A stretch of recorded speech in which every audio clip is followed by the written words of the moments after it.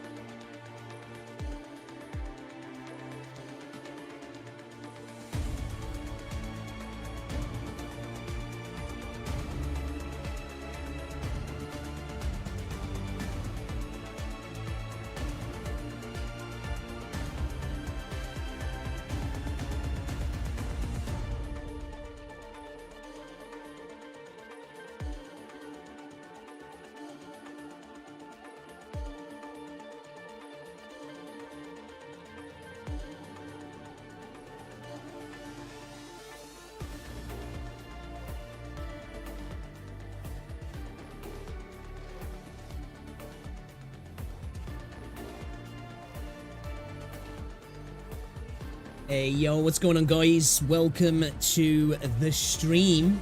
How is everybody doing today? Man, it feels all weird for me streaming today. I'm discombobulated. You didn't know, my headset broke yesterday, so I'm having to use Rosie's, but it's got no noise cancellation, so it's just, it feels really weird at the minute. Like everything, I can hear myself so loud. I can hear the AC. It's all uncomfortable. The music sounds weird. Everything's weird, and I don't like change. But hopefully you guys are good. Hopefully you guys are well. Let me turn that down a little bit, man. You guys are a little bit too late, but welcome to the stream, guys. Good to see you all. We're back, man. We've had a few days off, actually, haven't we? I haven't streamed for like, what, 4 days? Would have been 5 if we didn't stream today. But we are back, ready to dive into Chapter 8, guys. Chapter 8 is here.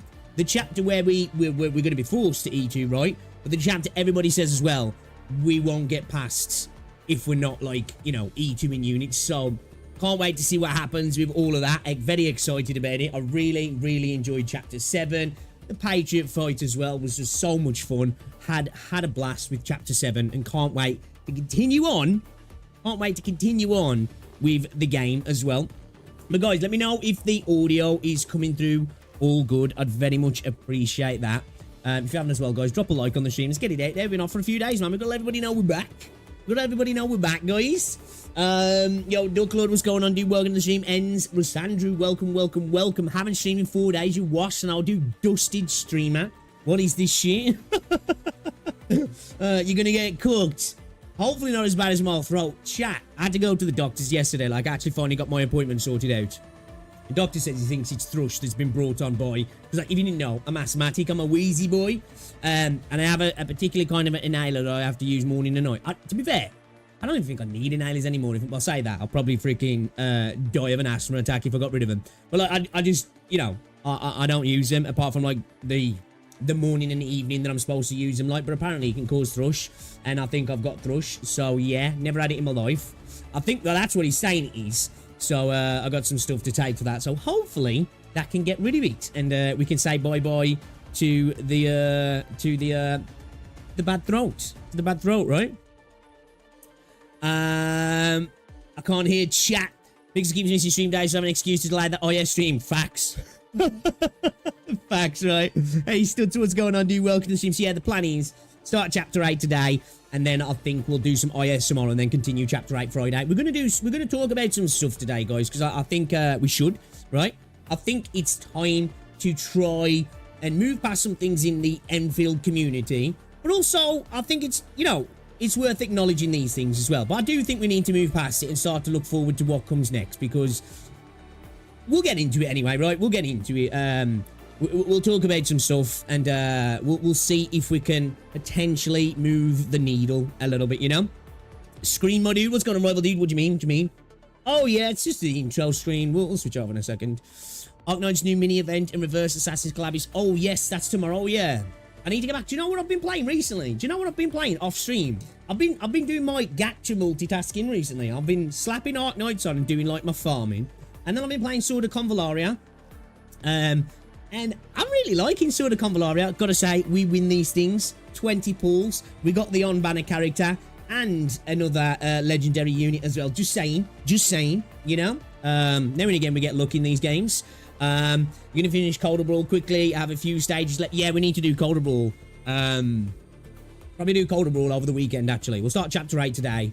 I'm gonna be honest. I want to get through some stuff today. I want to talk about some stuff. Yeah, I want to have a I want you guys to be involved as much as possible in the conversation as well, because you know, I've been bouncing around the community, seeing what's going on, and it's been I guess quite eye-opening to see there is quite a division. No, and I don't mean like an animosity, you know, like a beef, but like there is quite a division on the thought processes of a lot of people. It's been quite eye-opening actually. And I want to talk about things. You know me, I haven't been exactly nailing my you know, nailing a flag to a mast in regards to the whole situation, but you know, I've spoken about things, and I want to see if we can like talk about some other positives, but reflect on stuff that, you know, is part of the game, or potentially we don't even know yet, do we? We're gonna have to wait and see. But anyway, we'll get into that in a little bit. Hopefully everybody's doing good. Let's see what's gonna happen next. Yeah, yo Virgo, welcome to the stream. So hopefully everybody is all good, guys. If you haven't already done so, drop a like on the stream. It's very much appreciated. Let's get it out there. You guys have been killing it on the last few streams, actually. Over 100 likes. You know, 100 to 150 people watching. It's been awesome, man. So shout out to everybody else who's been hanging out, you know, and showing love to the content. It means a lot. You're all right. Propaganda paid off recently, so you're great. Wait, what happened?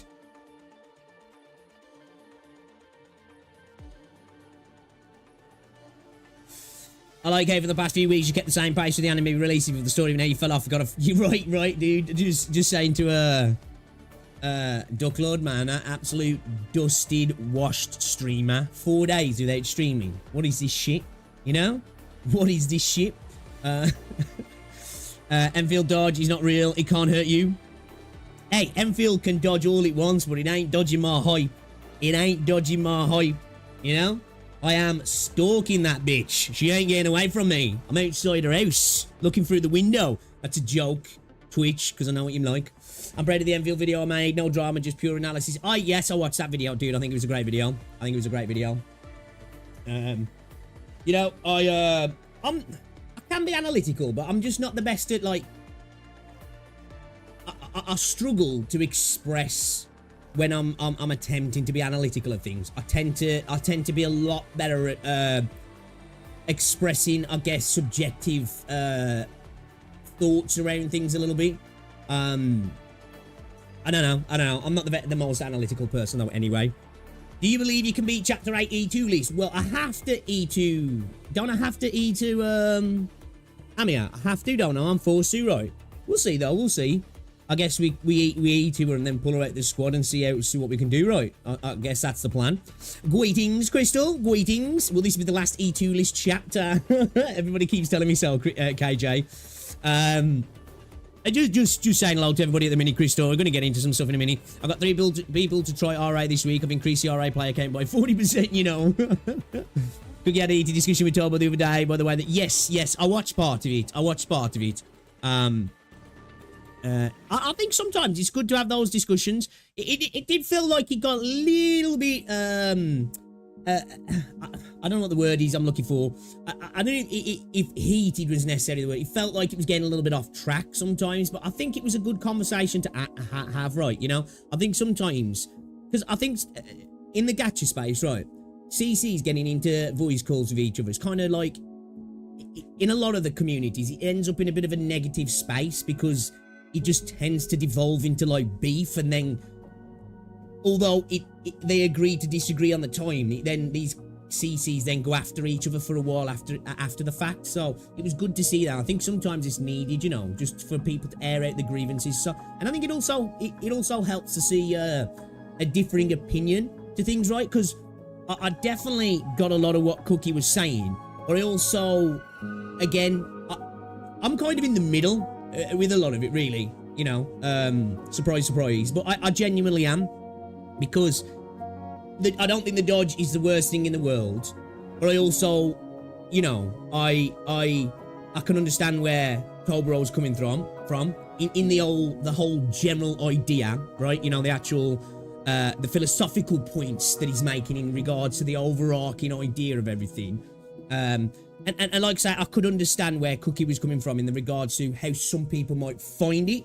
I disagree myself in that I don't find it that way, but just because I feel like that doesn't mean other people don't feel like that, right? And the more I've been bouncing around the space to see what other people have been seeing, I'm seeing that a lot of people do feel like that. So it's like, I think that's a fair thing to look at as well, right? So yeah. Jerry, welcome to the stream. Yostar needs to create their very own dodge mechanic. What's going on, Lord Arbiter?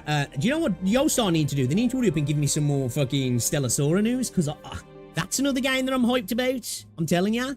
I'm looking forward to Easy. Welcome to the stream as well. You have to eat it, but you don't have to use it. Yeah, we'll try and do that. We'll see how we can make it happen. We'll see if we can make it happen anyway.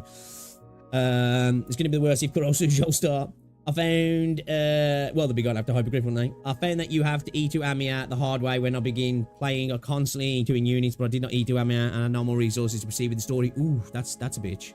Yeah, last time I checked, I'm pretty sure Amiya's just like, I can E2 it right now. I think Surta, I can E2 Surta right now. There's a couple of units I actually like here and there. I've just been gathering materials here and there for ones that I was planning to when we start to E2. They're going to be like the ones I do first. So yeah, I think I'm 99% sure Amiya's good to go, and I'm pretty sure Surta's good to go as well, and a couple of others I think as well. I haven't Laplius. We might get into that today. If not today, we might do that tomorrow before we jump into integrated strategies, because we're going to do that tomorrow.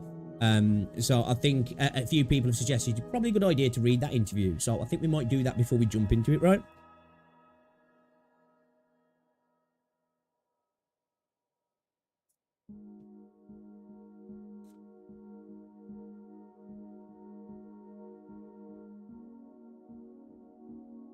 Well, hopefully everybody's doing well. I don't know, actually, Apollo, welcome to the stream as well. I'm not too sure. That released a video, haven't they? Have they released a video, Yostar, the Arknights channel, for that?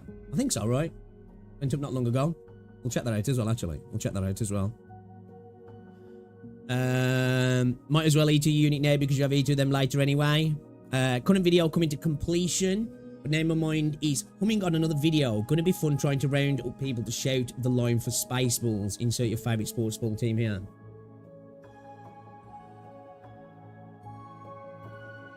It's going so fast, it's gone played. They need to make their own dodge unique to other games on the exact same. It can be patent now. A lot of videos to react to today. Not a lot. I did kind of want to really react to the, what was it, the Flick review that's been uploaded. I don't know if this is a person that's uploading it or this is their channel for YouTube or what. Lost, the most comprehensive Endfield beta review featuring Flick Part 1. Well, there's two parts. You might just have a look at Part 1.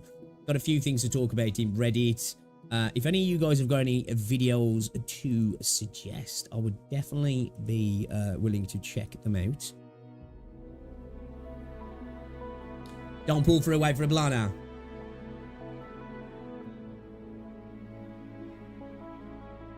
I saw Gacha Smack had reacted to that video, actually, kneecapped. I didn't watch the entire video. It was like, usually when I get up in the morning, I'll just have a little spam through my subscription box to see what's going on.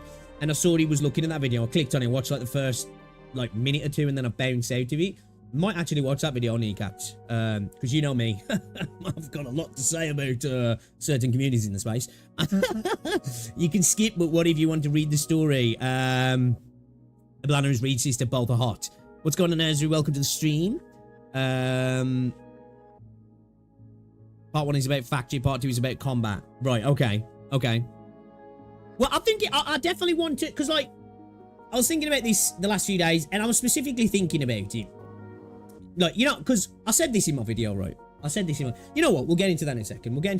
But like, I do, you know, I do want to talk about some of that stuff, because I did mention in my video that like, I thought this conversation around that had become a little bit too big.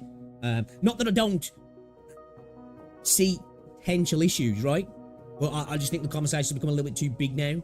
The game's so much more, and I don't want that to dwarf it. But I also do believe, as a community, we should voice our worries, our trepidations. That's how it should be, right? Which we'll get into that a little bit in a second as well, in regards to some of the reactions to Tolbrew's recent video, which are not unfounded, but I also, you know, I just worry a little bit sometimes. I just think it's this space inherently, right, sometimes, that people get a little bit adverse to potential worries and critiques. But then I guess, you know, I suppose some people could argue 3 videos in, maybe it's a little bit more than that. But we'll see. We'll get into it in a minute. I really dread global dodge. I don't mind for specific characters. I don't much more prefer classic abilities and where dodge can be. Yeah, we're going to talk about that as well, because like, I've got some, well, not so much ideas, but some thoughts where I'd probably potentially like things to go, which I've mentioned before. Be interested to see what you guys have got to say. But I'm definitely interested to see what you guys have got to say about a lot of this, actually.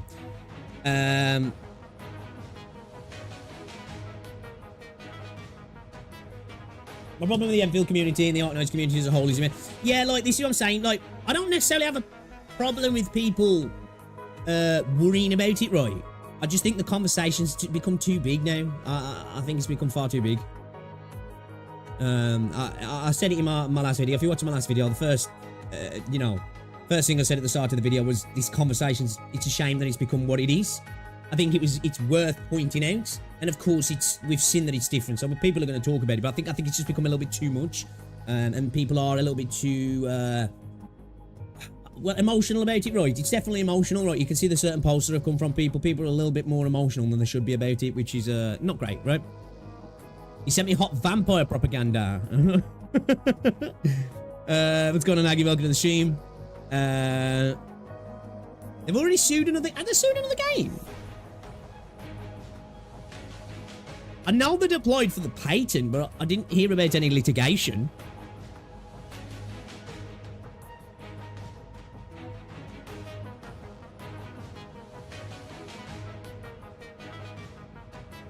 Right, let's get started, guys. Let's get started. I'm in my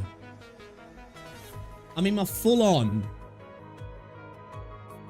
Arknights CC attire today, because I've been told that to be an Arknight CC now, you got to wear the black wife beater. So I'm here. I've got the I've got the vest on. We're a true Arknight CC now, guys. Okay.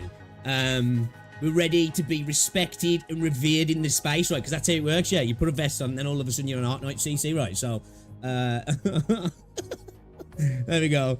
Let the dodge topic rest. I'm fed up already. Yeah, we're going to talk about it a little bit today, but I want to try and move past it for me personally. Which I've said already I wanted to move past it, right? I've said already I wanted to move past it. So, like, you know, and not even so much that I want to move past it. I just think it's becoming a conversation, a topic that's just far bigger than what it needs to be, personally, right? I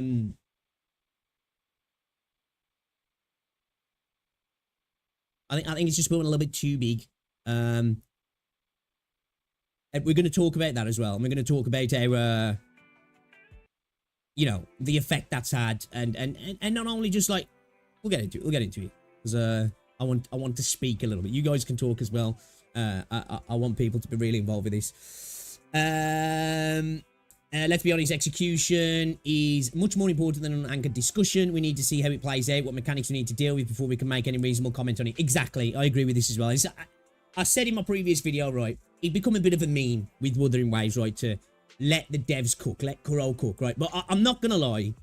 I think we do kind of need to let them cook. The game's not even out yet, right? If 6 months down, we're starting to see real major problems. Now, I'm not saying we shouldn't be able to talk about it now, because we should. We definitely should. But I think in this particular spot, I think we do need to at least let them cook. Because what we did see at China Joy was very little as well. We just don't know, right? We don't even know. Like, we could talk about the dodge all day long, but we don't even know how it's going to be implemented in regards to, like, in regards to, like, the mechanics, who can use them, how often, what restrictions are applied upon them. Like, we can say that, oh, you've got more stamina, it doesn't use stamina, we get SP back, or we just don't know yet, right? We've got to wait to see. We've got to wait to see. Does a pink vest with huge shoulder pads count? Yeah, man. Yeah, why not? I didn't agree with Cookie on Talbot's points of fine, but the fact he didn't really steer discourse meant he got out of hand. I think that's a fair take. Like I said, I think I found myself, like, going around the community, right, that there's a breadth of opinions, and I think that's great, because that's how it should be, right? We want discourse. Like, I'm the type of content creator, right? I've got my own opinions, but I am smart enough to know that I'm dumb enough that I'm not right all the time. And even if you're smart, you're never right all the time, right? And I think we need good discussions on these things. But I also think as community, sometimes we need to be like, okay, it's time to move on now, right? It's time to move on. So yeah. What's going on, Blue? Welcome to the stream. 100% sure that dodge is deliberately to gauge the community reaction. I believe so as well. I believe, because if you notice when you watch the gameplay, right, the rest of the showcase, didn't you notice whenever we saw that red mechanic on the floor, they were running away from it to specifically show it that one time? I think that, like you say, I think that was a little test. That was a little dip test, right? I agree with that as well. What's going on, Tamas? Welcome to the stream. Yeah, I get people want to dodge, so let it be class specific. People who don't want to choose cannot, and vice versa. It's also going to everyone have an issue with. Discussion is important, but there's a difference between talking about it and straight up calling the game. Yeah, well, yeah, definitely. You're always going to get that in your KJ. You're always going to get the type of people that where you express an opinion and somebody takes it to the nth degree, right? It's like, you're like, oh, this could maybe water a mechanic down, and then somebody else goes, yeah, that's it, game's fucked, dead. It's done. EOS. I ain't playing that game. It's shit now. It's like, bro, did you play any of the tests? No. You might not even like the game anyway. Shut the fuck up. So yeah, we'll see. We'll see. So yeah. It's nice to have a better combo skill cooldown ready notification. I agree. I think there was some UI improvements, right? I definitely think some of the animations looked a little bit flashier as well, right? And it was just good to see the game running good on console as well. It looked like it's running good, right? Shame that the stream that they uploaded was shit in terms of quality. Specifically, I'm talking about, right? It was pretty poor. I couldn't find any good footage, and everyone was just like, "Yeah, that's how bad the stream was," which was a shame. But yeah, all right then. We got some stuff to talk about with Genshin as well. Talk about EOS. We'll talk about EOS. Nah, but yeah. So, I think we should get right into it. Yeah, get right into the conversation, because I'm not too sure, Blue. Two people need to chill at HE Cook.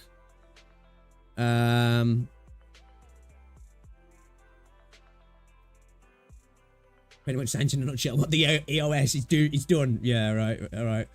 Okay. All right, then. So, let me switch scenes, because I think it's worth acknowledging. We need to acknowledge, right? So, I want to have a conversation about Endfield. Title of the stream, you'll see. I want to try and move past some of the conversations that have been going on, acknowledge the conversations that have been going on, acknowledge why those conversations have been going on, try and talk about Endfield as Endfield, I guess, in a vacuum, although you can't really do that with things. You do need to make comparisons, but let's try and keep it to Endfield. Let's talk about Endfield in a vacuum, and let's try and move on as well. Let's try and see if we can push the community to a next step within the game, right? Because I think the conversations around the whole dodge debacle have gone on a little bit too long. So let's jump into it, and let's have a discussion, shall we, guys? All right, turn the ZZZ music off. Let's get chat over. Let's talk about it then. So I want to start off by specifically. Let me zoom this in so you guys can see this a little bit better as well. I want to talk by specifically acknowledging Tolburo's post up on his YouTube channel. Because if you don't know, a lot of the Dodge conversation was started by Tolburo's initial videos, right? Which I thought were excellently made videos. There were points in the videos that I didn't necessarily agree with, but the overarching emphasis, I guess the philosophical argument, I understood where he was coming from. Now, does it mean that what he's saying is going to happen? And did he even say that that was going to happen? No, it might not happen. It might not come to pass. But I understand the worry that was there. I get it, right? And it started a whole conversation around the Dodge. And I think the Dodge conversation's got a little bit too big. I do believe it's got a little bit too big. I think it's drowning out conversation that should be had about the rest of the game. Because let's face it, guys. I am your resident Arknights Endfield copium huffer, and I am still incredibly excited for the game, right? It's tweaks to things like the Dodge, and not enough to turn off my hype to that at all. And I don't think the Dodge itself is necessarily a bad thing. We're going to talk about some of the, I guess, problems within the game itself, for me, that could be caused by it. I want to emphasize that. I'm not saying it's going to, because I do believe Hypergryph could potentially make it work, and I think they will, but we'll talk about what could potentially happen, rather than, I guess, our assumptions on how the game is trying to cater to an audience so much. And we'll talk about, I guess we can talk about some potential ideas around where we could potentially see the game going, and fixes or ideas. Maybe not even fixes. I'm not smart enough to pretend I've got the fix for the problem. If there is a problem as well, we've got to state that. The game's not out. We saw a tiny little bit of a clip, guys, okay? And I think it's fair that we have to acknowledge that we ain't got a clue what's going on just yet, and we need to wait a little bit, right? Okay, so let's have a look at this post from Tolburu here on his YouTube channel. So you can see here, 10 hours ago, comments have been turned off for the China Joy video. Been reflecting over the past few days. I still stand by everything I've said in all of my Enfield videos. That hasn't changed. But the videos do not exist in isolation from each other, and it's become clear to me from the recent comments that my presentation has caused a lot more doom and gloom than I previously thought. I think that's fair, because I do think it has. I don't think it had to. Everybody perceives things differently. I didn't take the videos as doom and gloom. I saw it as one man's worry of where a game could potentially be leading to, of a slippery slope of going somewhere where he thought the game wasn't initially designed to be, right? And it would be very understandable for someone who doesn't know much about Enfield to get a very bad impression of the game if my videos are their only context. I think that's fair, but I do think we have to acknowledge, right, us as viewers, because I'm a video viewer, we've got to start having a bit of responsibility for how we view things as well. If you can watch one video and your whole opinion of a game is changed, I think that's on you. Just got to say that, right? So rather than let it fester and spiral, I'm just going to leave that video alone, which I think is a good idea. I think we need to move past this personally. It should go without saying, but unless something extreme happens and warrants discussion, I'm not going to talk about the Dodge anymore, because I'm just aware, as everyone else, that it's gotten out of hand. The game is much more than its combat system. Exactly what I've just said, right? I said this in my previous videos. I said it in my video when we actually reacted to the China Joy gameplay and discussed the Dodge, that it's a shame that it's become such a big conversation, right? And I don't blame Tolburu for this. I've seen a lot of people blaming him for it. I don't. This is on the community. The community's took something and ran with it, right? One man's opinion shouldn't dictate the community's viewpoint, right? Because at the end of the day, it was an opinion piece. It wasn't factual. It was an opinion piece on assuming what potentially could happen, which I'm totally cool with, and I think they were excellent videos as well. I just want to state that. I want people to be excited about Enfield. Shocking, I know, me too. I am very excited. And I somewhat lost sight of that. It is what it is going forward. I'll be more mindful of my presentation, keep my head up, and carry on. Look forward to more Enfield. Well, look forward to more videos coming soon. I actually don't think this needed to happen, but I respect it, right? I respect the fact that he's seen that those videos were being, whether you want to see it as misinterpreted or just interpreted in such a way that the conversation was going down, I think, a very negative path, right?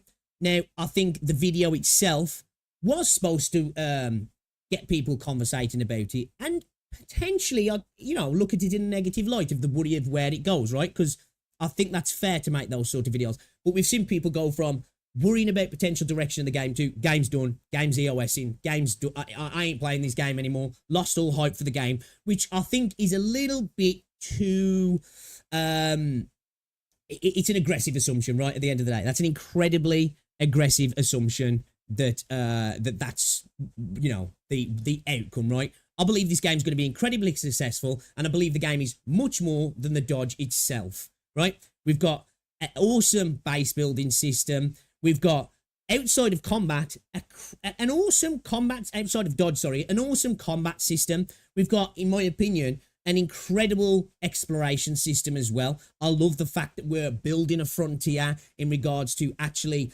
building our zip lines and spreading out and spreading the word of the enemy across the frontier. I love that. I love the fact that the world itself is consequential in the fact that you can't wall run things, you can't grapple hook, you can't glide, you can't just hop over obstacles. So the environment itself can be built into quite interesting puzzles and such, right, that you've got to overcome via just having a little look around the map like we used to in games before, right? Oh, let me get up there and come down here and hop over there and we get the chest. I like that. I really like that, right? Spreading out, infiltrating, getting out there. So, you know, that's an amazing aspect of the game. The combat itself, right, with the chain skills, it's so much fun. It is so satisfying, guys. I think in terms of an action side of the game and the action element of the game, for me, it's the most satisfying that I've had, if I'm honest.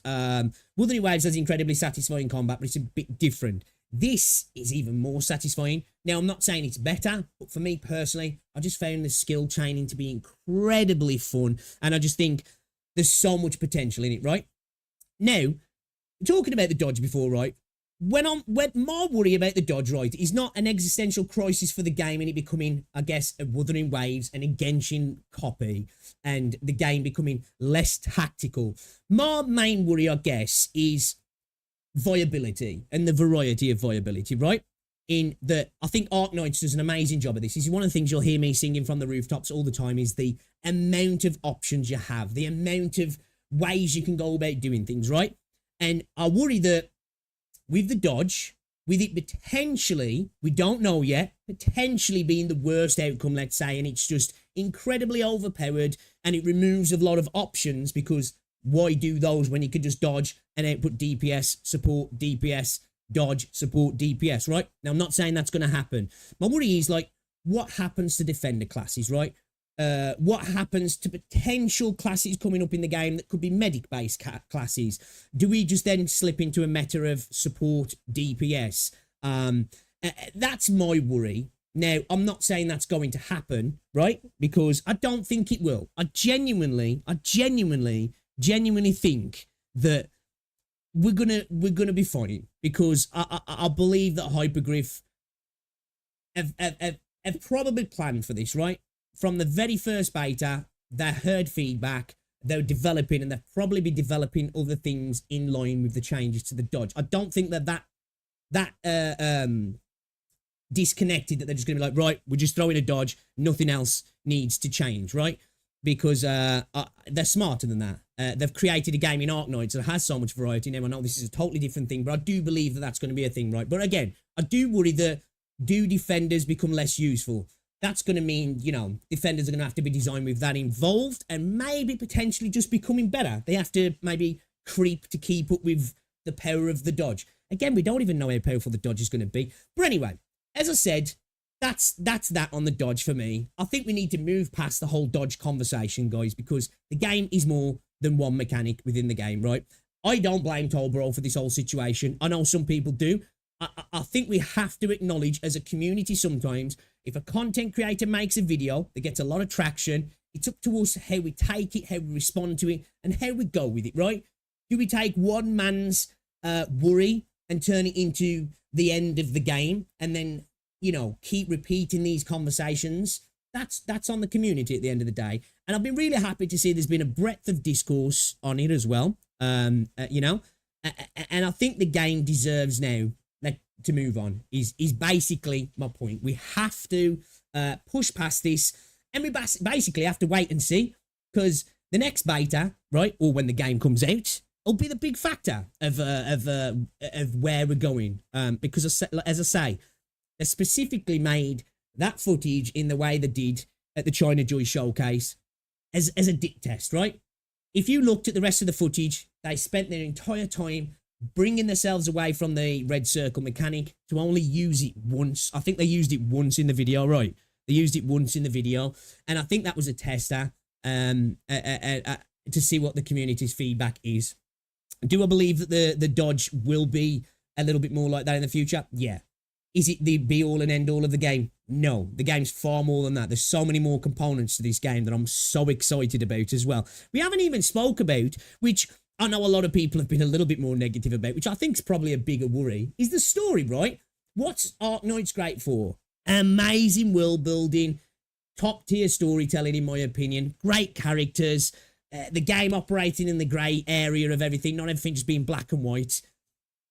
What's the potential of having an amazing story? Hopefully it's going to be good. Even if it starts a little bit cool and a little bit soft, hopefully we get into something that's really good in the future. I can't wait to see endgame, you know, events, bosses, boss mechanics, all that sort of stuff. I can't wait till we start to get character drops. So they're going to do it kind of like Arknights. So we're going to see events surrounding the character themselves. Are they going to be weaved into the story a little bit more like how I guess Zenless and Wuthering Waves do? I hope not. I don't mind them being there naturally if it makes sense, but I hope we do kind of what we do in Arknights. If that character's not necessarily part of the story right now, just create a story and an event for them, and then that way then you've got this awesome little self-contained thing and it doesn't affect the natural flow of the story, let's say. World building as well. I can't wait for the potential world building of the game. I'm incredibly excited about all of that. And I believe this game's going to be strategic. I believe this game is going to have a strategic value to it. You know, it's titled that the game is strategic, right? Now, just because there's a dodge in the game doesn't mean that goes all out the window. That can be implemented in the right way if it's not too powerful, of course. And if other units are built around that with that in mind to maybe neuter it. Now, you can do a bit of dodging it, or you can use this unit that hopefully presents something else. Now, moving on to that, what I'd like to see of a potential offering of something, I don't want to say a fix, or a potential idea instead of just saying, this thing bad, take it out game, what do we do? I really would like the idea of the game to lean into the classes even more, right?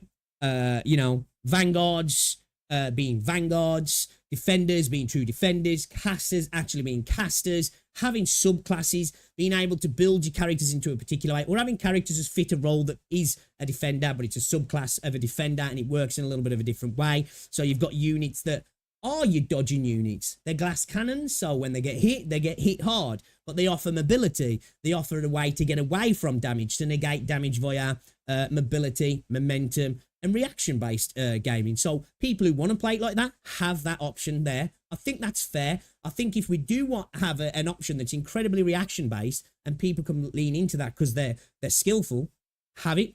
And then we have classes built in a way that allows people to play in different ways. Again, for me, I am adamant that the way this game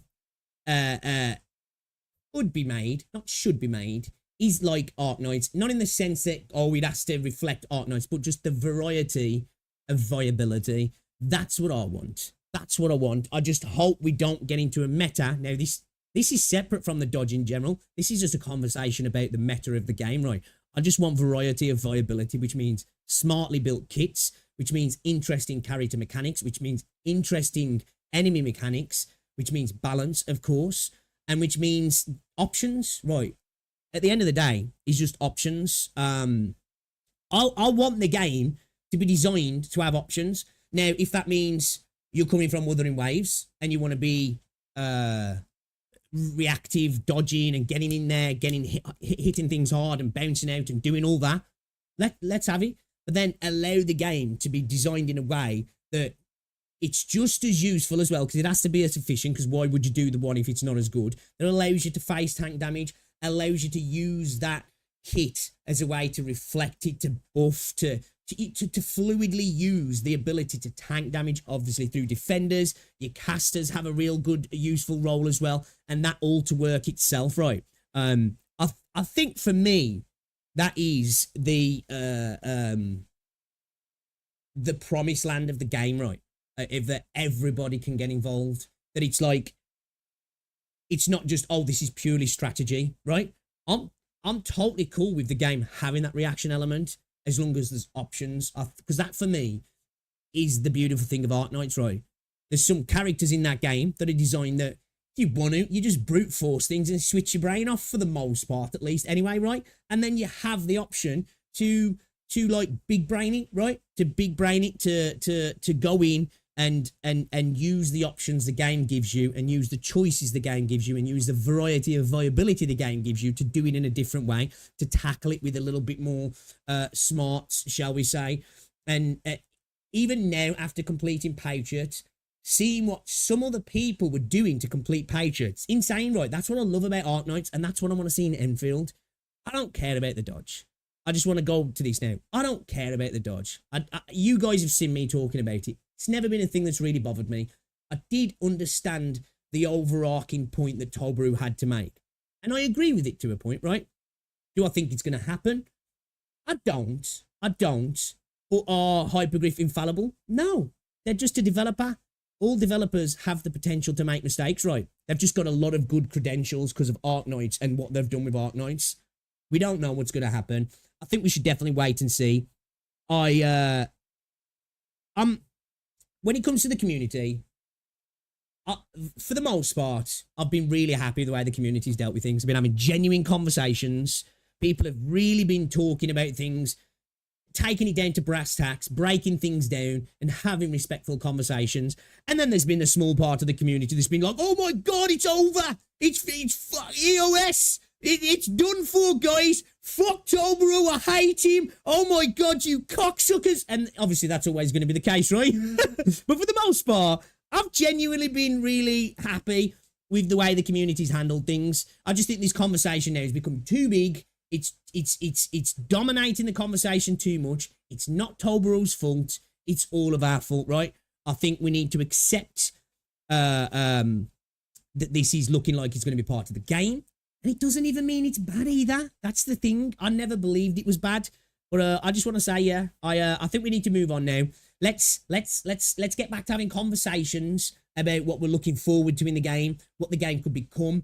I want to start seeing the theories around what's going to happen. I want to talk about things like, man, dude, like, what if we have some events, like I say, where we get flashbacks to where we're in Terra, or we find things that have got like history reports of things that happen in Terra, and we get to operate in a 3D environment of old characters.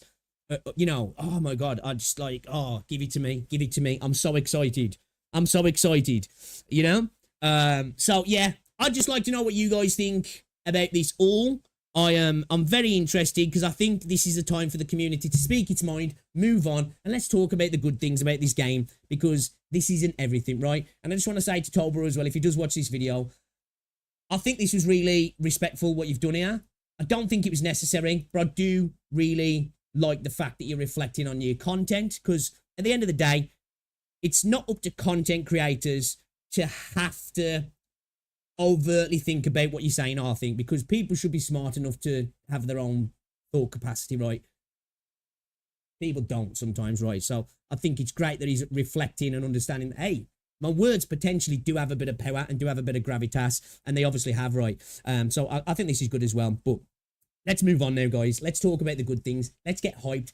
And hopefully we'll be back to huffing on copium very soon about the launch and the next beta as well, because I'm ready to start coping hard, guys. I'm ready to start huffing up that hopium. But yeah, let me know what you think anyway. Yo, Neo, what's up, dude? Welcome to the stream.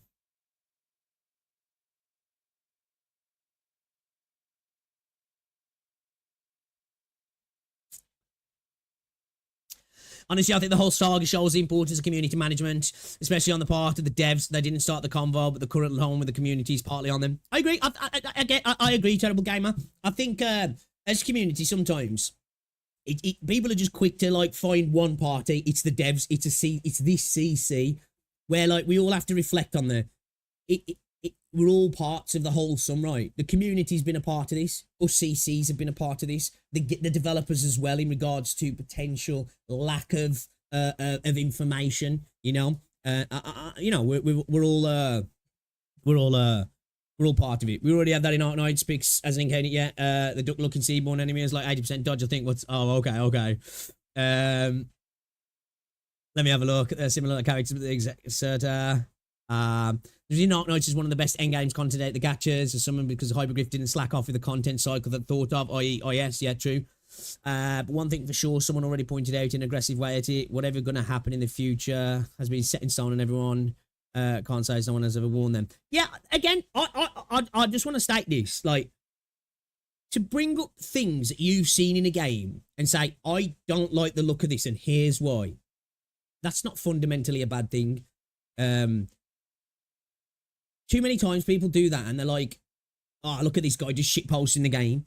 And it's like, I think it's fair for somebody to be like, this worries me. I think it's on everybody else then to say, I disagree. I understand what he's saying. I don't feel that way.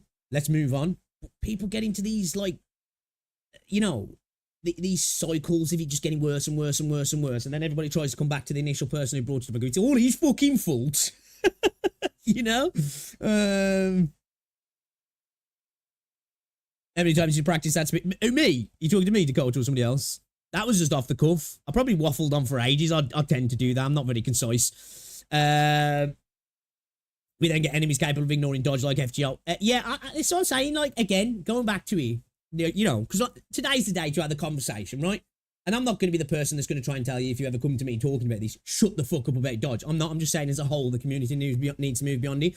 But we just don't know how the dodge is going to work. We don't know how enemies are going to be working with the dodge. We don't know which enemies are going to offer the ability for us to do that perfect dodge as well. Because we saw that seems to be connected to that red circle. Which enemies are going to offer that? Is it always going to be the same? Is there going to be different versions of that you just can't do that and you have to use your units, right? I would imagine potentially when we get to like bosses and stuff, they might offer that where it's not a dodgeable attack and you have to use your other units, you know what I mean? We just don't know, do we? We just don't know. He swore. It's kind of cool that Endfield is like, the map is zone based like HStar, but a lot bigger. When you move into a new zone, no loading screen and transition is so smooth. I agree. I love the fact that it's semi-open world. I think it was a brilliant choice from the developers. I was going to end, yes, I was going to. But yeah, going back to the actual showcase, I do think the UI implementation changes were nice, a little bit easier to see when things were about to happen. I don't know, am I tripping? Did things seem a little bit flashier and more fluid? Like, I don't know. I don't know if it was just because the stream quality was crap, or in my head, you know, like I got this placebo effect. If it's a newer build, so obviously things have changed. But were they? Like, they felt like they were, right? Obviously that dodge animation and that, but like, it felt like the actual animations as a whole seemed a little bit more you know, flashy. I see almost, especially the ending seemed a little bit smoother as well. I'm a former Arknights player. Arknights gacha system is horrible. Really? Man, I found Arknights has been one of the most generous games I've played personally. I don't know about that one.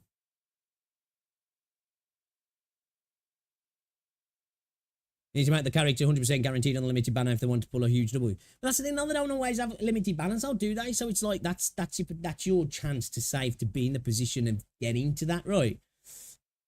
You know, I just disagree. It's like the whole situation with Endfield, a gacha. People went mental over that. I think it's an incredibly good gacha, personally. Let's admit, gacha sucks. It's a predatory form of monetization, but you know, for me, Endfield looks great. So far, I've had no issues with Arknights. I think when you look at it as a snapshot view, you're like, wait a minute, that looks a bit fucking rough. But when you interact with it, you know, it's it doesn't feel bad to me. I think a lot of people get wrapped up on things like 50-50s and stuff and guarantees and PT carryovers and stuff, don't they? Yeah, more animation and splashes in the end min animation. Right, I thought so, right? There was definitely some visual changes. Yeah, it was kind of one of those, because I think the problem was, because the stream quality was so bad, it was kind of hard to put your finger on exactly. That's different. And of course, I haven't played the beta for ages and didn't go back and necessarily watch gameplay and compare it side by side, but I was just like, yeah, man, there's a little bit more panache, a bit more pizzazz, you know what I mean? A bit more flair, you know? That dude blocked me in chat and I was seeing it in the post now. Ending combo attack change too. I really worry about Endfield boring me in due time because I already feel tired with her right now and it's hard to make myself log in and do the story on my dailies. This is where, not just account progression, but progression of systems, of mechanics through events, right? That's where it comes for me. Of endgame and events are the most important things for me in a gacha game that keeps it coming back long term, right? You know, I haven't played Wuthering Waves for a little bit now. For a while, I really felt let down by Wuthering Waves events. Whenever you say that, people in the Wither space say that's mental, they got the best events. I disagree, personally. I think they were heavily holding on to the fact that it's got really good combat and everything else was just not really much to it, right? I think you've got to have an end game that feels like it can be repeatedly played, that rewards you, and events as well, right? Events as well. People said Chen was I saw people saying that about skill. It didn't look different to me. I don't know. Was their skirt shorter, though? I swear to God, her skirt looked shorter. Embo combo chat changed to... banners on their own ass, but it makes it good. It's I think if you look at the numbers, I think it's one of those things for me. Arknights, you could look at the numbers and be like, wait a minute. When you interact with it, it's kind of like it's one of those, like, it's like the proofs in the pudding kind of thing. Like the experience is different from the actual on paper, if that makes sense. And plus, obviously, like you say, everything around it improves it massively. So, pardon me. I like the old gameplay of Angelina. Yeah, a lot of people do like that.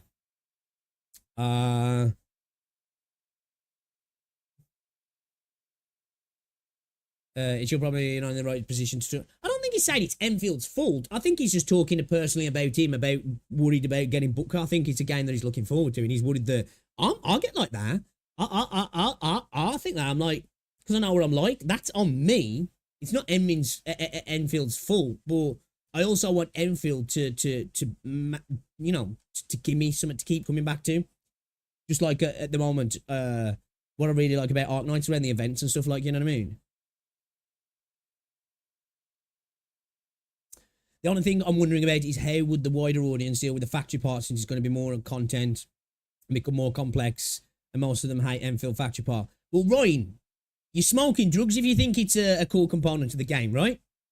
I'm sure I heard a guy. I don't know who that guy was. You might have heard of him. But he says, if you think the factory part of this game is a core component of it, you're retarded and you're smoking drugs. So I wouldn't worry about it. Just saying, you know. I don't believe that. I'm just saying. We're going to have a little react duck load. We are going to get into it, though. Someone who said, no time yet playing multiple different gacha games at the same time is stupid. I don't know. I suppose it depends how you look at it. Like, the way I see it, right? Gacha is just a monetization system, right? I am not... I don't buy into this conversation, right? That you shouldn't play gacha games like you play other games. For me, just because it's got a gacha monetization system, it doesn't mean that they can't design the game to make me want to play it all the time, to give me the option to play it all the time. They make enough money that can do it right. I think sometimes it's up to a game to make me forget other games. There's plenty of games outside gacha where you'll play a lot of games at the same time, right? And I think sometimes it's up to that game to be like, no, we're going to be the center of your attention. And I hope we get to a point where gacha games are built so much that it's not just login, come back. It's more, hey, look at all this good stuff we got, man. Stick around, put your feet up, It's cozy here. Stop all day. You know what I mean? I'd like to see Enfield become that. You know, I'd like to see Enfield become that personally. I don't know, Heinshell. I don't know. I don't know. I'm just chilling RA as usual. I also like to make classes and subclasses important. Imagine how cool it would be to run around with someone and using their summon. Exactly, yeah. I want defenders to have a reason. I want casters to feel like casters. You know, I want vanguards to be in there, getting damage in quickly, doing things like getting SP up, but being glass cannons in the sense that, like, you know, unless you get like a subclass of a vanguard that maybe does a little bit less of the others, but does a little bit more of being able to stay alive. But they're all about, you know, momentum, ability, dodging, getting out the way, getting your little getting out kind of thing, you know. Playing a different style of like you're running your defender and you're there to like boom take the brunt of everything, and you know, casters in the rear doing their job. Like that's what I'm excited for. I hope that we get that in the game going forward, you know. And I just gotta say, I enjoyed CBT2. It was fucking amazing. It was fucking amazing, you know. It was fucking amazing. I do bare minimum dailies and log out. I haven't bothered with the weekly boss mats. Yeah, man. Like I say at the minute, the only game that makes me want to play it, well, there's two actually at the moment. One's probably because I'm in the honeymoon phase, right, and I've just started. That's Sword of Convalaria. I've just started that. Really like it, right? It's a beautiful game in terms of visuals. It gives me that sort of like Final Fantasy tactics with a little bit less tactics. But I've heard that the kits have been improving, and the new characters' kits are actually kind of interesting. Really like Sword of Convalaria. And Arknights, I try not to play it off stream apart from doing like farming stuff, because I want to do it all on stream because I'm really enjoying it. But man, the amount of times I am off stream and I'm like, fuck, I just want to start chapter 8. Fuck, I want to do some integrated strategies. But I'm like, no, hold on, we'll do it on stream, you know, like that's kind of where I'm at with Arknights in the mini. I'm not like that with Wuthering Waves. I'm not even like that at the moment with Zenless, if I'm honest, to be fair. I've fell off a little bit with Zenless, but I've still got the desire to play Zenless. I've just got no desire to play Wuthering Waves at the minute. You know? Amazing combat. Great game, right? But it's just not doing enough to bring me back, and the story's not enough to bring me back at the minute. You know, maybe things will change. And that's not a diss to Wuthering Waves, by the way, right? It's not a diss to Wuthering Waves. Speaking about gacha, since I've played a game in no pity season, it's gacha and managed to get around 80 to 90% of the highest rarity characters free to play. Cosmic Break by Cyberstep, the name. I've never heard of that, actually. I've never heard of that, to be fair. Is it YouTube finally fixing their stereo audio problems? If my headset finally works normally for YouTube? I don't know, you know. It means that classes are power using the right tool at the right time rather than just insert busted 6-star. Yes, that's an option, but they're still rolling for skill. Base building core gameplay. Nuh-uh. All right, let me catch up with chat. I'm way behind now. Guard, supporter, defender, caster, specialist. You didn't see it before, Big Street Souls 8 now. Congrats on E2, Luis Elliott, for beating Patriot. Well, thank you very much, dude. Thank you very much. Either way, if you think about it in Arknights, in like 150 pulls, pretty much have every character you want. A bunch of character you want, sorry. When the gachas in 180 pulls, you'll still have a 5-star and a weapon. And well, that's a weapon system as well, right? That's what a lot of people forget, like, man. They'll like look at the pulls, and then they don't look at the fact they don't bring in the weapon into the argument as well. You know, like take Wuthering Waves, for example. You could lose your 50-50, go to 160 pulls, and have to go to 80 pulls to get your weapon. You know? SLC is so cool. Right, Kent? Casters are the best so far, yeah. But it's a good idea to keep in mind what we have right now. Arknights addiction goes hard. How long are you playing already? How long have I been playing what? Arknights. I started around about 4 months ago, but I want to say, with how much we at, we've probably played it for a week. You know, about a week probably. You know, so yeah. I agree as well. Yeah, lads, easy T. I agree. I think as somebody who enjoys in games of having a class and then having an ability to build into subclasses, you know, either leaning towards a DPS side of things, a healing side of things, a buffing support side of things, a more debuff kind of character. I want that ability, right? I want to be able to either have characters that I can do that with, or have characters offer that role that you've got this defender here, you've got this other defender here, but they play a different role. whether it be a defender that's out there buffing damage for other units, that's potentially offering local heals, that's potentially offering whatever, right? You know, I just want to see, I want to see a little bit of that in the game. I do personally. You can freely play RAL stream and support it.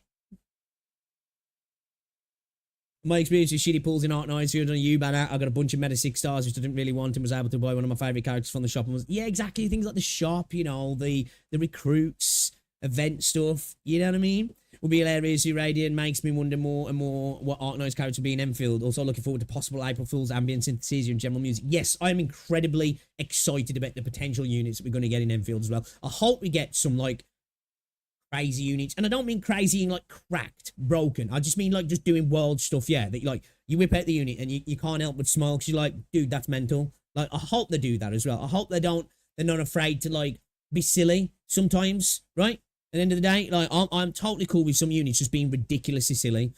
I think the weapon should be free or come with the character where it's already guaranteed, so there's no point in squeezing blood from a rock. It's that guarantee though when you do, man. That's the carrot. It's like, you're gonna get it, but when you're going to get it? So people are like, soon? Soon, right? I'm going to get it soon, right? It's the Anakin meme. And he's just looking at you going, maybe 79 pulls. I don't know. Or maybe 5. Probably 79. I hate weapon banners and equipment RNG. It shows the dev really trying to squeeze their play base, right? Yeah, agree. This is where I go back to. Just because it's got gacha monetization. This is where I can't wait to see over the next coming years, right? Gacha monetization has led games to be designed in such a way that all these systems are connected to directly or indirectly to the gacha, or in a form of, you know, like whether it's the way you farm things, the way the gear works, the RNG to the gear, the weapons, all that sort of stuff. I like what Arknights does in that he doesn't do that in regards to there's RNG in getting the gear, but the gear doesn't have an RNG. There's no weapons. I like that Endfield is doing a thing where you basically get rebates and your weapons are there and you can buy them from the shop and stuff like that. And there's a rotating shop and all that sort of stuff. I like the fact that there's no RNG gear, RNG stats on the gear. You've just got your little, what are they called? Your essences with the essence slots, what are they called? Where there's a bit of RNG. Like, I'm not adverse to RNG, but I hate it when everything becomes RNG, because then at a point it's just like, you know, I'm not playing the game anymore. I'm playing the roulette, right? You know, and it's enough when you're doing the roulette in the gacha. I don't want everything to be that, right? Doctor in Enfield. That's what I'm saying, man. There's gotta be something, right? There's gotta be something. That means knocking around 150 years in the future, I'll be surprised. But this is where, like, I'd like the idea of, like, us potentially having, like, flashback moments, right? But it's like, would we even be able to use those characters? How would they do it? Would they make it so, like, I don't know, because like they'd have to build the character for you to play as a character. But then if the character is not a pullable character, is that worth them doing that? Is that a waste of resources? Potentially could they have characters that you could play as, but they're not in the story? There's somehow a recorded version of the character and you're just playing like an echo, a hologram. I don't know, you know? You know, we could... there is a way which is a spoiler. Okay. All right. Okay. Maybe then. Maybe. Midman, what's going on? Welcome to the stream.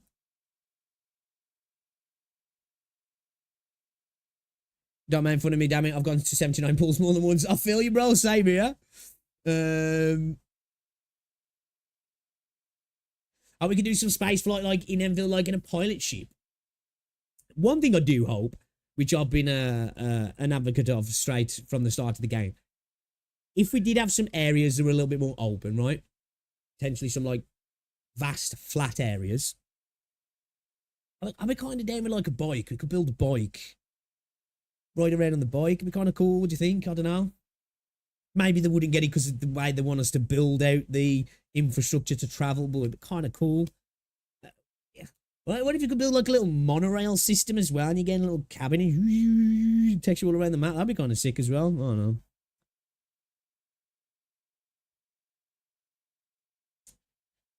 Temple and Dream. I just want to see 3D Amir in Enfield, even if it's just a flashback. Yeah, I feel, yeah. I'm there, yeah. I'm with that, yeah. Wolfram is an Arknights OG character. Oh, I forgot. I hope welfare is still a thing in Enfield. Agree. Yeah, I do too. To be honest, my biggest concern about Enfield is the lore, more specifically the reconvened characters lore. The fact that they're just a copy of someone in the past they brought back, I hate it.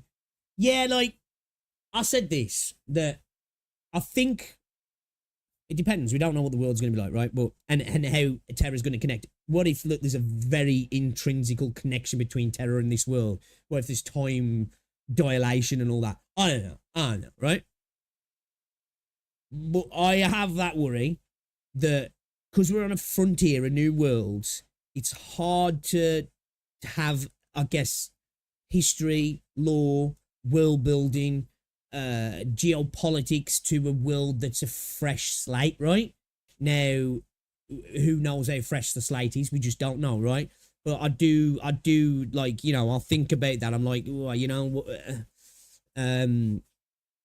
how do they flesh that out when they've got like a world like Terra, right? With all this history, with all this rich tapestry of connections of nations and peoples and historical contextual things that happened. Like, how do you not have that but still offer that sort of scope and scale and world building to it, right? It'll be interesting to see how they do it, actually.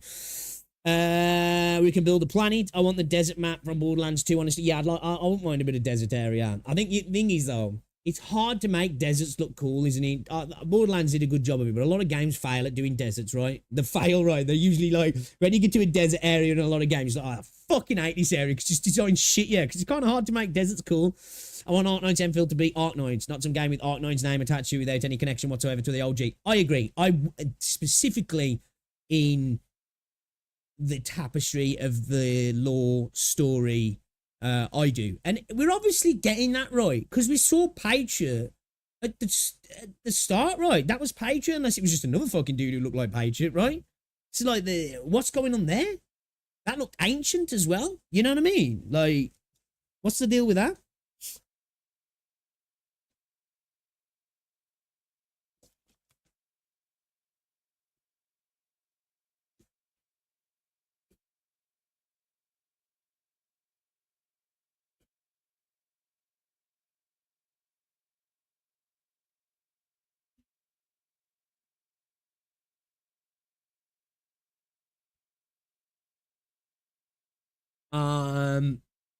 You can watch the recent anime trailer for the next upcoming anime episode. You can just gauge how sad the Tallulah backstory is going to be.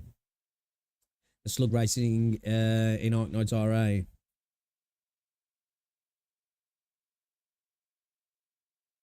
Enfield doesn't go too far in lore for a reason, I think, because some lore details will spoil the future story. It's almost happening. I agree, yeah, I agree, Talos, I agree.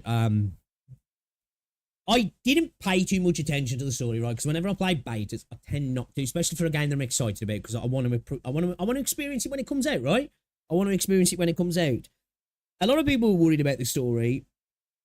I am not so much. I think we're going to get. I think Enfield will start off a little bit slow, and not just by design. I think it has to, because of where we're going, right? What we're doing, where we are. We're setting up a new world. It kind of has to start off a little bit slow, in my opinion, with the stakes probably not having much to them and probably interacting with not the most interesting antagonists.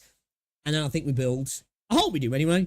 Oh, Skybird, what's up, dude? Disappointed it went with Amnesia. Yeah, I'm not gonna lie.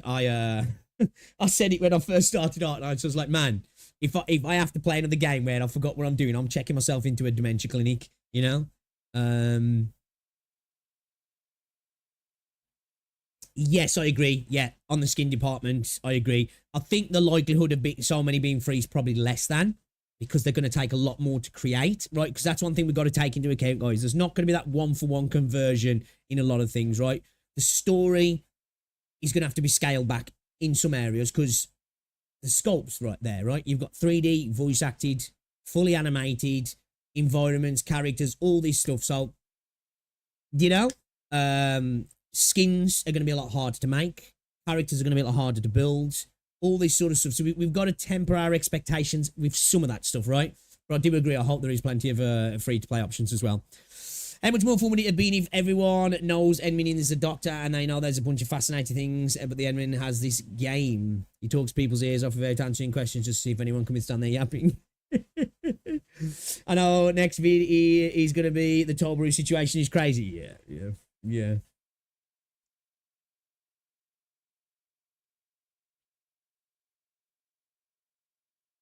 Usually the first chapter in gacha games is the tone setter. Yeah.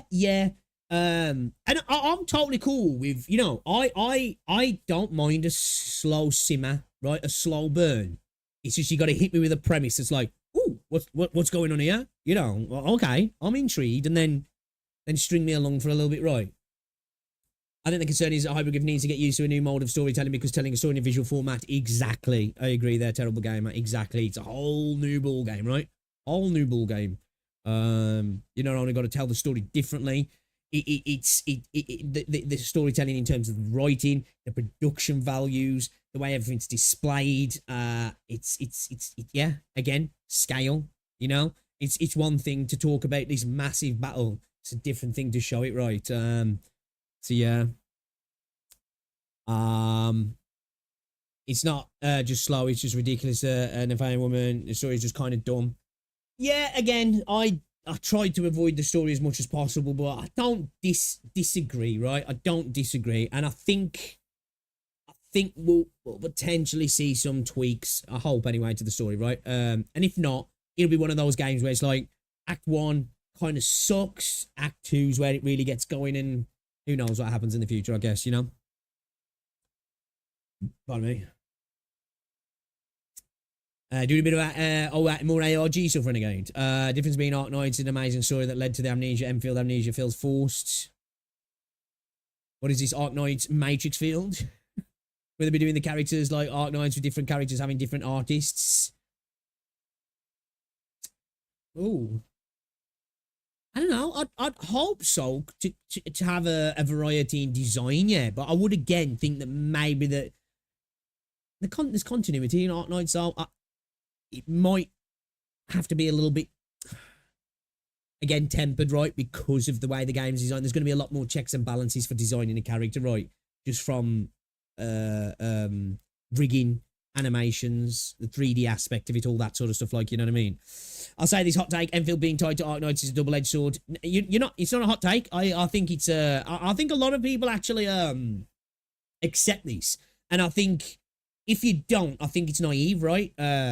It's like any IP, a sequel, right? We see it nowadays, right? This is why movies are constantly doing sequel after sequel and doing remakes, and we see it in games, right? Because a brand name has a lot less risk to it in terms of, I know that, he knows that, we're all excited about that.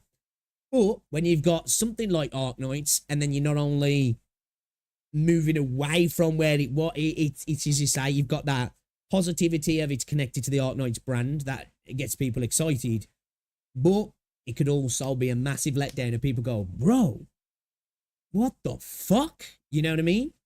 And, you know, it's like watching Aliens, and then watching Aliens 3, and you're like, what the fuck happened here? You know what I mean?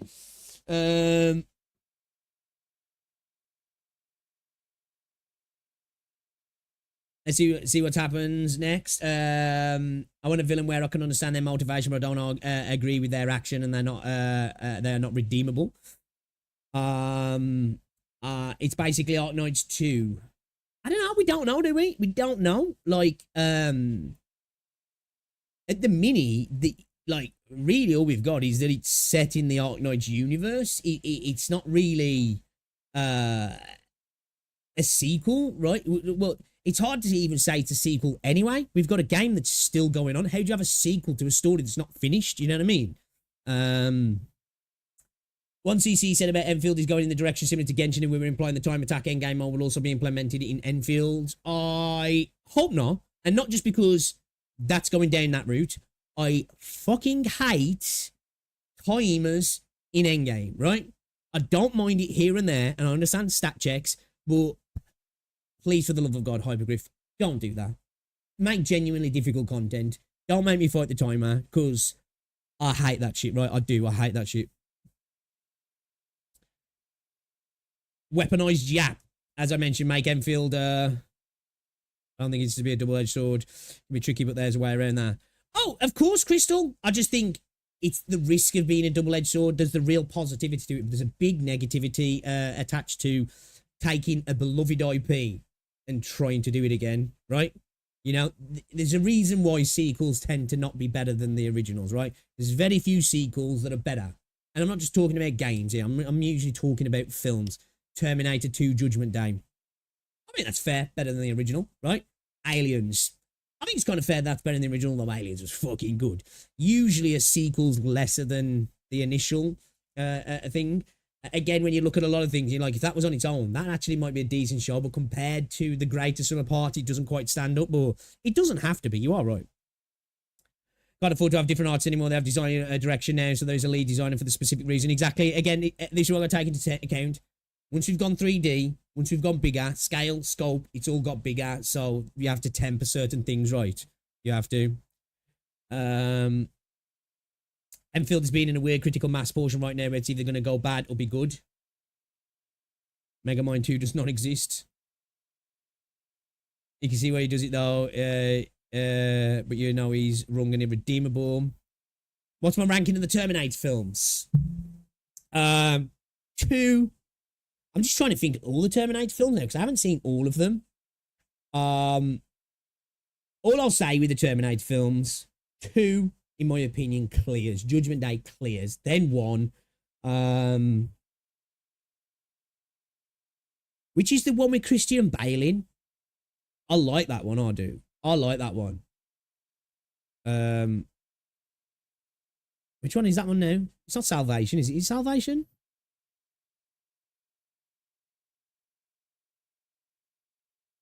Is it 4? I like that one. Yeah, I'd probably say that. 2, 1, 4 then. I can't remember. It's hard for me to do all of them. 3 was all right, I guess, you know? It is Salvation. Yeah, I like Salvation, I do. With Aliens films, I'd say it's Aliens, Alien, and then the new one. What is it? Alien. What's it called now? Romulus, is he? Romulus is the new one. I quite like the new Alien film, actually. I don't know if you've seen it. I think it's a good film. If anything that happens in Arknights matter anymore. Who knows? Who knows? Having died in slow motion is fucking horrendous. Not really a fan of Terminator series, to be honest. Really? Oh, man. Fair enough, fair enough. I was going to say some terrible things then, but fair enough, fair enough.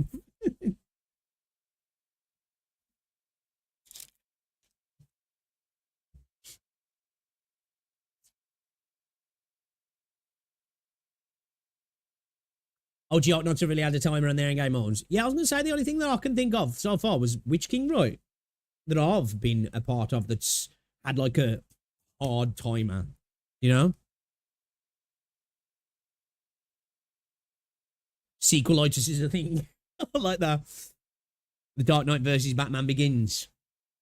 The Dark Knight trilogies are good, right? Oh.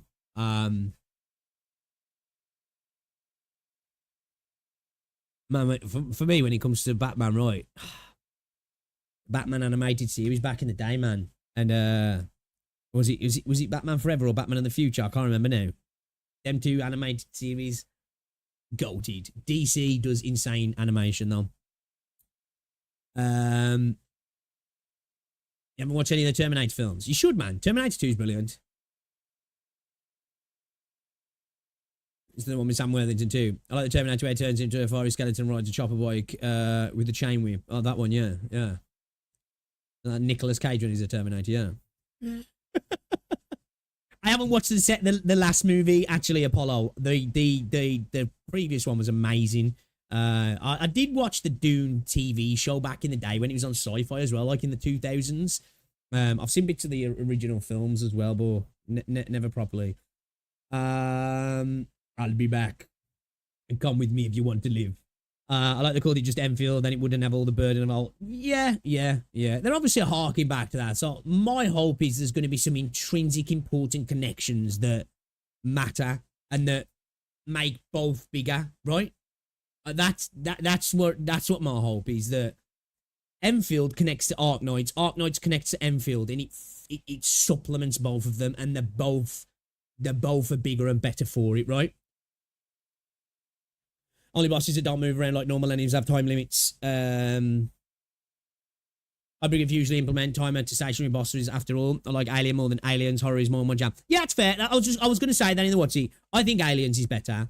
But you're right. It's what you're looking for, because Alien is definitely more of a horror film, where Aliens is a bit more of a sci-fi action flick, right? You're right. You're right. And if you're into horror, that makes sense. Alien and don't get me wrong, Alien, fucking peak film, right? Absolute peak. Alien Isolation was a good game. Never played it. I played it at Eurogamer, but I never actually played it properly, like, you know what I mean? Now they call it Arknights Endfield, so it's definitely a sequel. Well, even though it is set after, just because something's got a name in it doesn't mean it's a sequel. There's prequels, there's spin-offs, there's, you know, there's things that can operate at the side of it, whether you want to call that a sequel or not. You know what I mean? It doesn't necessarily mean that, though, but technically it is in the future, so yeah. I've been watching all my series, movies lately. Watch the MCU Infinity Saga, the Bourne series, and the Tremor movies. Tremors, man. DC animation is better than their live action. The Flashpoint paradox clears all these. Yeah, definitely. I agree with that, Dagger. I do wonder how much of its sequel sucking it the dev gets crunched. They've got hype already, so execs shun the dev since people expect a good product, so it's not something that has to be sold. The sequel to Dune is even better. All the money goes into advertising. The Justice League Unlimited animated series is my childhood goat. Shang-Chi and the Legend of the Ten Rings is solid CGI. I like the idea of those rings, their arms becoming a solid object of mass destruction. I never watched that film, actually. 10 minutes of Dr. Clone, you heard it here first. If they copied the timer from We Were Hologram, damn boss fights will be sweaty. Yeah, I don't even think they'll be sweaty, man, because, like, well, if we're going to talk about timers, the timers on holograms are non-issue, because you're not really fighting the timer in holograms. That's just there to just stop the fight dragging out, because the HP and everything's not the problem. They hit hard. Holograms are the best part of Wuthering Waves, because they're actually fights that are fights. If you're thinking more like the Terror of Adversity, you know, or other gacha end games, then I don't like that, because it's not even hard. You're fighting the timer. That's all it's about, right? And then it becomes a optimal rotation, optimal sequence input rather than skill, which I'm not saying that isn't a skill, but I want to fight something where it's like, if I fuck around here, bro's about to drill my ass. No homo, you know? Maybe a little bit. Monsters vs. Aliens is a good movie to watch too. Cowboys vs. Aliens. Arknights X Endfield. Endfield X Arknights. Infinite money glitch, right? Crossovers galore, man. Just imagine it, bro. You know you're gonna shit your pants if they did a crossover and Nurl's in there. And you go, oh my god, Nurl's in the next banner. It's going hard. You know, it's going hard. I want to take a game that takes 1,000 years into the future sequel. Well, it's what you, I suppose it's what you argue is a sequel as well at the end of the day, right? If it's a continuation of a story, then there's an argument it's a sequel, right? If it's just set in the universe, it's just set in the universe, right? You know, like, is every Marvel film a sequel? No, they're all set in the same multiversal situation. Anyway, whatever. I heard that Endfield has something to do with the portal in Sammy. Well, yeah, there's a lot of people thinking that, right?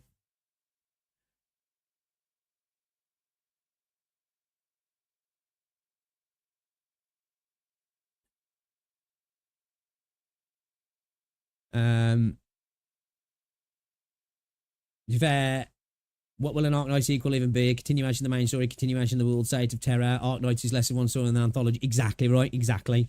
It's the way I look at Arknights, right, is I'm not directly comparing it to, because, you know, and this is not to disrespect Arknights, is I look at Tolkien's works, right? I look at the world of Middle Earth, you know, things through from the Silmarillion, the Lord of the Rings books, the Unfinished Tales, Hobbits, and some of the other stuff as well, right? The stuff that happens in there that's not necessarily connected, right? Because it's a vast world with all these historical points that happen, right? And you can just pull stories out of them. You could just have a story from over here at this particular time. It's got fuck all to do with everything else. It's not a sequel. It's not a prequel. The only way you could say it's a sequel or a prequel is it happened before or after, but it's totally separate in itself. And as you say, it's an anthology of a vaster world, right? Imagine Arknights animated movie covering the Babel story. I'm gonna be real. Holograms bore me. High damage is just not interesting to me. Yeah, this is what's a beautiful thing, man. This is what I love, just having conversations like this sometimes. Because for me, I think the holograms are the best part of Wuthering Waves, personally. And that's just because, for me, the way the combat works in Wuthering Waves is like, I see that's the epitome of the Wuthering combat, right? Specifically because it's incredibly reaction based, right? But yeah, that's fair. That's fair. You've seen the Arknights integrated strategies interview. It's kind of funny because the devs are low-key throwing jabs at other gachas. I'm going to read through that. We might do that tomorrow, actually, Blue. Probably the optimal rotation is there's no other way to beat the timer. Exactly, yeah. Well, there is. It's just being a little bit less optimal. But it reduces variety to a degree, doesn't it? You know? That's my issue. This is one thing I'll always come back with when it comes to Endfield, right? We don't know what's going to happen yet. Just give me variety and viability. Let me do what I want. Let me tackle things in a certain way. They'll always be the most optimal, right? Just wishadilly, just surgery. But if I can do it in another way, I'm happy. I'm happy. I'm just going to go on record by saying Pinecone is my favourite so far. I don't even play Arknights and I like, yeah, Pinecone is awesome.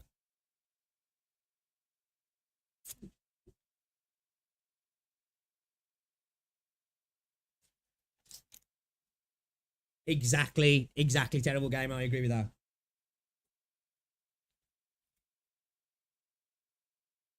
The game modes that everyone likes him were the ones that are brought off from PGR.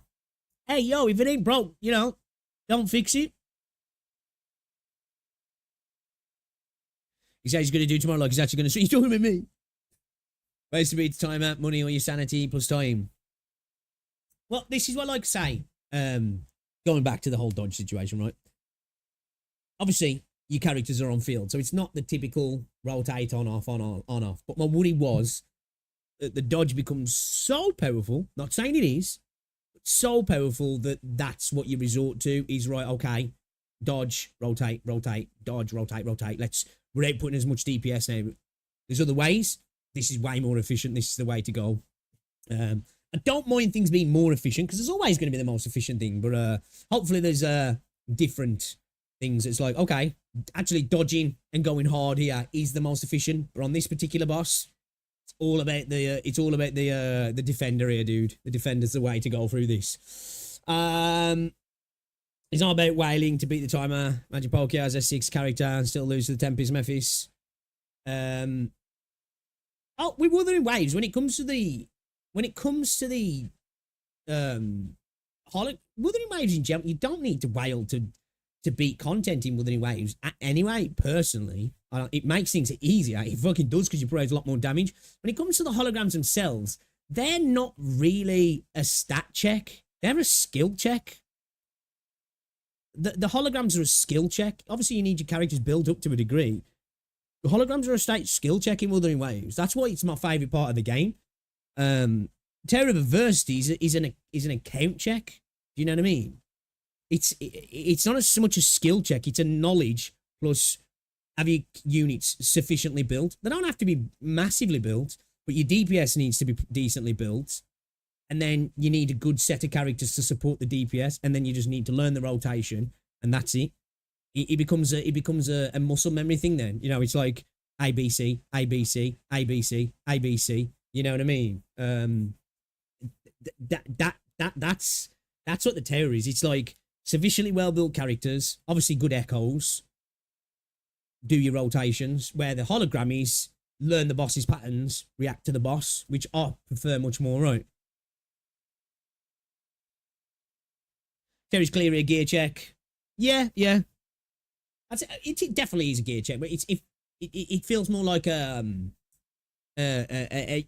unit check, right? The main thing with the tower is have a really good. Make sure you built your DPS up in the way your DPS needs to be built. Your tree, I forgot what it's fucking called in Wither now. make sure that's built up where it needs to be built. You don't have to max everything out, but get that sufficiently built up. Decent echoes, you know, and you're pretty much good to go, right? Then it's just rotation, rotation, rotation, done. You know, that's not for me personally. That's not for me. I want to be like, shit, fuck, I've got to, oh, damn. He doesn't matter how much I rotate here. I've got to really react to this boss. He's doing some funky shit now, you know? We've got mechanics going on here. The mechanics are really going to benefit me if I use them to my advantage. I'm not saying Woo doesn't have that, but the terror specifically for me. It's just not for me. It's just not for me. At the end of the day, it's just kind of another version of the Abyss, isn't it, really? Imagine if Arknights Endfield takes its cues from Sekiro, you can parry, dodge, or jump, and each of them have their own uses. Exactly, yeah. I think we're potentially going to see something like that built into the game. I think I'm going to glaze Hypergryph, right? And this is only coming from what we've seen in Arknights and what we've seen so far in Endfield. The fact of how they showed us the dodge, right? So finite and so specific, and they only did it that once. They went out the way to ignore it, right? It makes me think this is going to be a lot better built than we give them credit for. That's what I think. It's a bit of glazing. It's a bit of copium. And they're not infallible. I think they've got it, though. I think they've got it. I do. I think they've got it. And I hope you're right in that regard, that it builds out a little bit more. Read your previous. What did you say, dude? Let me have a look. Let me see it. Asking again, you thinking of watching the CN Endfield review? I'll link before. It's good. Is this one easy? The most comprehensive Endfield beta review? Yes, I'm down to watch it. I'm down to watch it. We should get into that now. We've yapped enough today, right? We've yapped for like an hour today.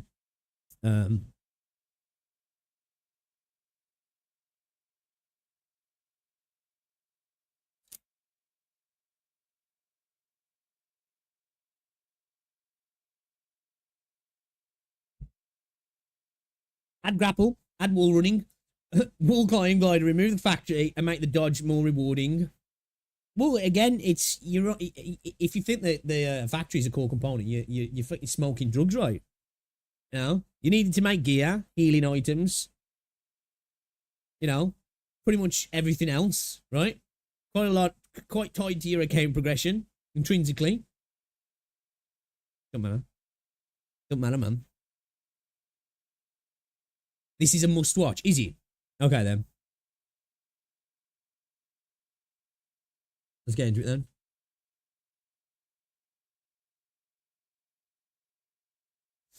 Oh, yeah, 2 seconds, chat.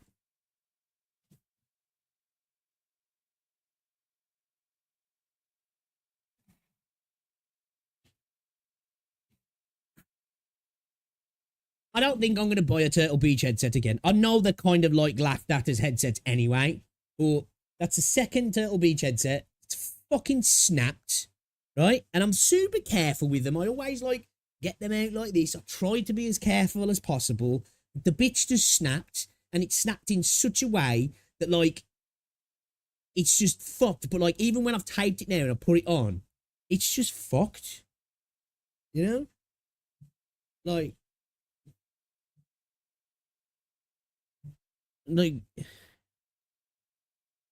you know.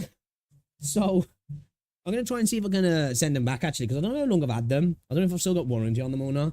So I'm gonna try and see if I can send them back. But I don't know what headset to get, man. I'm using Rosie's Logitech at the moment. They're light as fuck, right? They're light as fuck. The sound quality's dog shit in them though, man. And I can just hear everything because there's no noise cancellation. So I can just hear everything. My AC is so loud right now, and I can't stand hearing my own voice. Like, it's annoying. So I don't know what to get, man. I don't know what to get. I'm looking at some Steel series. I don't know if to go back wired, but I just don't like having wired headphones. I'm not going to lie, I know the sound quality's not as good, and battery and all that, but yeah, man. Yeah, so having to look at spending money on a fucking headset again, which I didn't want to because I'm looking at a new mic at the minute. May not notice expanding your brain so much your headphones can no longer take it. Remove the factory, remove defender class, add medics, never craft healing items, right? It's 40 minutes total. Part 1's about factories, part 2's about combat. I have the Arctic 3s. I've had very good experience with HyperX. That's one that's come up in a few things I've been looking at, actually. And was it the HyperX Cloud something? People were saying it's a banging headset, actually. So I might have to look a little bit more into that. So I've got a HyperX keyboard, and I love it to bits. So it might be one to check out, to be fair. Okie dokily doodle do then, guys. Let's check this video out then, shall we? We've been speaking today. I might have the video go up on the channel. Let me know what you think if you've seen it. Talking about Endfield, right? Let's push past some of the things that we've been talking about in the community, namely the dodge, and let's try and heal. Bring everybody together in the copium, the hopium, the discourse, and potentially the criticism around the game as well. But let's make the conversation a little bit more than what it was. We've got a video here. The most comprehensive Endfield beta review featuring Flick Part 1. Apparently, this is going to go over a lot of stuff with the base building, which, if you didn't know, according to some, it's not even important to the game. It's not an intrinsic part of the game, and you're smoking drugs if you believe so. So let's talk about an incredibly unimportant part of Arknights Endfield, then, shall we, with this one. I'm very interested to see what we've got to talk about here. I'm hyped about the game, and I'm hyped to start having different conversations around Endfield at the moment, other than the beta release date and the dodge. We will get back to the beta release date and the release date itself, because I am your resident copium huffer. So let's get into this video then, guys, and see what it's all about, shall we? Hi everyone, this is Lost here, aka lore enthusiast. I turn it up a bit. Focus on the story and the world building of Arknight rather than gameplay. Let me know the levels here. Let me know the levels, because this headset sucks. I don't know if it's going to be too loud for you and you can't hear me. You'll have to let me know, because I've had to turn it up a little bit more. Well, today okay, I want to so he's more a lore guy. of Arknight Endfield. Okay. This isn't my own analysis, but a translated review from Fly K, a well-known Chinese Fly game K, reviewer not Flick. who Okay. specialized in breaking down gameplay during their beta test and early access period. While I don't fully agree with everything he said, I do believe he hits the nail on the head with many of the issues that the current Endfield beta face. Okay. And he brings some really interesting insights and ideas to the table. Okay, so we've got some proposals here. Love to see. Love to see, because I think this is the problem that's happened in the Endfield space recently, right? Is that there's a lot of, this sucks, don't want this. But then the conversation ends there, right? I like the idea that we're getting proposals, right? I've noticed that much of the global discussion around Endfield have been overly focused on single aspects on the game, often missing the whole picture, which is exactly where his review shines. Okay, that's good to see. That's why I have decided to translate and share the video with you. The original video was dropped back at the end of March. It is a very long video, and it will be released in part. Can I just take a moment? You know, we're speaking about the rest of the game. Oh my god, dude. The intro screen in this game is fucking goated. The way the administrator stands up and starts walking and the music drops, and oh, it's good. It's so good. And this is the first part. Hope you enjoyed it. It's, the video's maxed out. 没有想到啊，在经历了漫长到现实的小麦都输了好几轮后，明日方舟周末地终于迎来了自己的二测，距离第一次首测也是已经过去了1年有余。而之所以中间相隔的如此之久，因为相较于上测，本测无论是质量还是容量都得到了极大的提升，尤其是战斗和箱庭部分更是直接全部重做，说是变成了一个新游戏也完全不为过。但也正是因为半道重做的缘故，本测中很多内容都未经过足够的优化与整合，导致本测虽然看起来一片欣欣向荣，可无论是各系统间的融合自洽，还是细节处理的精细程度，都挺不尽人意的。好消息是，制作组也知道自己的问题，在本测发布了可能是2游史上最长的问卷系列，事无巨细的询问了玩家的意见。Is that true that they said that? In an anime style gacha game? Okay. 坏消息是 I think it's fair to say then, like, you know, changes that are implemented had to have had some substance doesn't mean that the customer's always right, you know, the customer isn't always right, but still. 游戏里依旧有很多明明1测2测都在问，但就是没有改进的地方。那么现在的周末表现究竟如何？ I didn't play the first test, so I'd like to see what he's got to say about that. 自己的想法。我们废话不多说，这里 Fly K， 欢迎来到本期周末第2测的特师傅前瞻。明日方舟周末地游戏类型为箱庭 RPG 加自动化工厂，那我们就先从箱庭部分的表现开始说起。在一册中，箱庭的整体内容和水平，除了最后一张图外，都可以说是平平无奇，整体游玩过程也基本是一本道，额外内容也只是在各种犄角旮旯里找箱子捡收集物，整体可玩性不高。加之当时游戏流程的重心还是放在工厂上面，玩家基本都是把工厂部分玩明白了才开始后续的箱庭探索，而由于箱庭部分的平庸，其体验更像是给工厂部分解腻的小菜。虽然在当时很多人都认为箱庭和工厂部分的玩法过于割裂，但单论体验而言，当时孱弱的箱庭反而和工厂之间达成了一种奇妙。Okay.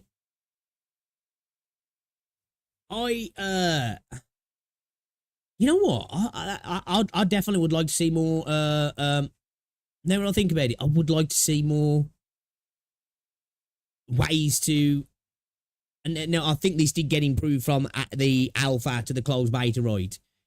In traversing puzzles, if you will, I guess you can call them, in regards to, you know, something being in a certain place, you need to get to it, and having more options and choices to do that. Because I was always very positive on the fact that I like the fact that traversing this game is very consequential. It's not just hop around and run all over the place, right? And that getting to something means you've got to be like, right, okay, how do I get to that? Oh, I'll go up there, around there, and down. It definitely would be nice if there was multiple options, right? And potentially the end goal of getting that chest has some crumbs along the way if you choose the more difficult route. Do you know what I mean? That would be an interesting thing. Do you want me to slow the video down if you're struggling to keep up with the text, guys? 再回到二册，如果说一册的箱庭部分只是工厂玩法的附庸，那么二册的箱庭就直接倒翻天罡，一跃成为了本册最重量级的主菜。也不知制作组哪里招来的高资干员，硬生生把一册的拼好饭给你做成了一桌满汉全席。整个游戏流程全部推倒重来不说，整个箱庭地图也是究极超进化。最直观的感受就是地图大小的数。I can't agree that they improved, but I agree that the actual the environmental design itself for me, I thought was top tier, man.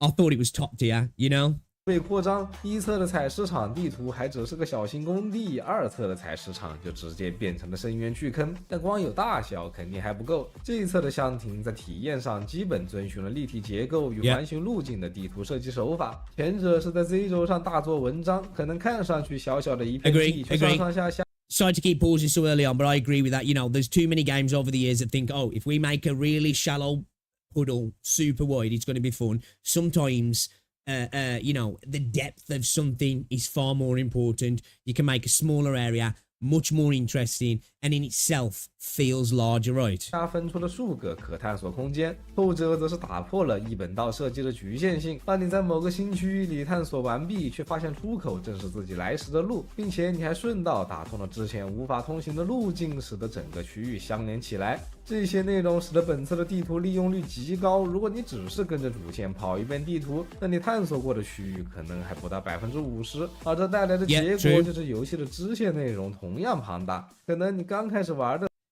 I believe, no, it's not an open world game. I believe Endfield does a better job than most of the other gacha games, and some open world games as well, in regards to making exploration feel meaningful and enjoyable, right? Sometimes a game will just be like, there's a thing over there, go get that. And it just doesn't feel like there's any reason to do that. You do your thing and you leave most of the game just ignored.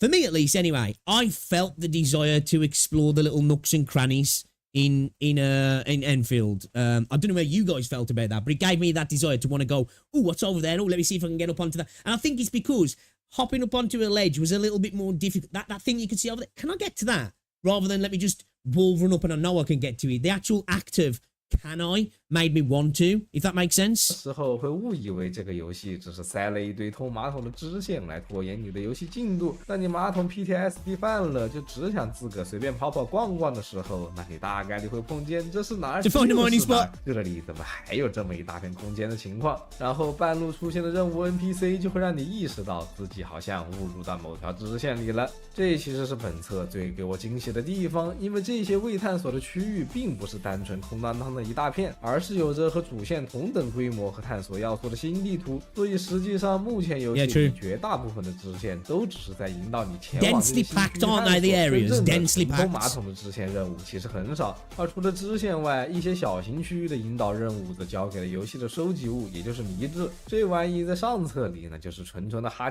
Somebody mentioned that. You know, in the PlayStation showcase, was the amount of Ethereum in areas increased? I'm sure I saw somebody state that. I didn't actually notice that myself. Is that true? 基迷在地图里上下翻飞，想抓到它可得费一番功夫。而且由于迷志收集度和工厂的上限绑定，那在上册这玩意是真能给你血压整高的。而在本册中，迷志取消了和工厂的绑定，变成了单纯的奖励兑换物。虽说那种到处乱飞的哈基迷依旧存在，但也有相当一部分的迷志开始当起了向导的作用。当你在地图里发现一个会移动的迷志时，它就已经处于了哈基迷。Yeah, it's two actually they do, don't they? They act as little look, hey, come over here, follow me, you know, like a hey, listen, and then follow it, and then you're like, oh shit, wow, what's this? I like these as well, you know, when you can actually craft explosives and stuff. I thought that was fucking really cool, dude. 和向导的叠加态，你追着他跑，要么是被戏耍一番，要么就是领你去了个全新的。I hope we have more of that. Things in the map where it's like I have to go and build something to traverse this or to get into this or to get around this. I like that, I do. 区域以上的这些加起来，虽说周末地在设计理念上依旧是箱庭模式，但在如此巨大的箱庭地图以及制作组利用新技术将每一大张的地图全部无缝连接的加持下，初次体验时很容易产生一种自己真的不是在玩大世界吗的感觉。但是 Did a really good job of that, didn't they? Actually, 箱庭和大世界本质 did a really good job of making the zoned areas actually feel open without feeling empty, because obviously they're not. Obviously it's all interconnected, but it didn't feel like you were just in small instances. It felt like you were naturally flowing through everything. I think really well designed. I made a video talking about this actually. When I spoke about, like, I thought Tech Tom was wrong about the exploration and the traversal in this game. He didn't watch the video. He didn't like the video.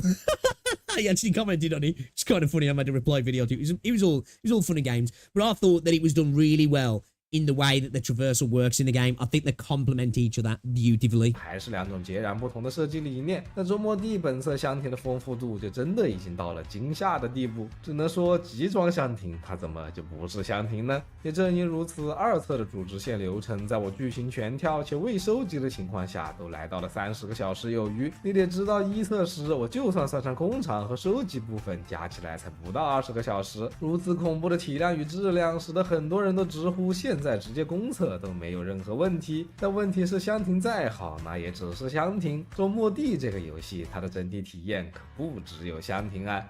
那我们接下来要讲的就是周末地这款游戏里最一言难尽 The base, which if you remember, guys, if you listen to the #1 Endfield content creator in the space, if you think this is an important part of the game, you're smoking drugs.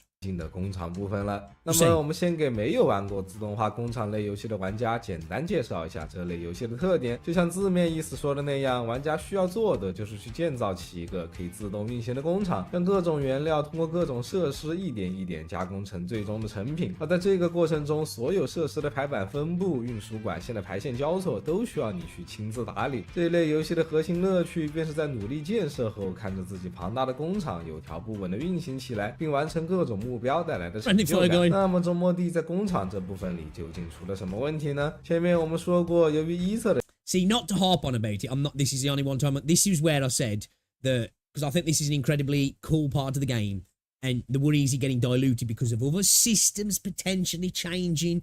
This is like where like that worry can lean into, but I don't think it will. I hope it doesn't anyway. I actually hope as time goes by, the base systems advance. You know, because I think they need to, right? I think they need to, because you want it in your areas, you want to progress to new areas, and the reasons to be continuing to do stuff and manufacturing new things. And I think that's a thing that will happen over time as well, and potentially becoming even more complex as well. But yeah, I hope this is something that progresses throughout the game's lifespan, rather than just being that something that's it's one and done at the start of the game, right? And there's not much more beyond that. I think it will be important that does that in the game. 箱庭只是工厂的附庸，虽然本身的体验一般，但由于工厂的存在，整体体验流程还是自洽的。可在二册中，由于箱庭部分的崛起，制作组为了优先保障箱庭部分的体验，使工厂部分向其大幅让步。首当其冲的就是制作组为了箱庭部分体验的流畅性，将工厂的科技树解锁由需求材料的任务式简单粗暴地改成了收集点式，也就是你只需要在地图探索时顺带收集科技点，探完回家就能解锁科技。当然你要是着急也可以直接一口气把所有的科技点全部捡完，这在表面上看大幅缩减了玩家需要在工厂上花费的时间，但实际上这个改动对于一个新玩家的体验来说可谓是致命的。原因也很简单，工厂类作为一个后期极尽复杂的游戏，让玩家在前期一步步打好基础是非常重要的事情，而任务式的科技树本身就是在领着玩家一步一步的完成目标，允许 Is it the old thing of running before you can walk? And then a lot of players will get into that situation and then be like, I know what I'm doing. Game didn't tell me. Well, you skip that bit. 渐进的熟悉科技树上的内容，并在此基础上积累大量建造经验，同时在玩家完成一系列的大工程后，给予玩家下一个阶段的目标，不会让玩家陷入无头苍蝇的地步。但当周末地改成收集点式解锁后，弊端马上就显现了出来，那就是当玩家在箱庭外爽完一圈，被等级卡进度，准备回来看看工厂是怎么个事时，望着自己 Because you know a lot of people will do that, right? They'll be like, this doesn't matter. This is not an intrinsic part of the game. You're stupid if you think so. I'm going to go off and do this thing. And then when they're forced to go back to kind of like, well, they need to. It's a necessity now. It's like, it's too confusing. They didn't explain it properly. 刚解锁的一大批设施和好几个自己见都没见过的材料和工具，直接当场脑子爆炸。想要搞明白怎么个事儿，就还得去教程里一个一个学。但由于这时你的进度已经远远落后于科技树，如果你是个纯新手，大概率是要把教程全过一遍的。那这里我就只能希望你是真的学进去了，不然等你闷头过完教程出来打开合成图 Maybe in CN, but we know EN doesn't read, so we're fucked. 图纸一看，哎，我刚刚学的什么来着？而且最搞的是，它的教程并不是跟着你。Agree. The tutorials don't align with it, and they're not very natural, right? You want tutorials for the most part should be hidden tutorials. That's the best kind of tutorial, rather than you go here, learn how to do this, now go do it. It should be you're pushed to do something. Now we're going to teach you to do it while you're doing it, and that it imprints better, right? Because usually when you're shown, right, this is what you do, A, B, C, D, E, right?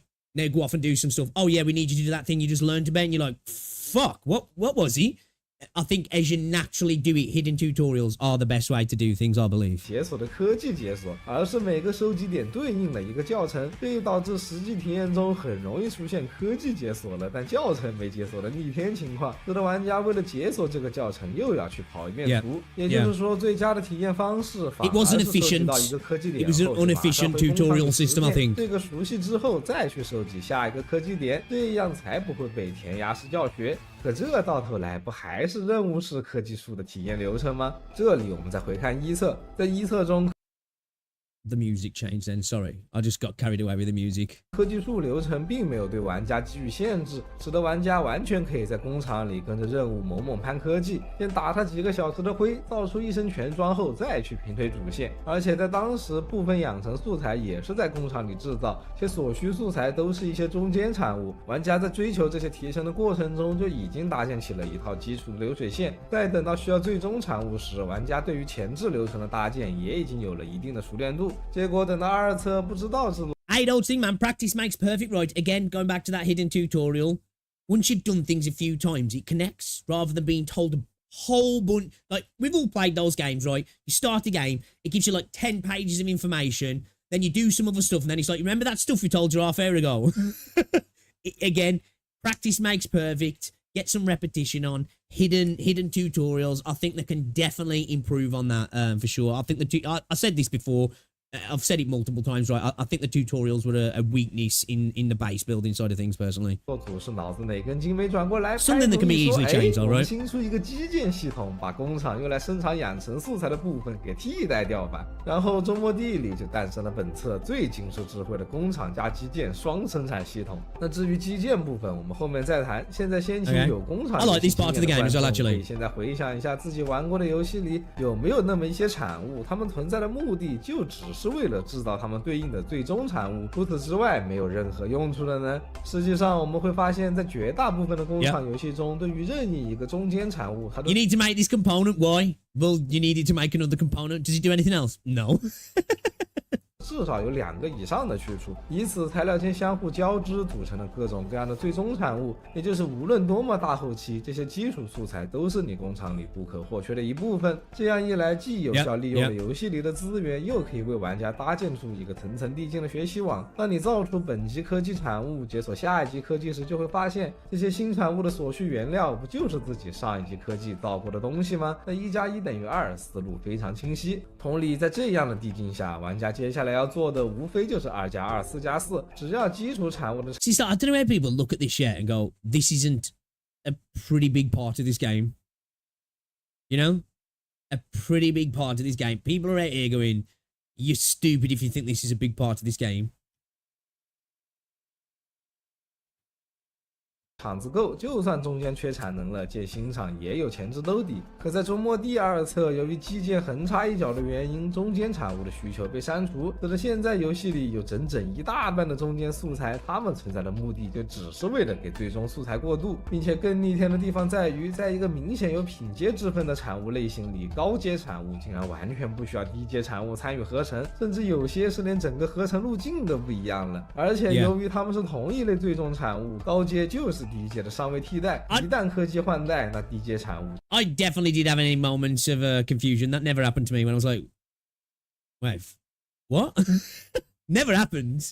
Totally got it all the time. I did. 就彻底用不上了。 Don't look at my old streams for the Endfield beta. 这就导致在实际体验中造新科技是基本没有前置兜底的，每次科技换代都约等于是重来。可能在别的游戏里，玩家后期只需要8+8就能造出的最终产物，到周末地玩家这里就变成了1+1+1+1+1+1+1+1+1+1。讲道理，你就是搁别的游戏里后期这么从头造个厂子，也不是什么容易事吧？所以这时就还出现了一件很难崩的事情，那就是在本册中被很多人诟病的主线卡等级行为，在我看来反而是件好事。要是真不卡你等级，让你一路猛猛推图，推完了再回来造基建，那就不是脑子爆炸那么简单的事情了。Hold up, I was too slow on that there. He was going too quick for me there. 这带来的另一个 Bro was just going too quick for me there.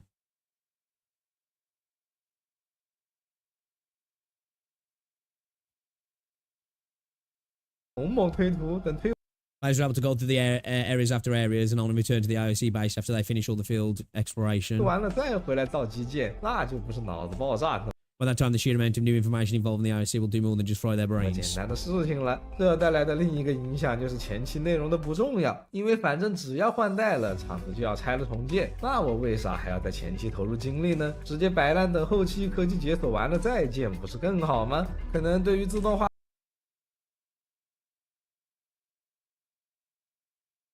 Yeah, true. Yeah, it is a process of trial and error usually, isn't it? 老手来说，自学大量设施机制，拆除重建厂子，不过是再稀松平常的事情。可是对于新玩家而言，这种填鸭又畸形的游戏流程，很难说会有什么正向的反馈，这样导致的。 Okay, man, we're getting deep into the nitty gritty right now, right? We're getting deep into the nitty gritty. I never really thought about the actual progression of the base building. I did notice, like, say, with the tutorials and stuff, and sometimes stuff felt like it was confusing, not because it was complex, but confusing just because it felt like it was designed a bit backwards sometimes. Yeah, man. Okay, I'm here for this. 后果便是玩家一旦因为某种原因卡关，不得不回工厂建设对应的道具，或是主线进行到工厂部分需要你产出对应的物品时，这样扭曲的游戏流程很容易让玩家产生抵触心理。很显然的是，由于箱庭部分内容的激增，再想像一册那样让2个玩法和谐共处，已经是非常困难。但2册这种工厂自我阉割给 You don't want that if you get into the flow of things, do you? And then it gets like abruptly halted to oh, I've got to go back to do this, and then, oh, I've got to stop building these, and I've got to go and do this now. You want that flow to be natural, right? I never really considered that part of it, if I'm honest. I'm not gonna lie. 相庭让步的做法就是纯粹的头痛砍头。你与其这样，那还不如两边都是完整的游戏流程，和一测一样，由玩家自己分配时间来的自由。想先玩工厂的就玩工厂，想先玩箱庭的就玩箱庭。等到了任意部分的阶段性结束时，再去指引玩家体验另一边就行。所以接下来游戏要做的，那还是重新改回任务式的科技树，同时调整产物配方，将中间产物交织输出，做到精简产物内容与配方流程回到1+1、2+2的递进模式，只有由简入繁的给足玩家成就感，才不会出现本册这样被摁头学习建造的抵触。那么 again, it goes back to that, like I said, isn't it? Right, that hitting you with this abundant amount of information off the bat, rather than you progressing through it slowly and doing it learning it as you do it, rather than just, it's vocational work's the best way to learn, in my opinion, right? It's the same with video games. Somebody hitting you with this shit ton of knowledge, it's like you're taking like 10% of it, and then you forget the rest, rather than slowly absorbing it as you go. 同样是为了给箱庭让路的，就还有一册里地图上的那些野生电线杆，在二册中被全部删除。这主线中的拉电线环节，也只是在开头教了你一下外，后面就再也没有需要你主动拉电线的地方。这又导致了什么问题呢？在一册中，为了服务工厂的采矿需求，在当时的地图里存在着数个野生的电线杆，玩家在游玩主线时就可以顺手把电线都连上。就算你不顺手，很多主线部分也有接电的需求。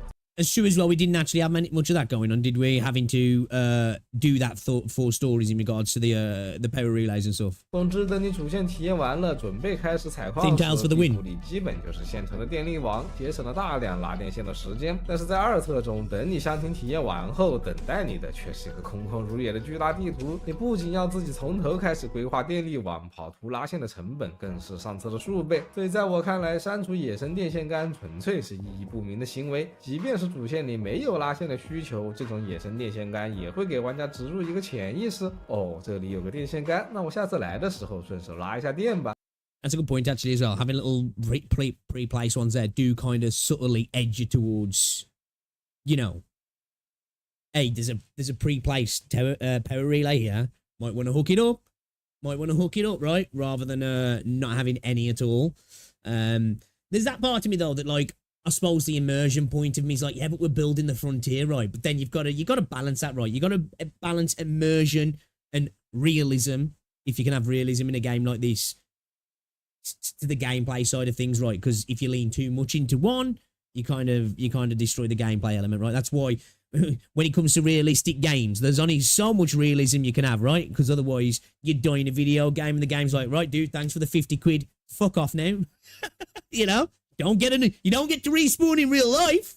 让玩家在不知不觉中就已经构建好了地图里的基础电网，等到发展工业时再去扩大电网也会方便许多。而如果说删电装是制作组有意为之，那滑索系统就纯属是被连带坑了。在一册中，因为地图在平面上并不算崎岖，大部分主干道都能顺利让滑索通行，而且很可能是为了凸显滑索的重要性，地图上还存在着许多关键节点设置了没法回头的高低差路线。为了能方便后续来往，玩家也会去主动设置滑索。而之前那些现成的电力网也极大方便了对滑索网络的建设，结果到了二册，箱庭放飞自我，导致地图的复杂度激增，滑索。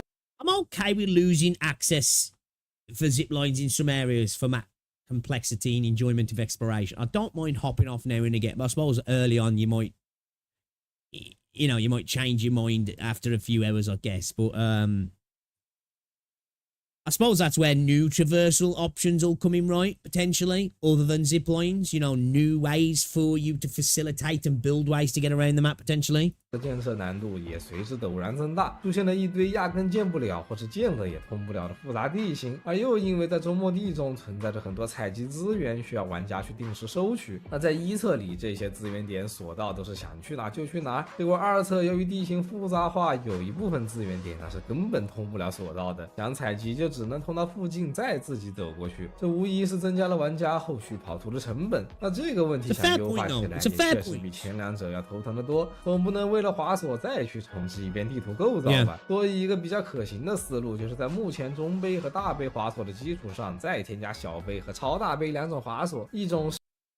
Yeah, that's a good point. Or just different modes of transport that you can build. I don't know what those would exactly be, but like, you know, offering up variety. It'd be cool if everything wasn't just zip lines, right? That you could have, I don't know, like some sort of like say tramline system, cart system, automated little things that take you from point A to point B, more launching things where the character gets launched from point A to B.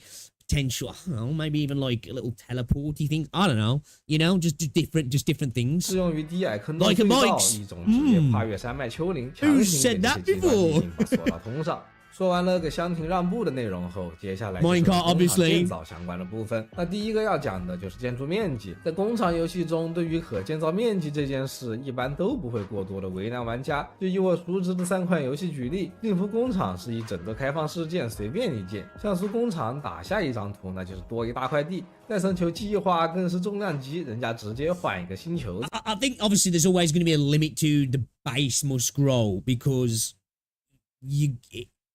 it would interfere with like enemy spawn points and the overworld, I guess, exploration and combat and all that sort of stuff, right? Will be interesting if there is areas that we unlock in these semi-open world areas that are specifically for the base. As I said, you know, where like flat deserty areas where that could be the base building area. You could have like a bike and that to traverse certain areas to get around places faster when you're doing that stuff. Obviously your zip lines as well. But yeah, it's because of the way the game works. Having that expansion be continual kind of limited, right? Game stability as well, yeah, definitely. 但是在周末地里这件事很明显就犯了难。周末地本身和幸福工厂一样，野外都是不规则的地形，但在幸福工厂里的管线那可是纯 3D 判定，你拉上天去扭成麻花都没人管。所以即便是地形复杂的野外，幸福工厂的管线依旧畅通无阻。同时幸福工厂里你还能用地基直接覆盖地形，等大后期把整个开放世界移平了都行。可在周末地中，它的传送带只是个纯 2D 管线，没办法在 3D 地形中使用。那在一个 3D 游戏里拉 2D 管线 I think as well, like Enfield's designed in a like a pre-rendered style as well, right? It's not like voxel based or anything like that, so like terrain manipulation's always going to be a little bit difficult to a degree, right? Unless they did like implement something later down the line. But the problem is that like is the potential of it losing that handcrafted look. Don't think I'd want it to, if I'm honest, you know? I wouldn't want the game to look more generic for the ability to do that personally. But that's because I'm here for the combat and the story side of things as well, not just the factory must grow. I want to enjoy the factory side of things, but I you know, I don't want it to swamp every other element of the game personally. 除了专门给你画一块平地用来建造外，总不能真让玩家把箱庭移平吧？那问题就在于它这个平地是和箱庭一起的，而为了不让这个平地的存在过于突兀，制作组也只能对其大小进行限制。This is why we need specific areas for building, I think. 直接影响呢就是玩家的容错率，尤其是对于新玩家而言，在不知道如何规划生产线的情况下，出现屎山产线往往是必然。但如果有充分的可建造面积兜底，那新玩家是完全可以屎山外接屎山，就别管我效率有多低，也别管我占地多浪费，你就说我这个工厂它赚没赚起来吧，大不了再找一片新地重新建厂。Yeah, I think just more areas to build, right? I think that's inevitably what's going to happen. You're going to have more instances where they're like, this area is, there's a little bit of stuff going on, but this is predominantly to like add an extra bit of your factory, right? Maybe elevators and move stuff in between floors. Enfield need transport train that lets you transport items from one factory to the next. Yeah, stuff like this is all stuff that I think there'll be potential stuff that might happen to the game as things develop, right? As they start to see that, we got a problem here. We got to find interconnectiveness, but at the same time, you are going to have separate areas, and like I say, that are a little bit more specifically for the factory side of things, right? Otherwise, you are constantly going to be in this confined space that doesn't feel great. That you're always going to be like, oh shit, I'm spending a bit too much time here because I'm having to be uber efficient because of space rather than just getting it done and moving on kind of thing. Because I think I'd get frustrated with that personally.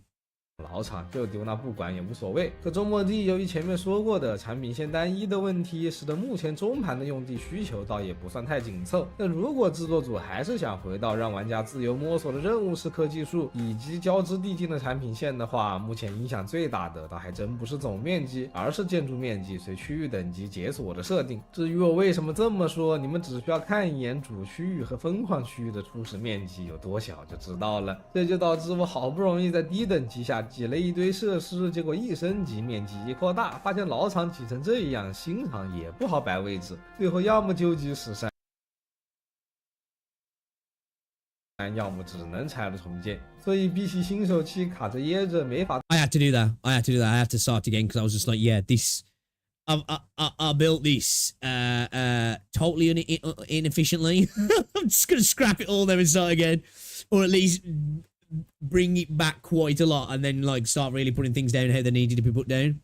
自由发挥，那还不如一上来就多开放点的好。不过等科技来到了后期， Yeah, I agree. More 东西 areas 也多起来时，如何在不改变当前总面积的情况下，让玩家有更好的体验呢？而这就是我们第二个要讲的物流管线。很显然的是，周末地目前在管线方面的技术力，就真的只能用灾难来形容啊！很难想象一个二测的Interesting.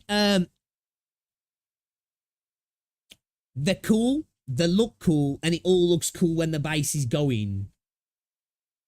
Let's see what he's got to say, but I think I might see where he's heading with this. It does add like an extra layer of problematic complexity that's not necessary, I guess, but it looks really cool, right? It does look really cool. 工厂游戏传送带至今都只有1级，以至于其他的物流组件也只有交叉器和分流器这种最基础的东西。可以说现阶段周末地的工厂在物流方面没有任何玩头可言。那这就属于是能讲的不多但问题很严重的部分了，因为它真的什么都没有啊。所以唯一能说到的大概就是未来的发展方向。只能说在考虑到制作组目前技术力的情况下，像戴森球计划这类的钩爪组件还是先不要幻想的好。我觉得目前最适合周末地早期过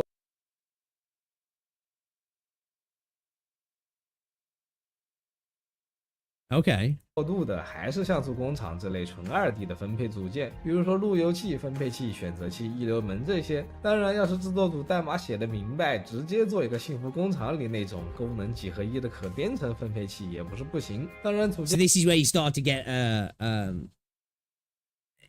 potential complexities, as I say, that could be crazy, right? I don't know if any of you guys have ever played a game called Dual Universe. That had like Lua code in it and everything.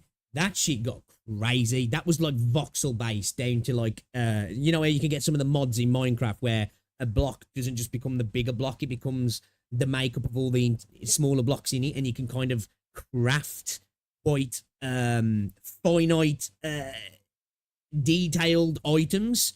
You can even if I'm thinking right now with the Lua coding and the right way of doing it, you could like manipulate like the axis of like the blocks, and it was crazy, right? It was crazy. It got super complex where it was just like, I swear to God, it like people were doing like classes, almost like you know, not even just tutorials. Like I think it was actually used in like some like universities, stuff like stuff you could write dissertations on, like, you know what I mean? It was a bit too much for my smooth brain. It was crazy. That fractal game. I don't know if it's the one you're thinking of, but it was ridiculous, dude. I played it for a while. Like, it was subscription based. I think it's kind of dying now. It was French developed, where like to get off the planet and stuff, when you built your spaceship, you had to like take into the account of like the drag, how much power you're outputting, the gravity of the planet, the angle, the weight of everything that was on board. Like, it was actually quite complex. Like, that doesn't, I know there's other games that do that sort of stuff. It was actually really quite complex, man. It was great, but then at a point it wasn't one of those games where it felt friendly to play at a sort of casual level, you know what I mean? It got a little bit overwhelming to be fair. 更复杂的前提还是传送带的运力得升级跟上，不然就现在这慢悠悠的1级传送带，你上什么高级组件来都没有用武之地，好吧？那除了管线本身外，另一个影响玩家建造逻辑的就是设施的出入口。那还是我上面提到的3款游戏，我们可以将设施出入口分成3类。第一类是戴森球计划的全向出入口，即每个设施上都有不同位置的开口，而根据玩家管线的输出输入，开口会自动适配为出口和入口。第二类是像素工厂的究极全向出入口，在该游戏中设施均为方块，而方块的任意一处均可根据管线的方向当做出入口来使用。同时当2个设施靠在一起时，它们还会自动传递并接收生产好的产物，以此节省空间。Okay, I quite like the idea of that actually. I quite like the idea of actually that kind of works. It would definitely reduce the need for that like mass amount of the belts anyway. 类则是幸福工厂的单向出入口，即每个设施上都有既定的出口与入口，搭建工厂时就需要注意出入口的朝向。那学习幸福工厂的周末地才用的正是单向出入口的设计，可问题在于我们前面说过，幸福工厂是3D 管线，即便有出入口的限制，不想动脑排版的玩家依旧可以无脑拧麻花。所以在周末地目前这个地方小管线弱的情况下，单向出入口就只是在单纯的增加排版难度了。不过无论是一侧 It's kind of yeah, I get what he's saying. You're condensing the space you get to use. Everything's on the 2D axis, so the only way you go is out, right? The only way you go is out. You spread out. There's no depth to it. There's no smart use of space, really. Well, there's no ability to really smartly use space. You can be efficient, but you that's all you can be. You've got what you've got, and it's like work within it, and that's where frustrations can definitely lie, right? I think unless they have a fundamental change, or like at least tweaks to the belts and stuff, I think we just easy ways, just more space and more areas to build up, right? So you could specifically have different areas. This is for this is for that.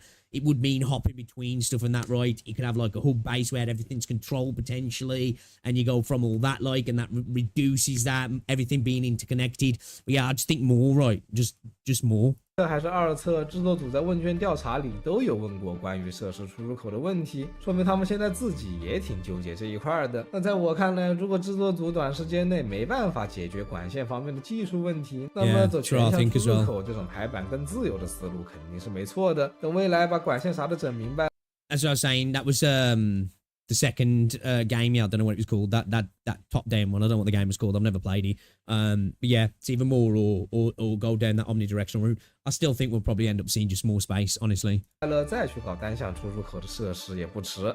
不过为了让目前管线问题没那么明显，制作组也是端出了一个解决办法，那就是我们第3个要讲的物流总线。在像素工厂这类有基地核心设定的游戏里，各种资源都可以直接运进核心，统一储存并使用。而在设施需要中间产物时，也可以直接从核心里卸载数据运往设施。相反的，戴森球计划和幸福工厂就属于无基地核心设定的游戏，生产出来的素材需要玩家自行建造仓库来储存。那么为了方便后期能够统一调度资源，玩家就需要建造一个大型的物流资源站来管理资源，而这类人造设施就可以被称为物流总线。而在周末地里也有基地核心的设定，玩家可以直接往核心里运输或往外卸载资源。虽说主基地设定的进口有14个，但出口却只有6个，想完全依靠主基地来装卸资源是完全不够的。而又因为建造区域小，人造物流总线这种事也根本办不到，所以制作组的 That rapidly became a bottleneck. That did.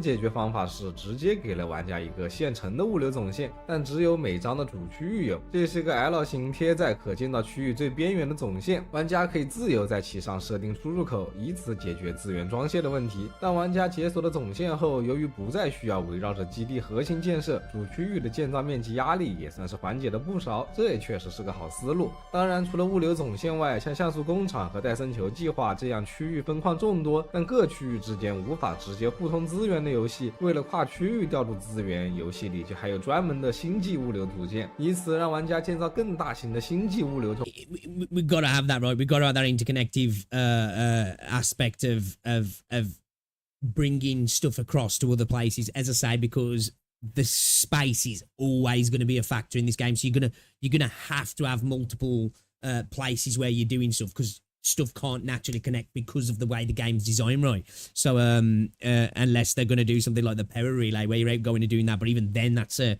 problematic thing in itself. 中心从而调度各区域间巨量的资源，而在中末地中每个大章区域之间共享一个资源仓库，也就是在同章的各个分基地中不需要来回运资源。但在不同的章节里，玩家就需要考虑资源调度的问题了。那制作组也是知道物流调度功能肯定得做，但如果专门做个调度用的设施，又觉得会不会太麻烦？所以他们最后得出的办法是直接在基地核心里内置了一个资源调度功能。这本来是个减负的好事，但坏就坏在这玩意它只能向另一章调度一种资源，也就是谷地向景龙传输一个，景龙向谷地传输一个，然后就没了。最高的设计只能传一个就算了，结果这效率还他妈是1个小时传1000啊！1个小时，我肉身搬货都能给我整个仓库搬过去了。只能说作为一个半成品系统，它 That just seems like an arbitrary thing to just cause frustration, you know? 它要解决起来也比别的部分简单的多啊，力大专飞就行了。那第4个部分则是俯视角镜头。由于中末地本身还是个3D 游戏，那在2D 管线的建造上用越肩视角肯定是不方便的，所以中末地专门出了一个俯视角模式。但这个俯视角模式的可缩放范围有点太小了，对于大范围的规划或者删除设施都 Definitely needs like a zoom out function. I really do like this top-down viewpoint though. I think it was really cool actually. 不怎么方便，而且最重要的是我没办法在俯视角下欣赏我的整个工厂啊。而又由于该模式只能在建造区域内开启，结果在景龙这个新章节里，玩家就遭了老罪。简单来讲，就是在这第2个大章的新区域中，玩家解锁了水管相关的新科技，而水管因为是有 Talking about that as well, you know when we got like the water pipe tech in Jinlong or whatever it's called now.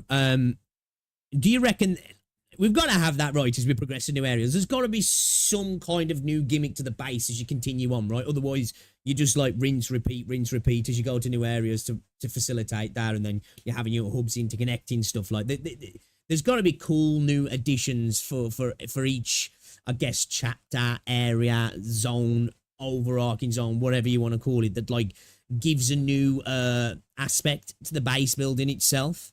Z 轴的管线，景龙章节也是围绕着运水这个核心新增了部分玩法与科技，大体就是箱庭里的抽水与放水的解谜，从河里运水到矿区使用水矿机，以及运到家里使用水设施。可问题就在于，虽说这玩意有 Z 轴，但其本质上其实只是一个高度固定的2层跨桥，只有在野外才有 Z 轴的高度判定，在建造区域内依旧只能算是纯2D 管线，且即便在野外，玩家也不能在 Z 轴上自由调节高低。这使得越肩视角下这个水管拉起来的手感 Yeah, something like that. You've got to have it right. You got to be able to adjust height, and you know it's got to be freeform, right? It has to be. That's something that has to be there, right? When the game comes out. 特别难受，可想从外面拉水管进矿区或是家里，每次都要拉老长一条，结果你还不能在非建造区域打开俯视角模式，只能顶着越肩视角硬拉水管，这一点在本册可以说是纯的多半差评了。就怎么说呢？区域外没有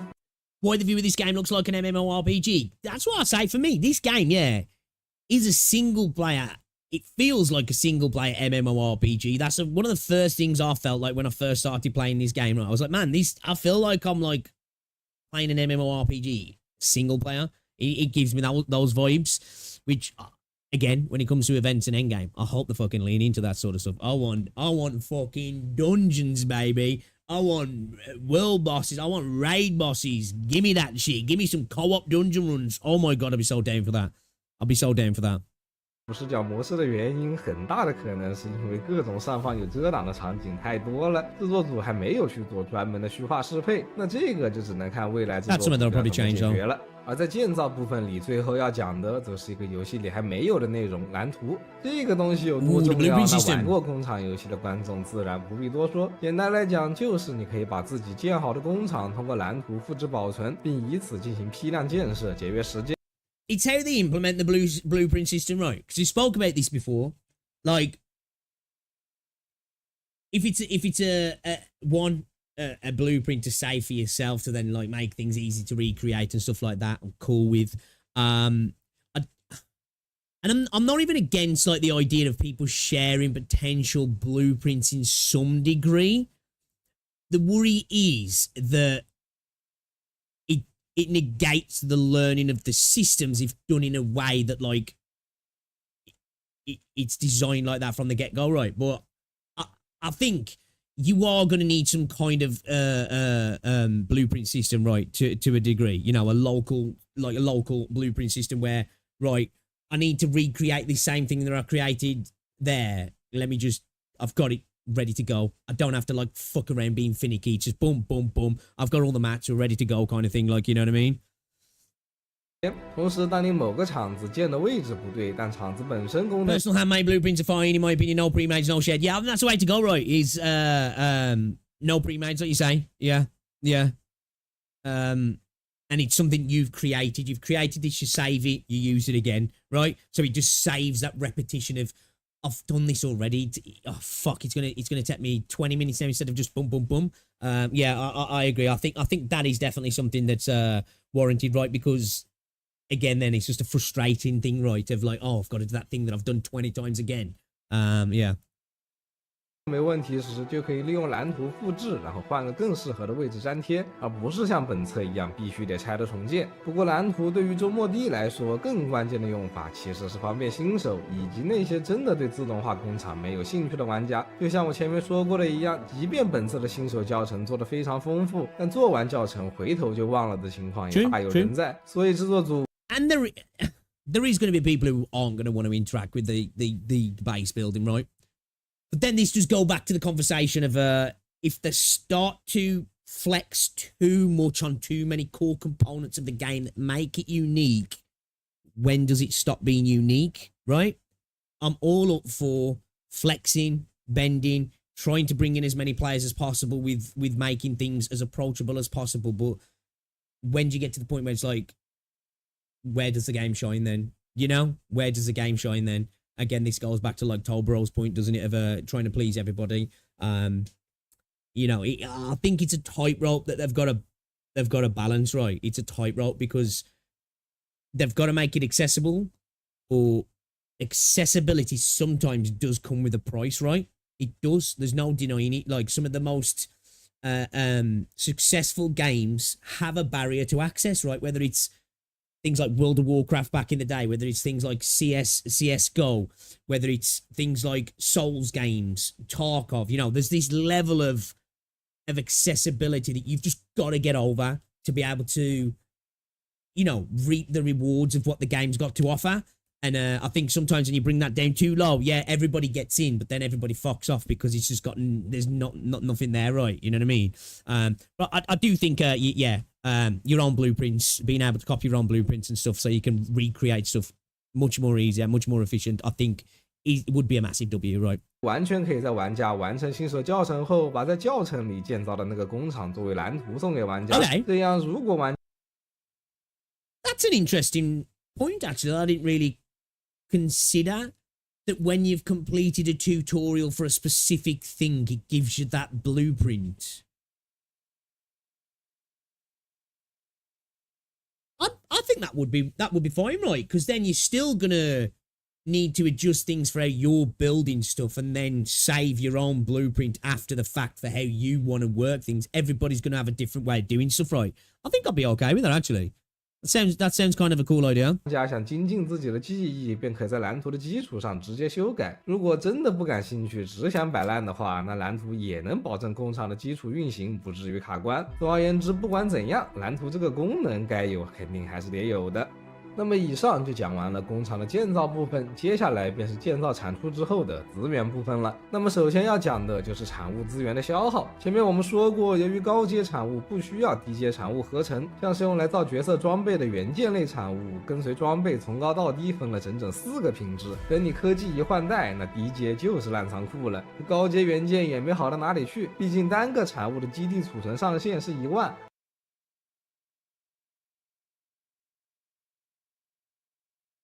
而造一件装备只需要消耗50个元件，也就是一次上线可以造200件装备。那一个人又只需要4件，这整整50套装备，那真是几个版本都用不完。同理，就还有用来造设施的芯片类产物，这玩意造一个设施最多也只需要20个，1万个芯片那是真的可以造一趟用1年。其他的就还有像炸弹这种用量不大的探索道具，第一天主线让我造5个这玩意，场子建出来后就直接睡觉了，结果第2天醒来一看，仓库里直接1万。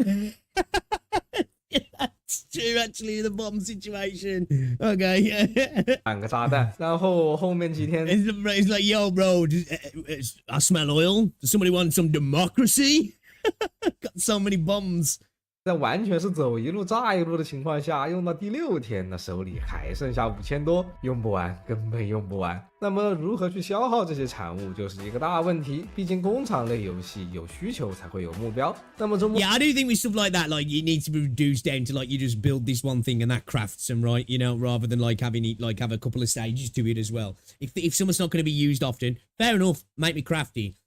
Just reduce the way that crafting works. I build this one thing, I'll stick it over there, and it just produces them and it stores them in there. It doesn't need to be connected to anything. It doesn't need to interconnect to the rest of the base. I can maybe connect it to a hub, a processing thing if I want to transfer stuff out of it potentially. But then that way, then it just doesn't like start to like swamp the base when it's not really necessary.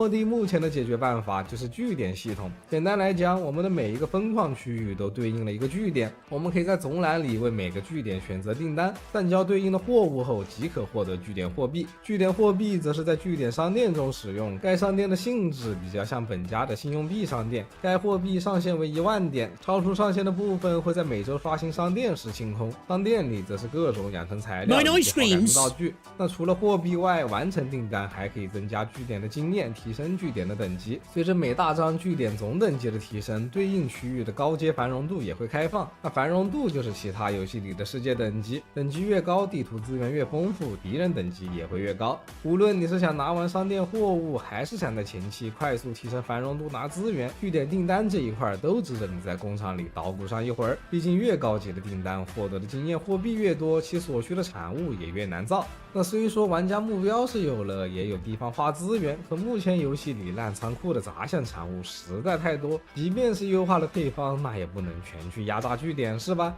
那么在现在的游戏里，就还有3个内容可以担此大任。OK， 其一便是2侧新增的塔防玩法。其他工厂游戏中，无论塔防玩法在游戏里是何种地位，它们的共同点都是需要玩家去生产对应弹药，并搭建管线为防御塔输送。可在周末地中，无论是什么防御塔下， I can't wait to see the implications of the terror defense side of things, right? I really hope they lean into that. And I really hope there's some cool events around that as well. It could be such fun if they do it right. You know, it really could be fun. 想让它运行，只需要接入电网就行了。这怎么说呢？因为周末地箱庭里不能拉传送带，就算要拉，拉的到处都是，那不仅费时还不好看。所以这种简化的思路肯定没问题。那我们能不能在这种思路上把弹药加进去呢？自然也没问题。那首先还是要把那些杂项产物都统合起来，再分一部分用作弹药的配方。弹药在生产出来后直接运家里。Gives those miscellaneous kind of useless items real use, and yeah. 接着在野外摆放防御塔时，可以选择防御塔消耗的弹药种类或等级，然后防御塔就会自动消耗仓库里的弹药进行战斗。当然在设定上就可以说是无人机在给它运弹药，对吧？这样便还能拓展出不同等级的弹药伤害不同、不同类型的弹药效果不同之类的玩法。玩家可以根据自己的喜好自行生产，大幅增加玩法空间。不过我个人还构想过一个东西，那就是跨区域火力支援，大致就是建几个导弹塔放家里，等在箱庭遇到怪。Your boy mentioned this ages ago. I was talking about this long-range fire support. I was speaking about, like, you know, the idea of big-ass fucking naval guns and stuff, but missiles as well could get... I'd be down for that. I was talking about that long-range fire support, man. I'd be so here for that. 开始直接呼叫火炮支援，或者再牛逼点，直接建个天基武器控制台，对着敌人就是夸夸一顿造，那爆。You know, like, I was saying, like, you know, you get into a fight, you're fighting a kind of beefy enemy. Boom, you know? You call in the mortar strike and then it's just like boom, boom, boom, boom, boom, boom, boom, boom. You know what I mean? Fucking epic that would. You know, Predator missile incoming. Like, that shit be sick. 的好吧？这样一来，既解决了后期资源溢出的问题，又给工厂模式后期增加了可玩性。毕竟战争巨构它也是巨构，对吧？不过由于目前的塔防玩法只能在专门的模式中体验，正常箱庭探索中防御塔是帮不上什么忙的，所以游戏里的各种道具也应该发挥一下作用。那么其二便是道具的消耗。在本册中，道具分为3类，第一个是探索用道具，这个被分进了探索功能当中。目前除了装水的瓶子能主动释放的，就只有一个炸弹，对，就是我前面说的造了1万个的那个炸弹。那这一块我只能说制作组的想象力。I do want to see that used more, you know, like the explosives to get into certain areas. I want this exploration side of stuff to be used more. It'd be cool to have like maybe potentially some stuff that can affect our exploration, like one-time use things and stuff as well. I don't know. I'm trying to think of an idea, but I don't know what that would be there. But like, I definitely want more uses for stuff like this, because that first time, you know, when I had to blow a hole in a wall, I was like, oh, yo, this is kind of cool, man. I want more of that, right? I want to be involving myself in the environment a little bit more from things I can craft. 还是太贫瘠了一些。炸弹这个东西，除了在探索中用来拆除障碍、快速炸矿外，它本身还是有伤害的。虽然不能在战斗状态下使用，但只要距离控制的好，是可以无伤炸死对面的。那讲道理，你都这样了，为什么不把它设计成战斗期间也能使用呢？你说我正好技能放完了，丢个炸弹，没啥毛病吧？而且这个炸弹完全可以往更实用的方向去发展，比如战斗机制里是有元素反应的，那我整几个元素炸弹来补充队伍技能轴，是不是？I like that actually. 当然，这种境界 I like the idea of that. Using bombs to complement reactions of your skills. Ooh, now that's strategic. That's kind of thinking out the box. Me likes this. Me definitely likes this. 产物就没必要应用工厂来生产，我们可以只需要做出基础产物，比如那1万个普通炸弹后，便可以直接在背包里和别的基础产物一起快捷合成，这样用起来也会更方便。那第二个道具种类就是很多游戏里都有的 buff 食物，需要提前吃有时限的那种。而第3个则是战术道具，你可以给角色配置各种各样效果和触发条件不同的道具，当在战斗中达成触发条件后，便会自动使用并消耗。每场战斗最多触发3次，而这个消耗则是直接从你当前的背包里耗。如果背包里对应的道具用光了，那就不会触发。这两者虽然聊的人不多，但我个人是不太满意的。主要原因有2点：一是战前吃饭加 buff 这种事，我敢说在手游里绝大部分玩家可能都想不起来自己上一次吃饭是什么时候的事儿。True, true. Yeah, most buffing items you like, yeah, actually, when the fuck did I use one? 主要原因还是使用起来太过麻烦，你又不是猫饭，战前吃完无时限顶一整局，也不是鬼人药，随时都能从道具栏里掏出来喝，一个只持续几分钟的东西，还要每次专门从背包里掏出来吃，真不怪玩家不爱用好吧？那我问你，明明一侧的道具机制还是在道具栏里放置3种，然后可以按键切换，使用时会弹出角色轮盘并进入10环，在此你可以自行选择给谁使用，用完后道具则进入 CD。在非战斗状态下，道具则没有 CD。你说你拓展一下栏位，然后把那些吃的喝的全放在这个快捷栏里，你看玩家用的勤不勤快就是了。这样一来，食物、药物类型的产物消耗不也有了一个稳定的去处？就是要我说，其他有食物的游戏也早该出个快捷使用栏了。毕竟大部分玩家不吃的原因，那是真不想吃吗？还不是吃起来太麻烦导致的。那么其3则是游戏里一个存在。Yeah, I agree with this. Like, say, these consumables, stuff like,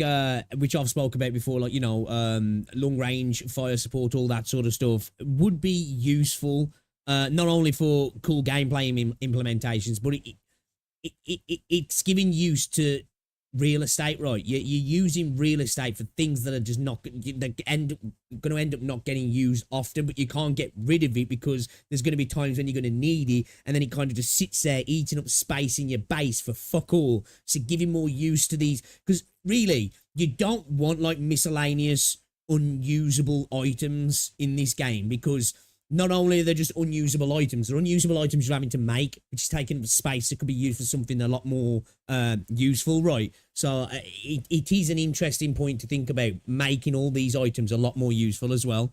感极低的玩法，发电。电力系统作为很多工厂游戏设施的运转核心，如何利用手头的科技与资源尽可能的发电，是每个玩家从头到尾都需要考虑的问题之一。因为在别的游戏里，随着产业的扩大，科技的提升，耗电量也会越来越大。此时低级的发电手段已经无法维持，所以需要高级燃料的高级发电科技就是玩家的下一步选择。那制造高级燃料的过程，同样也是消耗资源的过程。可在周末地里，发电的科技就只有热能池，发电的资源也只需要最基础的原炮，加之游戏里设施的耗电量也不高，导致这玩意你只需要开局摆一排之后就再也不会缺电了。由于这玩意实在是过于简陋，以至于它和物流管线一样都是属于本身没有问题，但问题就是它什么都没有，所以这东西就还是得看制作组的想法了。要是实在整不明白，先暂时取消掉发电玩法，等未来整明白了再给它作为新章节的新科技来玩也不是不行，对吧？那么说完了资源的消耗，接下来就是资源的销毁问题。前面我们说过，往基地核心里运资源的事情，在像素工厂中，每个地区的基地核心都是有资源储存上限的，且每种资源的上限独立。当上限装满时，多余的运进核心的资源便会被自动销毁。而在戴森球计划和幸福工厂这类没核心的游戏中，因为资源需要玩家自己储存，销毁与否就是玩家自己的选择。可在周末地中，作为一个有基地核心的游戏，它却依旧选择了幸福工厂那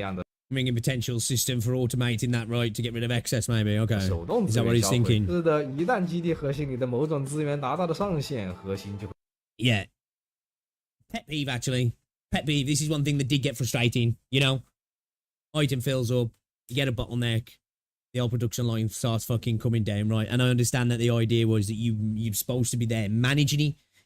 You know, sometimes managing things by automating that management is a cool option, right? 会直接停止接收，进而导致整个产线因为前方堵塞停产。这个问题在其他产物交织产出的游戏里，一个产物它往往连接的不止一个厂子，一旦其中一环停摆，就很容易导致整个厂子一起罢工。但在周末地这个产线独立的游戏里，反而没什么太大影响，停了那也就停了。可制作组又偏偏要像戴森球计划那样，给所有停摆的设施上面亮一个红色感叹号，这导致几乎所有用途单一的厂子，绝大部分时间都。Did anybody ever have this? You know, when your production line got halted, like the amount of times I was struggling to find what the fuck was the cause. Like, was that just me? I am a smooth brain, right? And like factorial type stuff is at my strong point. But the amount of times that happened, I was like, dude, what the fuck? Which one is it? 是停摆状态的满江红。我们前面有说 I'd fix the bottleneck because oh, it's fixed. No, it ain't. What the fuck?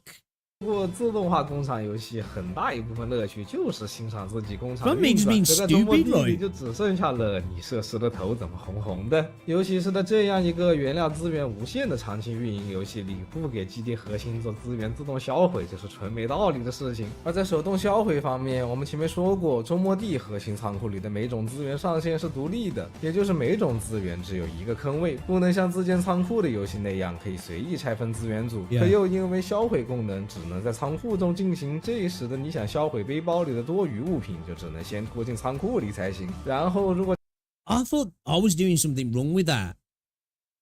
Okay, so that's by design. Okay. 这时仓库是满的，那你还得先把仓库里的销毁一部分，再去清理背包。但如果你是在野外背包满 A lot of people don't realize it's a factory gameplay. It's very similar to coding and debugging. Yeah, man, the amount of times that happened to me, and I was just like, bro, I feel like I'm looking for a needle in an haystack here. 那不好意思，要么先回一趟家销毁物资，要么就只能把东西丢地上了。然后这个丢地上吧，在服务器刷新之前，你只要不把它捡起来，那它无论如何都是待在原地的。至于什么时候刷新呢？我不知道。总而言之，无论是基地核心的自动销毁，还是背包里的手动销毁，对于目前的游戏来说都同等重要。毕竟后者关乎的那还有箱庭的体验呢。那么讲到这里，工厂部分最后还剩下的就是我们前面说过的基建了。对完一本 This is the base system that kind of just feels like Arknights, right? You know, when you first got to this, I was like, hey, yo, I've seen the base, right? And when I first started playing Arknights, I was like, holy shit. This is the fucking base from Endfield, you know, where you like actually set up your little worker bees and stuff. I thought this was really cool, dude. 事实上就是把前作的基建给3D 化了而已。目前分为制造仓和培养仓2个，制造仓可以生产狗粮经验，培养仓则 just like Arknights. My employees are going to be constantly tired and getting very little rest. I run a tight ship here, and I don't do sick pay. 是生产各种突破升级所需的关键素材，和前作一样，玩家可以往舱室内安排角色上班。不过不同的是，虽然本作依旧有心情系统，但没有了回心情的宿舍。角色上班信息见底后会自动离岗并开始恢复心情，待心情回满后便会自动上班。当然，你要是在基建里碰见了正在下班休息的角色，也可以手动把他喊回来接着上班。Which we'll be doing all the time. 基建本身是没什么问题的，可问题就在于工厂部分和它已经不只是割裂那么简单的事了。在一测中，经验狗粮这些东西是可以直接在工厂的一个专门设施里生产，突破材料也是在箱庭里给你批了块地自己种，这样本来结合的挺好的，也不会太突兀。结果二测就全给搬到基建上去了。但问题是，不管一测二测，玩家都是要在箱庭里跑图收菜的。本来一测在箱庭里跑一遍就完事儿了，结果二测玩家还要再去基建里收一趟，然后这个生产还和工厂和箱庭没有半毛钱关系，纯是自己玩自己的。不过更难崩的是，他还顺带整出了2个活，一个是据点，也是可以让角色上班的，不过据点上班不消耗角色任何东西，但是在据点上班的角色还可以同时在基建里上班。最高的是制作组还在问卷里问了一手，你知不知道角色可以在2个地方同时上班。另一个难崩的就是农场，本来在一测里由于地块很少，大伙还想着二测能不能搞个大点的地方玩 QQ 农场，结果二测确实给你批了很大一块地，种植的地块玩家也可以自己 DIY， 甚至在演示里制作组还重点展示了自动浇水玩法，让不少玩家觉得是不是可以整出像我的世界那样的自动农场来。结果在二测里这玩意就是个纯冲击波，首先是养成用的那些珍贵素材全被移到了基建培养舱中，农田只能用来种植工厂和高级食物所需的植物。可问题是工厂里面有2个设施叫采种机和种植机，它俩人体蜈蚣就可以生产出我要的所有工业植物，至于无法被设施生产，只能在箱庭里采集和种植的食用高级植物。你说我本来就不吃buff食物，我种你干嘛？只能说现在这个基建系统完全就是多余的，纯是为了地江号这口醋包的饺子。你把这2个生产仓全给它挪了下。Yeah, it's the thing, isn't it? We like the entire base system as a whole.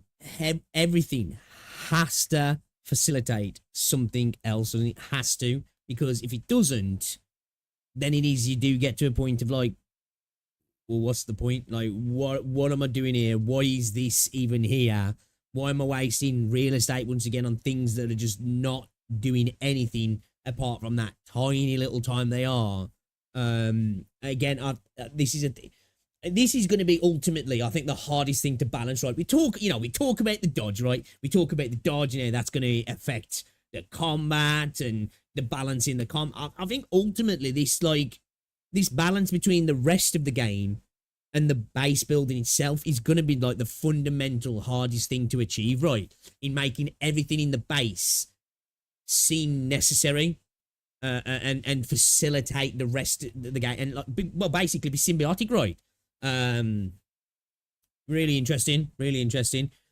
I think we will have growing pains in Endfield around the base and how everything is connected, right? How everything's interconnected and feels useful. I do think we will have growing pains. I don't think that means the game's cooked, of course. Because a lot of the worry, like I say again, we go back to a lot of the worry's been around the dodge, right? Because obviously it's something we can see, like it's a lot easier to grasp and talk about. We get it, we understand combat a lot of the time, right? A lot less people, because it's a more niche part of gaming, get the impact of like base systems, right? And construction systems and factory type systems. And I think the devs will potentially struggle with that a little bit more as well. Again, I think this is where we'll have growing pains in the game. The base is not in beta for 5 years. It's not Endfield, really definitely going to need to be right from facts.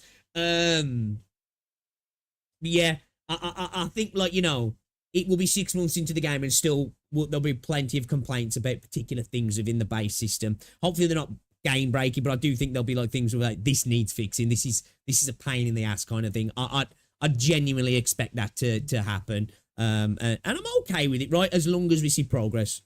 箱庭里我都觉得没有任何问题，玩家收起菜来不仅更方便，像一层那样和工厂的产物相关联，还更加自洽。那地将号反正都设定是主城了，那就干点主城该干的事情，什么角色互动、装修建设啥的，就往家园的方向去发展，而不是像现在这样东塞一点内容，西塞一点内容。I agree with that. I said that as well. I want to feel a bit more, have a bit more control over the Dijang or Dijang, however you pronounce it, to feel like home, right? Home away from home and make it that. 至于农场，你完全可以像 QQ 农场那样搞个什么低级土地可以种植食用植物，高级土地可以种植养成材料，反正就是把培养仓下地就行。那么到这里，工厂部分就全部讲完了。在本次测试中，有很多人都开玩笑说，既然箱庭与工厂如此割裂，而箱庭又这么的成熟，那不如干脆把工厂部分删了，直接公测算了。这虽说是一个玩笑，但也足以看出在工厂方面制作组的停滞不前。这其实是一个非常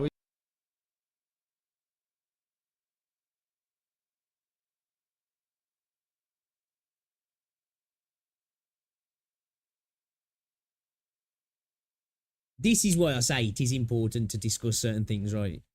Because again, you know, the slippery slope, right? This dude is a connoisseur of factory games, right? This dude is a connoisseur of factory games. 信号它不仅说明制作组在一测后根本没有给予工厂部分应有的制作资源，还可能透露了制作组现在缺少对于工厂核心部分继续优化的能力。但你要说现在真给工厂部分删了，又肯定不可能，毕竟原始归原始，你要真凑合玩，那肯定还是能玩的。只不过比起当初宣发其作为主力玩法的豪言，现在的工厂更像是箱庭部分一个尾大不掉的累赘罢了。那么在说完了工厂部分后，大伙先稍微整理一下思路，换换心情，伸个懒腰，中场休息一会儿。毕竟我们的进度条才到这儿，对吧？而我们 Okay, all right, we'll get into the combat one in a different time because it's 3 o'clock now. But damn, food for thought. Food for thought. Again, as somebody who didn't play the initial alpha, right, I can't comment on the changes, how it felt, how I played it, all that sort of stuff, combat base wise as well. As somebody who isn't an avid factory game enjoyer, right? I dabble, right? I dabble from time to time. I like to play games where I can sit down and just get lost in, you know, building a factory and producing cool things, right? I also, as I say, I enjoy it, but I also believe this game doesn't have to be that, right? Because I personally, I don't want it to be that, right? I want the factory to be meaningful, to be interconnected with the gameplay, and to be incredibly important and everything to have a reason. But I also do want the devs to make sure they are spending as much time as possible on the combat, on the exploration, on the events surrounding combat, you know, bosses, events, endgame related to that. Or we do want them to continue to be attached to the base, right? Now, there'll be people outside of the space who'll look at this who play things like Wuthering Waves and stuff and go, nah, actually, if they rip the base out, I'd be interested in this game. This is why I say before, we're not talking about the dodge specifically, we're talking about the overall discussion that we've had of when we start changing too much because we're worried that it's too niche or it's too complex. What are we left with, right? We end up becoming very similar, and then we want to have this discussion without being comparing too much, right? Because I don't think it benefits the game. But we do get to a point then of like, where's the difference? Where's the difference in, you know, in this game to that game, right? And then at that point, it's like, well, what's the reason for me to play this game now beyond potentially a story? You know, beyond potential events and stuff. Then, because if you do become very in line with other games, you've got to be producing a story that just kills it. You've got to be producing events that are just way better, which that's what we want anyway. But you're going to have to heavily rely on them, right? Because uniqueness is doing none of the heavy lifting. You know what I mean? It's doing none of the heavy lifting. So I obviously after playing the beta, I don't agree that the beta doesn't feel a major part of the game. I don't think he's saying that. He's saying in comparison to the previous test, it feels a lot. It feels like it permeates the game less, I suppose, right? And the advances haven't happened that people would hope. Because I suppose what's changed from the initial test to the last test was main things that changed really with the gameplay, right? They changed the combat, didn't they? Because people really criticized the way the combat felt. So maybe now that we've seen the China Joy gameplay and combat looks very similar apart from the addition of this new dodge, maybe now that's where the progress is going to be made again, right? He's being made in the base building again, because the combat itself, in my opinion, is fine. It's fine. It was fine as it was. I just think the dodge needed tweaking to be, for me personally, all I needed with the dodge was I felt it wasn't very consistent. It felt like it was inconsistent. Okay, we're at where we're at with the dodge. I'm cool with that. But hopefully now that is hopefully more dialed in, that now the focus can go back to the base. Because that's probably when you think about it. That's probably when they're thinking about it. Where the game, like, if it wasn't for the base, if you played the last beta, right, if it wasn't for the base aspect of the game would be out. You know what I mean? The game would be out because I'm telling you, I don't know if you guys played it. If you played it, yeah, it is one of the most polished, well-made betas that I've been a part of, right? Where I was just like, dude, this feels ready, right? This feels ready. Obviously, the base itself isn't quite there yet. So I think that's where, hopefully, you know, all eyes are focused on that, right? To make it as good as it can be, to make it feel as natural as it can be. You know, the tutorials, the interconnectiveness of it all, the exploration, the combat versus the building, everything flowing freeform, right? Everything flowing freeform, and I think that's probably where they're at. If I'm honest, I really think that's probably where they're at personally. One thing they're not doing on purpose is keeping the factory simple in the beginning so they can add complexity later on with updates, so I wouldn't be worried about it not being complex enough. I don't even think for me, it's not the complexity, it's interoperability that's an issue, right? And involvement. It, like I say, the tutorials for me were always a bit of a problem because it was just like, you're going to learn this now. We're going to throw all this information in. You can go learn this, go learn this, go learn this. And then you go to start building your base. And then you're like, fuck, I forgot how to do that because I did 3 more tutorials since that one. Now I need to go back and do that tutorial. Then you go back, you do that. And you're like, oh shit, I forgot how to do this now. Where they just needed to be a bit more natural. Hidden tutorials are the way. Hidden tutorials are the way. Polish doesn't mean there aren't issues. It's just not noticeable. Agree. Totally agree. I'm just talking specifically about the exploration and the combat. I think it was fine. Right. I think as somebody who's not a connoisseur of factory games, my critiques would be a little bit more uneducated. Like, he had a lot of things to base off his viewpoints on, right?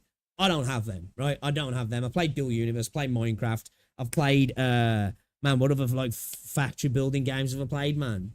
I'm trying to even think of factory building games I've played. I've not played many, right? You know? So I don't have that wealth of information to be like, that doesn't work. This game does something that would work there. This could work here. And you know what I mean?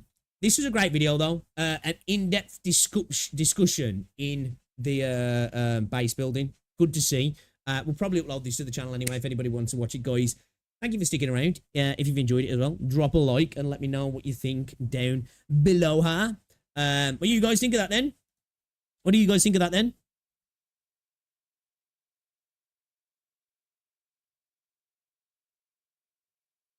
Not you. Oh, yeah. Ben's gonna work on video some more. Nice one, Crystal. Have a good time. Enjoy the video work.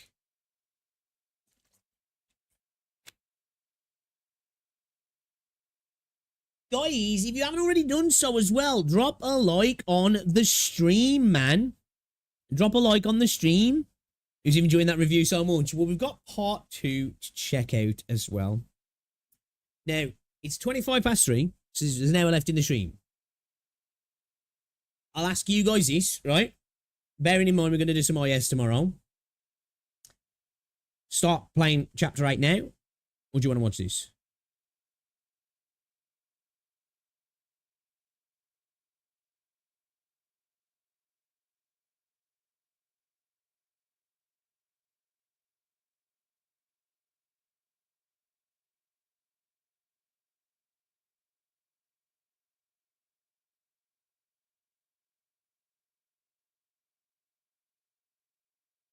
Arknights down, do Chapter 8. Tomorrow react? Yeah, I'm down. I'm down. You're dying for the E2. You guys just want to see me full flat on my face, yeah? Okay, alright. You know, before we do that, before we do that, I just want to talk about these, right? Genshin Impact is end of servicing. It's over. It's so Jova. It's so Rover, in fact, actually. Rover's so Rover that it's Rover for Genshin Impact. They're discontinuing the PS4 version of the game due to hardware and performance and app size. PS4 EOS on April 8th. That's, well, just under a year now, right? What the fuck does that even mean?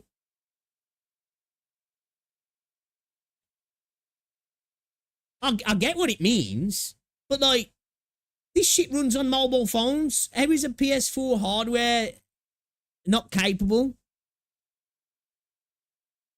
How is it not capable? Hey, I'm a stupid idiot. I don't know anything, right? But you know, graphics changes. Yeah, but people play on mobile, bro. You know, people play on mobile.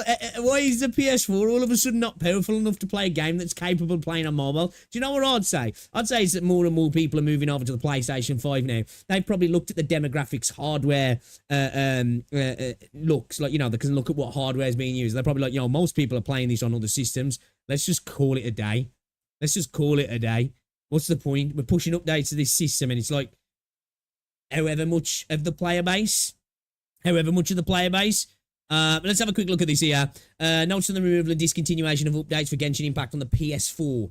So it's going to be fully removed. They're not just ending updates. It's going to be fully removed. Well, it makes sense, I guess, because it's online, right? It's a live service game. Damn, bro. So if you spent all your money and you're playing on PS4, it's either get a PS5 or get fucked. Right? That's right. What, you spent 500 quid on fucking Genshin Impact? Should have got a PS5, bro. Should have spent that money on a PS5, you dickhead. You probably should have, to be fair, actually, if I'm honest. If you spent 500 quid on Genshin and you could have bought a PS5, you know, you should have really done that, really, shouldn't you? Dear Traveller, thank you for your continued support and love for Genshin Impact on PlayStation 4. Due to limitations related to hardware, performance, and platform application size, we will be discontinuing support and updates for Genshin Impact on PS4 in future updates. Now, I don't know, I'm not a developer, right? I know different systems require different versions of a game, but if Genshin Impact and all its updates and all its glory can be fitted on this, why can't it be fitted on a PlayStation 4, man? Right? Like, why can't they dial back the visual fidelity a little bit to give people a PlayStation 4 version? Sounds kind of sus. I'm not an expert, and I might be totally off base here. Sounds kind of sus, I'm not gonna lie. Genshin Impact on PS5 will continue to operate normally. It's not affected by the removal and update of discontinuation on PS4. Traveller will still be able to enjoy the latest content updates on PS5 and other supporting platforms. So it's basically, sorry, bozo, you know when you last spent money on our banner, you should have been buying yourself a PlayStation 5, you fucking idiot. You know? Should have been buying yourself a PlayStation 5, you fucking dickhead. What's this here? Link to Hoyo Lab. Is there anything actually specifically talking about the game removals? The game's going to be taken off. It'll be removed from the PlayStation Store after this date. Accounts of the PlayStation Network that have never downloaded Genshin Impact on the PS4 will no longer be able to search for or download it via PlayStation 5. Accounts of PlayStation Network that have previously downloaded Genshin Impact can still re-download it at any time via the store library, even if the game is deleted from the device. Until the in-game purchases on PS4 are delisted, top-ups and purchases will still be available through both PlayStation Store and the in-game shop. That's like, they're like, yo, still give us money though, even though we're turning the game off soon. Better buy a PlayStation 5 as well. In-game purchases delisting starting from the 25th of the 2nd next year. All in-game purchases for Genshin Impact on PS4 will be removed from both the PlayStation Store and the in-game shop. Before Genshin Impact's update discontinuation on PS4, any items purchased on the PlayStation 4 yet not claimed in-game can still be obtained by logging into Genshin Impact on the PS4. End of update support starting from the 4th of the 8th, 2026. Or is that the 8th of the 4th? No, it's the 8th of the 4th, yeah. That's the 8th of the 4th. It's backwards, man. I'm English, I do it differently. I'm only going off the 25th of the 2nd, right? So it's the 8th of the 4th. We will officially cease all update support for Genshin Impact on PS4. Traveller will no longer be able to travel to the PlayStation 4. Installations of the game on PS4 will stop receiving update patches. Any items purchased in the PlayStation Store but not yet claimed in-game can only be claimed by logging into Genshin Impact on PS5 after this date. Binding other login methods. After logging in via PS4 or PS5, travelers can bind other login methods by navigating to Paimon menu, settings, account, user center. So on the 17th or the 12th, when you open Genshin Impact on PS4, even if it's an old version of the game that cannot be updated due to updated discontinuation, a binding prompt will appear periodically on the game interface. These adjustments apply only to Genshin Impact on PS4. We recommend that travelers currently playing on PS4 transition to PS5 or other supported platforms to continue. So, if your PlayStation 4 is not powerful enough to play Genshin Impact, guys, why not get one of these? It'll do the job. I don't know, modern phones are quite powerful, right? But come on, bro. Come on, bro. Bro.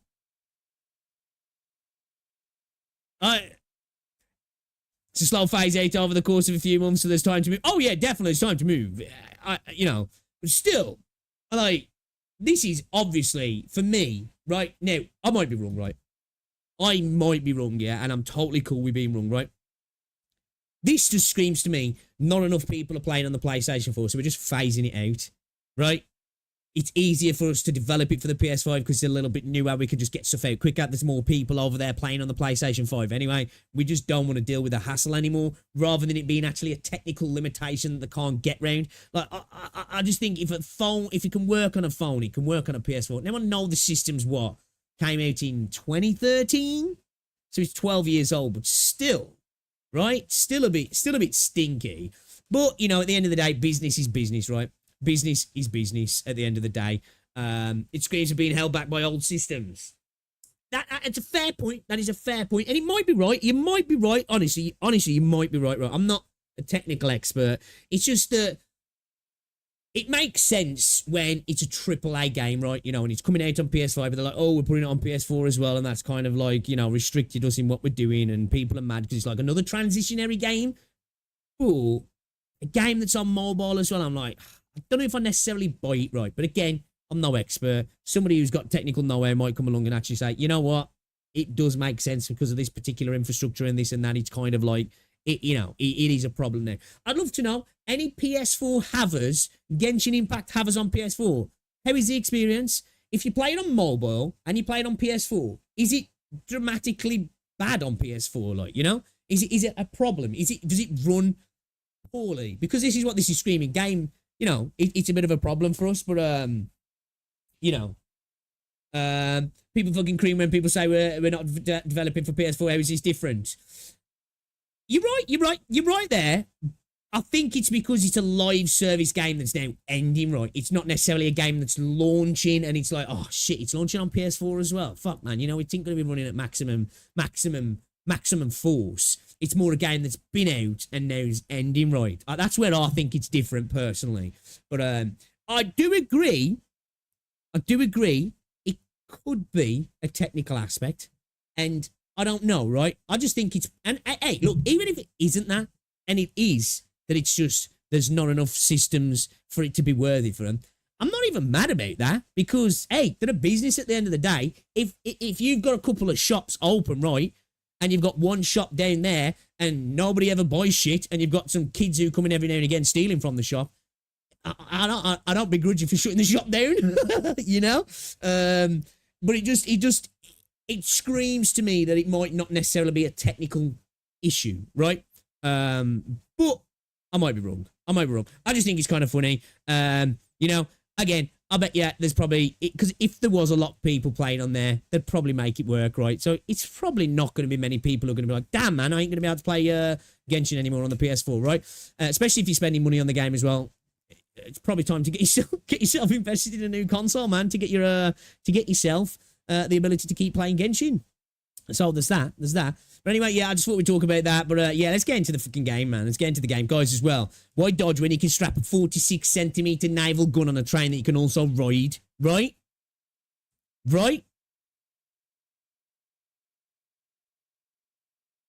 I'm here for that. Stick a big gun on a big, fast-moving train. Yeah, man. Give it me. I'm here for it.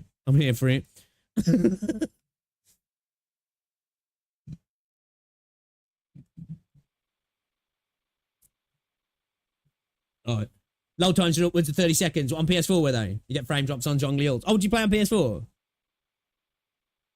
PS4 is simply not powerful enough nowadays. Oh, I don't know, man. I don't know, like... You know, you get games like The Witcher and that on there, right? You know, it's like, it can't run... It's not problem that it can't run, you know, it all comes down to whether a game's coded as well, right? At the end of the day as well. See, I'm still repping the PS4, baby. PS4 for life. I've still got 2 PlayStation 4s. It's this fucking PS5 shit, malarkey. I do want to get a PS5, man. I'm probably going to have to when GTA comes out, right? Yeah.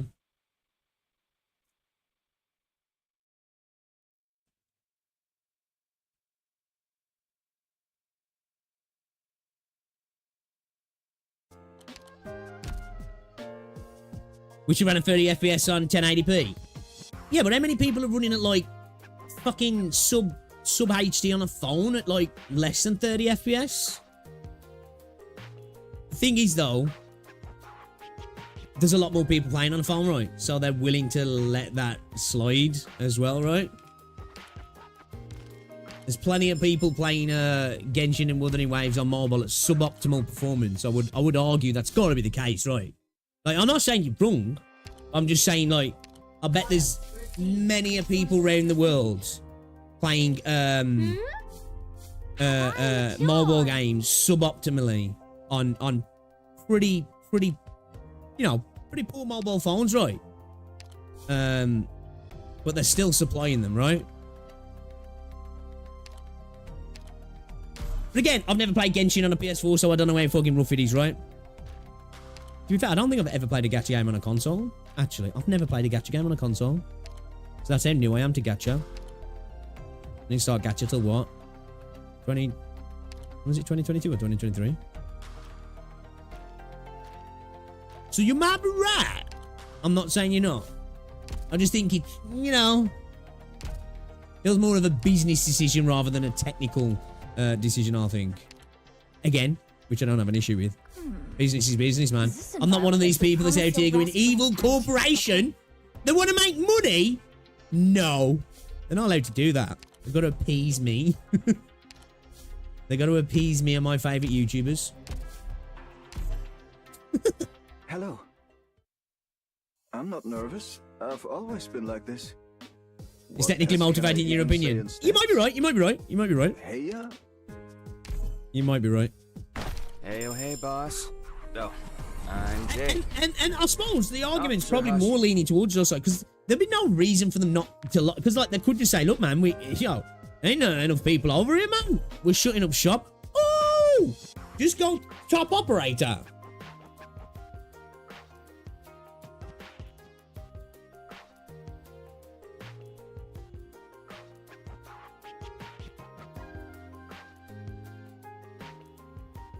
Oh shit, boys. Boys. Go random. Noise. Another phantom.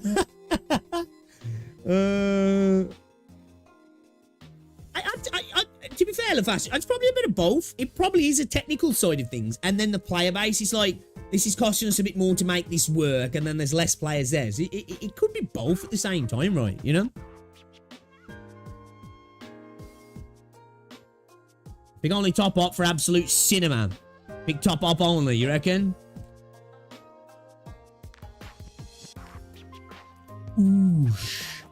Oosh. Should we get Gamba on top up only? Debuff is Ifrit. Is it?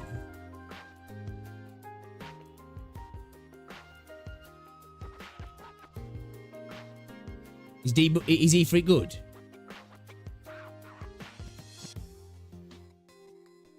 No, I don't think I have got Ifrit, no. It's not.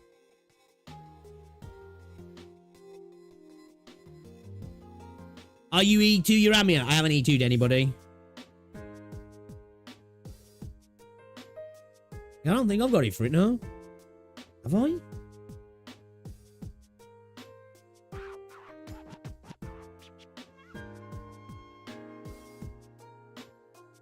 Should go debuff top operator, yeah?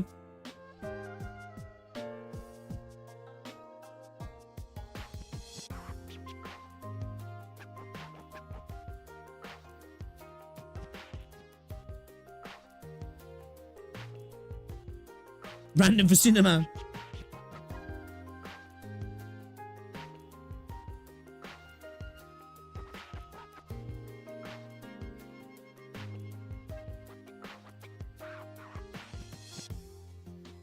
Let Fife decide, you know.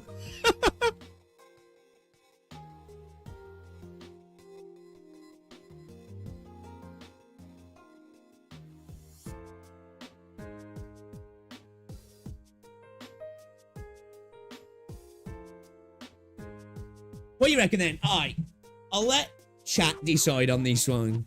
Be a mad lad. Top up, debuff. Top up. 1 for top up debuff, 2 for top up. You see in chat.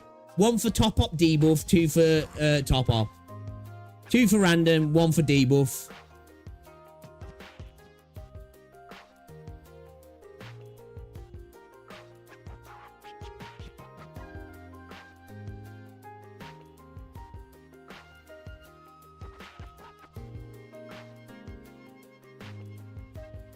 One's was going in hard. Two looks like it's coming up.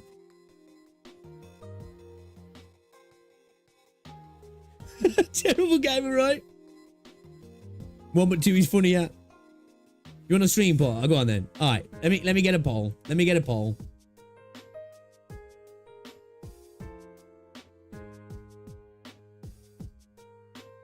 Here we go.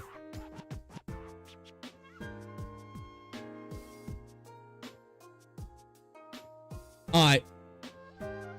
Polls up. Polls up. Polls up.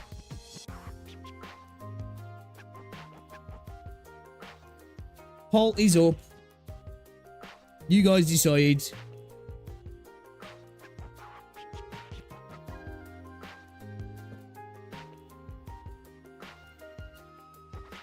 Power of democracy.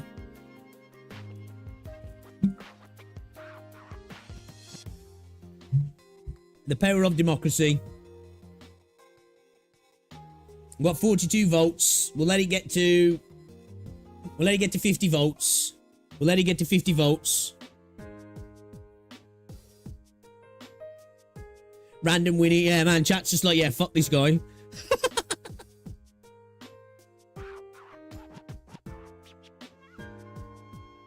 Let's go gambling.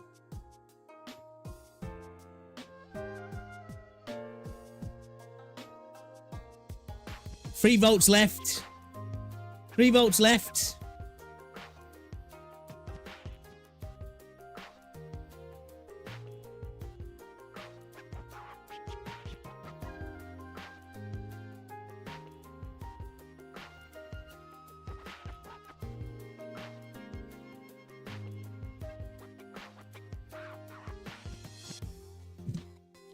$54 to 46 for random. I'm a man of my word. I'm a man of my word. Let's go random. Let's go random. Let's go random. Let's go gambling. Fix need damage, and if it is a good debuff for his DPSs. Managed to get secret anyway. Why though? It's for the content, innit, man? It's for the content, you know? It's for the content. Bit of gamba. Bit of gamba. Alright, bit of gamba. Oh boy, gamba time. Alright, 9 hours, top up. We do this, boys. We win these, right? We win these. We win these, right? We win these. Imagine attack failed, though. Hey, yo. If it does, guys. If it does, then I'm banning everybody. All right? That's how we... That's how we do it. That's how we do it. All right. All right, let's run these first, then we'll expedite it. We're gonna let it. We're gonna let it work. We're gonna let it whatsy. We're gonna let it marinate. It's gonna marinate. You know, it's gonna marinate. It's gonna marinate. This is We're gonna let it. We're gonna let it marinate. My code Alright. name is Beagle. I know I didn't do very well on my assessment, but I'll still do my best at my internship.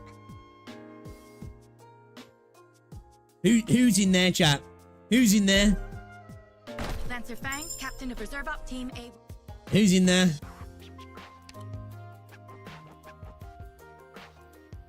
Who's in the bag? Who's in the bag? Mudrock, Siege, Blaze, Bagpipe, Phantom. Another Phantom. Suzerain. It's like getting the 6 stars the last Sea Temple. Look at the 6-star pool first. Has somebody got a link to him? Has somebody got a link to him? Somebody got a link to the pool.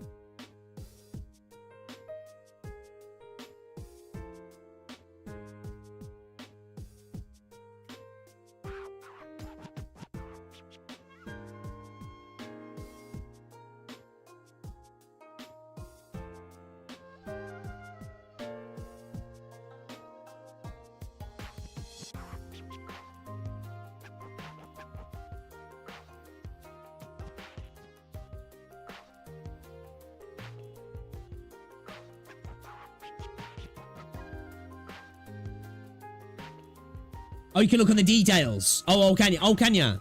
Oh, can you? Alright, fuck it. We'll just do blind. We'll do blind. Don't matter anyway. Alright. I didn't even know you could do that. I learned something new today, guys. Thank you. Let's recruit this bad boy then. Let's recruit this bad boy. Imagine getting it for anyway. What's in the bag then? Go!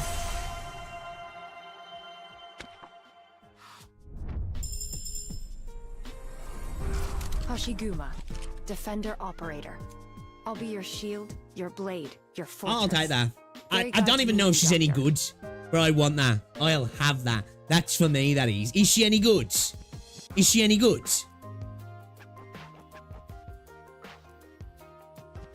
Meh. I don't care. Best defender. Not bad. That's good. Yo, reliable defender. Not a bad one. Mommy. Exactly. Right? Exactly. I'm here for the waifu meta right here. I'm here. She's pretty good. Top 5 tank. Alright. Alright. Let's go. Let's go. See. And people out here saying, yeah, Arknights got a shit gacha system. Yeah. Well, you know. I can't remember oh yeah, I remember it was just last week actually. I got a 5-star in Wuthering Waves like that. It was sick. It was sick, man. You know? It was actually sick. I don't know, I always what should I put for robot? What should I put for robot?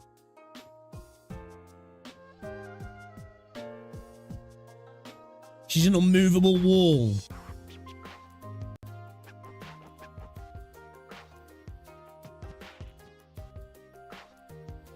Solid and great reflector.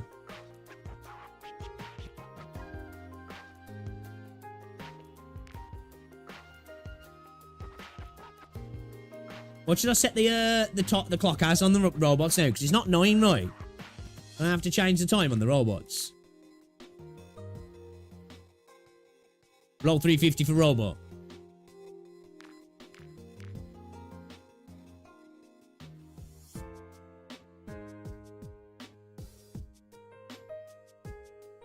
Nothing above 3. Alright, set it at 3 then, yeah? Set it at 3. Alright, set it at 3, robot, yeah.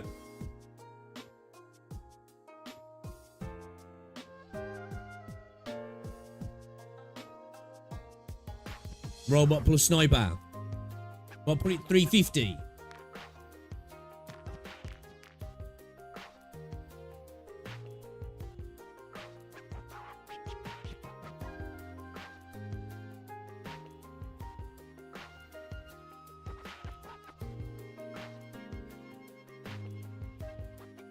Robot and sniper for Justice Knight.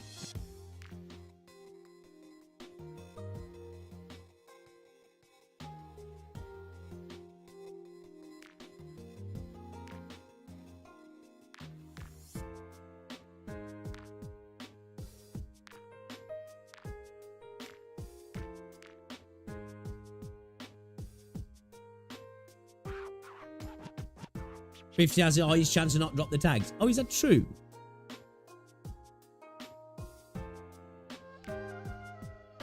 Ah, I'll see. Yeah, so when we go up to we lose the 1 star, don't we?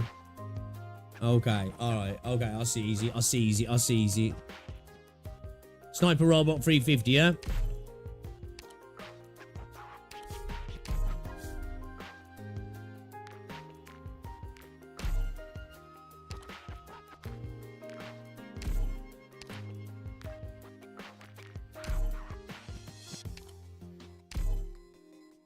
Robbie's hard to get than Wishadell.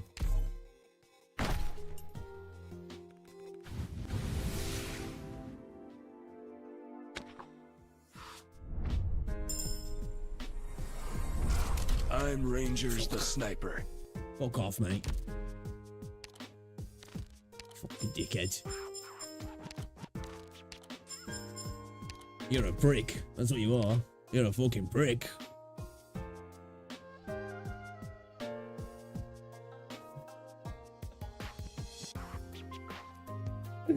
No justice in this world, right? Oh man, no justice, no peace. In the remote tundra, patrol squads dressed in black beetle-like uniforms calm through remote villages, hunt down the infected. Static roadblock blocks the movement of...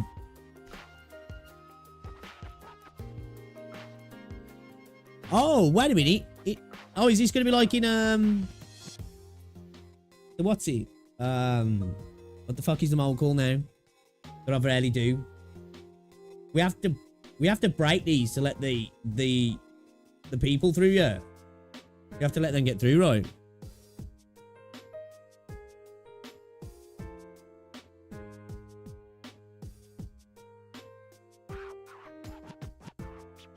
Okay. Alright. Alright, let's do them. Alright, 1. Alright, let me actually. Let me adjust the squad. Let me adjust the squad. Yeah, let's go with that squad. Okay.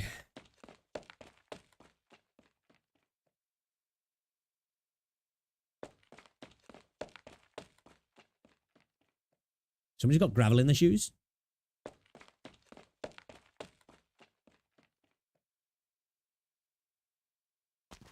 It's making me anxious.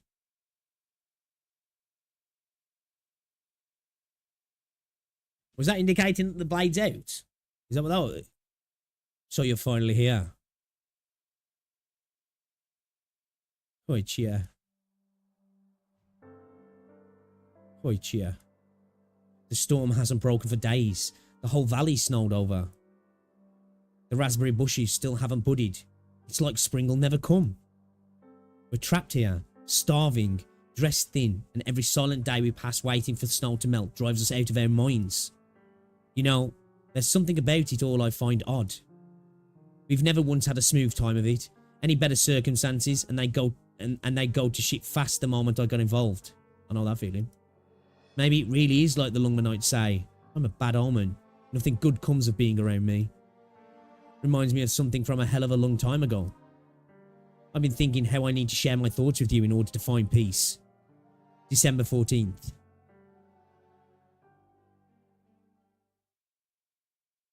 Time for peak, boys. Time for peak. 3rd year without the Black Snake. Small Ursus Hamlet. Tallulah, get back here. You can't let them see you like that. For heaven's sakes. Don't worry. I'm coming in now. Damn, man. I love Tallulah's outfit, bro.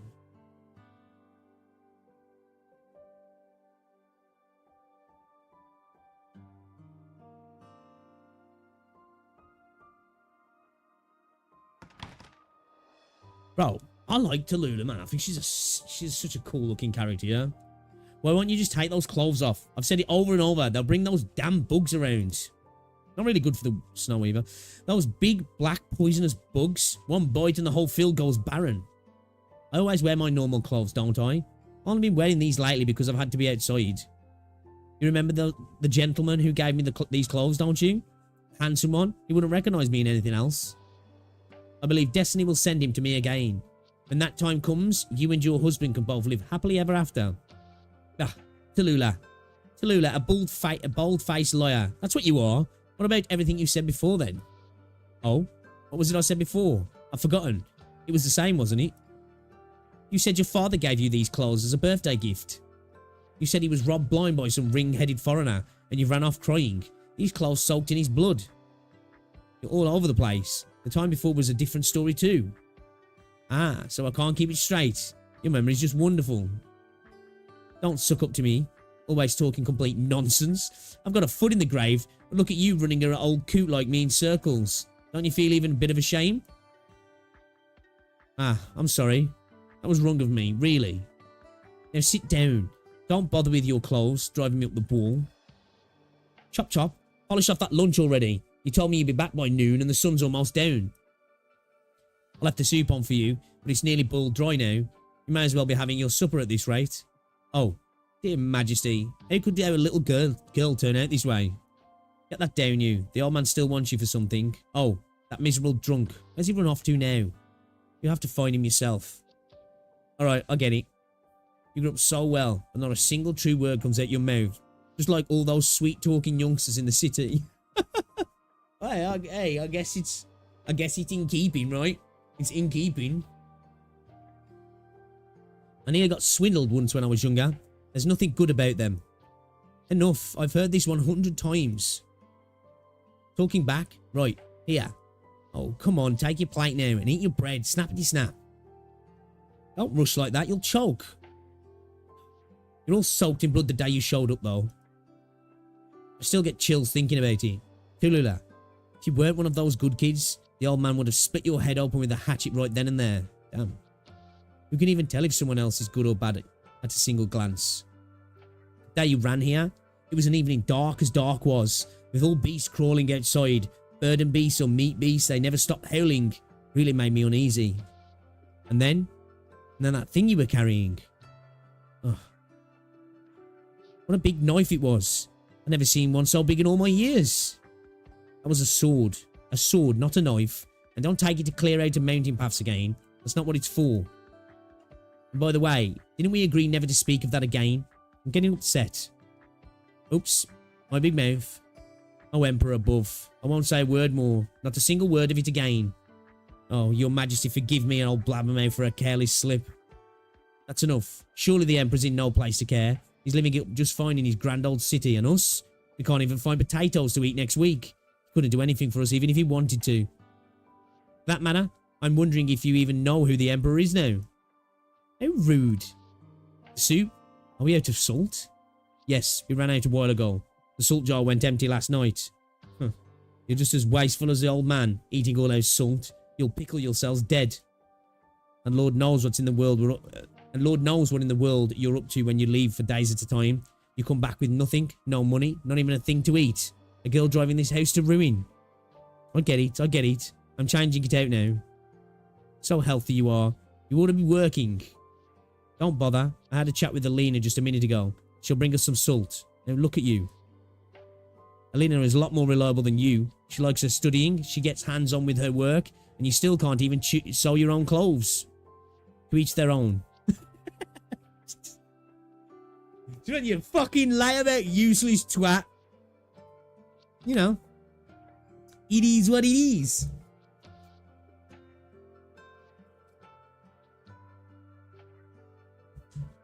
Eh? What do you mean? Everyone has their own ambitions.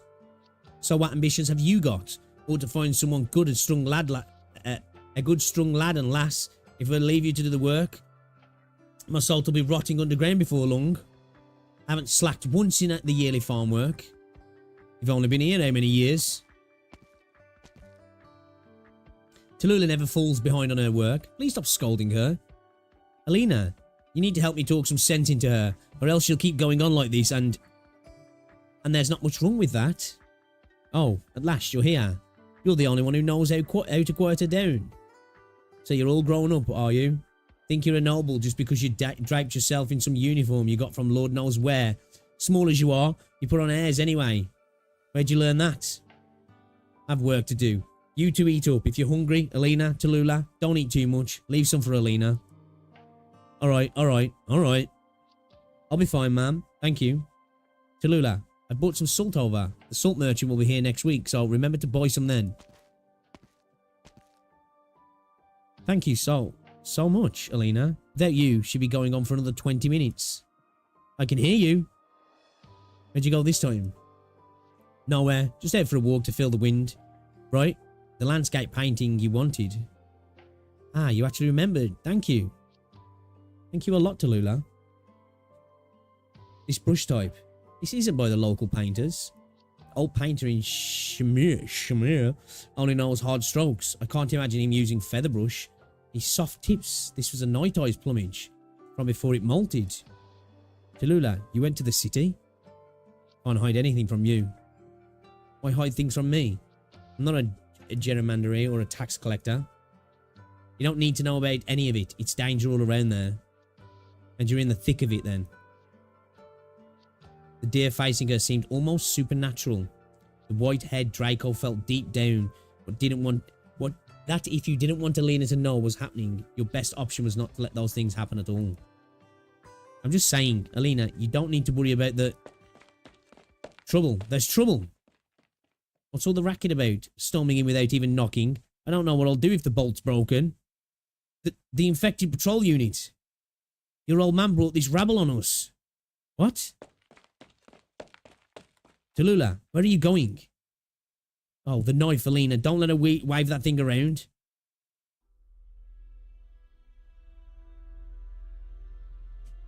This guy's looking pretty fascist. Let me repeat myself, old boy. I could just break your leg and come in all the same. You've already come searching before. What are you here for now? We can't even afford your taxes anymore. What more do you want to wring us out of us? This is a routine inspection. We don't care how you sweeten the pot this time. We're mandated to inspect every 2 years. If we don't carry this out, then we're all in for the whip. But if you just consent, we can't give anything anymore. We've got nothing to give. No money, no jewelry, not even any more food. The hell are you going on for? This is a routine inspection. Out of the way. Sir, officer, sir, we've got nothing left to give. Honest to heaven, if you need to take something with you, just take me for God's sake. I said out of the way. Oh shit. Did you get backslapped? Bitch slapped, sorry. Backslapped. My leg. What are you doing? Some girl from somewhere. Hey, your clothes there. Where do you come from? No farmer could afford to wear those. I'm asking, what are you doing? Huh? Not a step closer. What do you think you're doing? Have you seen your eyes? You look terrifying. You want to see a death wish? Ooh. Straight into it. Yesterday the chaff cracked. Let's see. Which insect is falling into my trap? Good scenery here, Okay. Doctor. Oh shit. Everyone, let's play. Oh shit, I ain't got mountain, man. Fuck.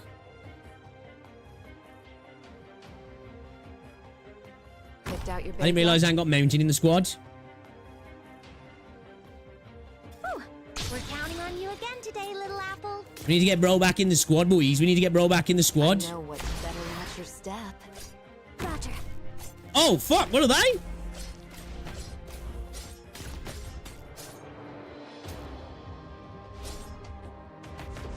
No one can see me. I don't know if I wanted to break them yet, do I? Do I want to break them yet? I don't know if that's a good idea.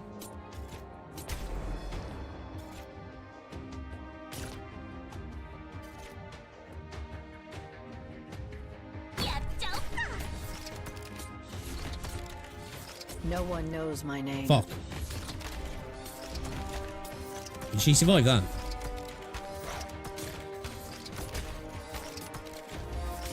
Shit. Archie Nick charging. No one knows. Meet me. Meet your death. Okay, okay, we're okay. We're all good. We're okay. We're okay. We okay. We okay. We're all good up in here. We're all good up in here.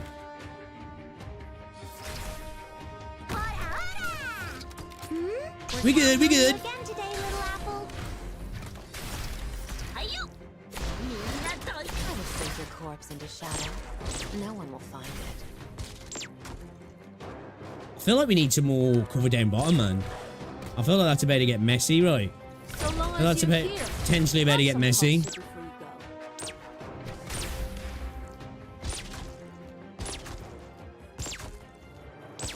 Wanna know who could break me? Is someone gonna break me, easy?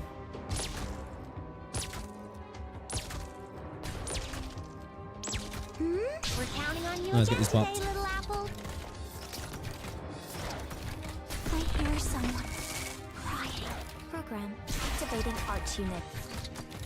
They only run right behind you. I'm here. This is my playground. Better watch your step. Okay. Use Hoshi. I need to get leveled up, actually, don't I? I do need to get leveled up. I'm really happy we got it though, man. The drone stage might break me. I do fucking hate drones. They are a particular weakness, actually. I'm not gonna lie. Are a particular weakness.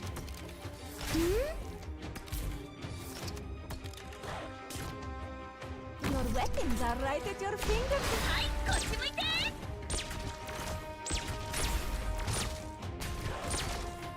Don't.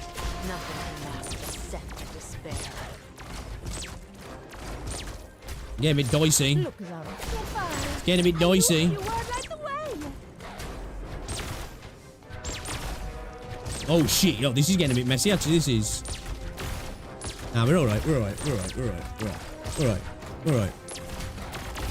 No one knows right behind you. I thought we was gonna get a leak then, but we're good. We're good. We're good. Ascalon, holding it down. Ugh. I didn't cut off your hands. Pick yourself up. Don't you dare think this is over.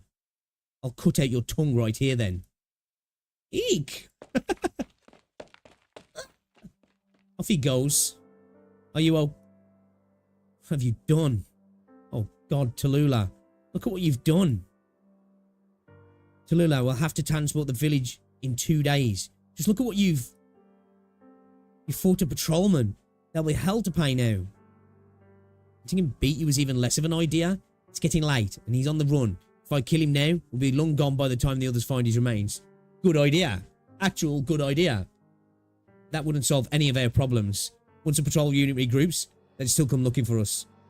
And they might well be out to get revenge on us. And yet you did it? Then what do we do? Calm down. They're looking for infected. They still don't know. Don't know what? I don't know what I'm about to do. Hey, Tallulah. It's okay. Come on. I'll walk you back. Your leg. There. You'll need special attention to heal. Ah. So today's the day you start helping me walk. Always thought I was still in good shape myself. Who'd have guessed I couldn't outrun it? Tallulah, there's something I need to tell you. What is it? Ah, good question. Ah, sorry, I don't remember. Look at me now. Look at my memory.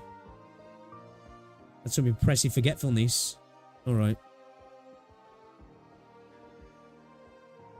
Work's over. How cute Time does for a drink. Tallulah look? Where's Texas?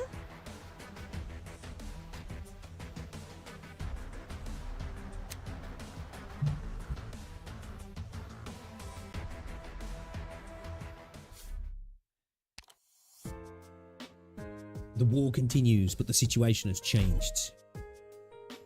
War never changes. What's the London Eye? Law. Original law. Had behind it, in synonymous form with vengeance, the same original need, the need for violence. City-states made pledges to their people and used sumptuous lives and stable surroundings to appease them. To let their lifespan serve one man, made purpose, to tame their innate will to subjugate, to teach them to be at ease, to lead them to be weak. Our Majesty is sage perceptive. A great many city-states will treat strength as a crime, will take deficient courage as virtue, will regard fear of death as progress. Our Majesty will tear their last semblances from them, make them reflect, make them search themselves. We, as a human race, have always had a kind of thirst flowing through our blood vessels, thirst to loosen our own life force by our actions. To loose, man, I can't read today. Well, it's every day to be fair, but still. Ian can't read. I get it. Fairness is not by nature. Fairness is dependent on having the wisdom, the force of will to create it.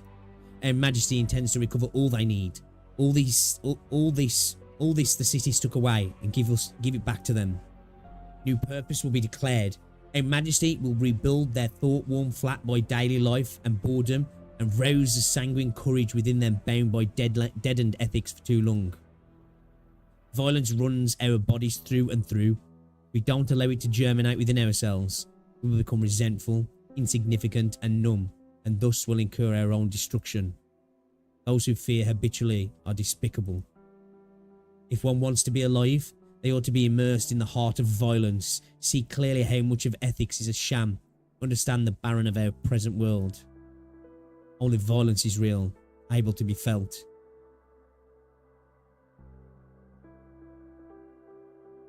Not punishment, not rule, not the weighing of values and the decorum of appeasement. We will use our fists and weapons to tell them that we are alive, and that we ought to be alive. The right to life is reserved for the living. I do not blame Her Majesty the Emperor for the punishment handed down on me. I show contempt, ignorant of the times, for how he spoke all of his benevolent mind to the masses, for he was loath for his people to all quickly. For he was loath for his people to all too quickly suffer the pain of violent change.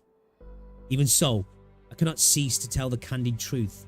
I must constantly, continually praise Her Majesty's most profound insight. I can only shape my honesty. I cannot be silent. The reality is, we do not want whatever justice, nor do we expect peace. No justice, no peace. Only the short-sighted rushing about their own interests can swallow in peace. Wallow in peace. Swallow? I think I need to give up today, chat. It's been a couple of days of no reading. I'm struggling, chat.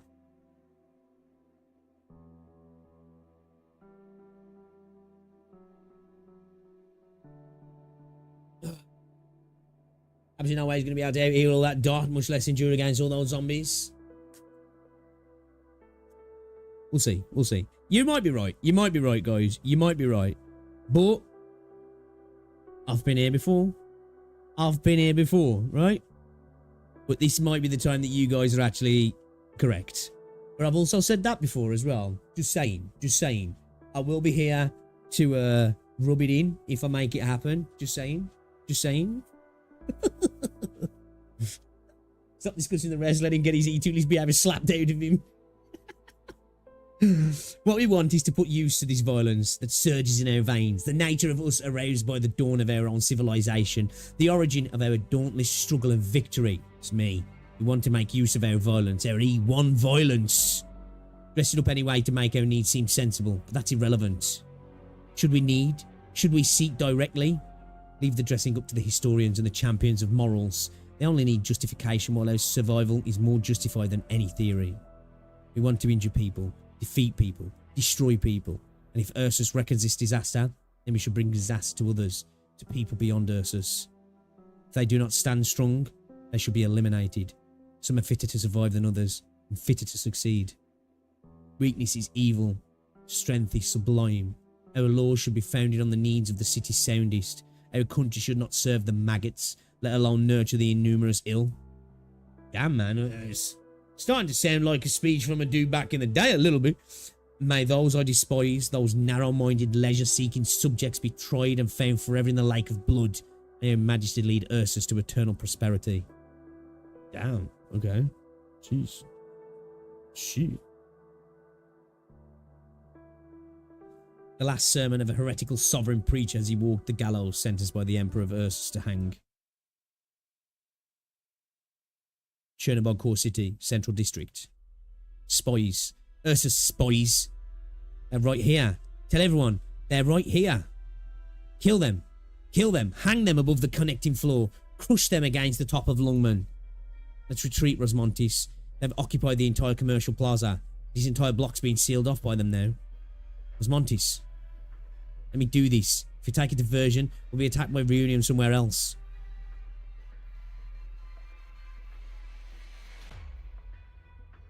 Sarkaz?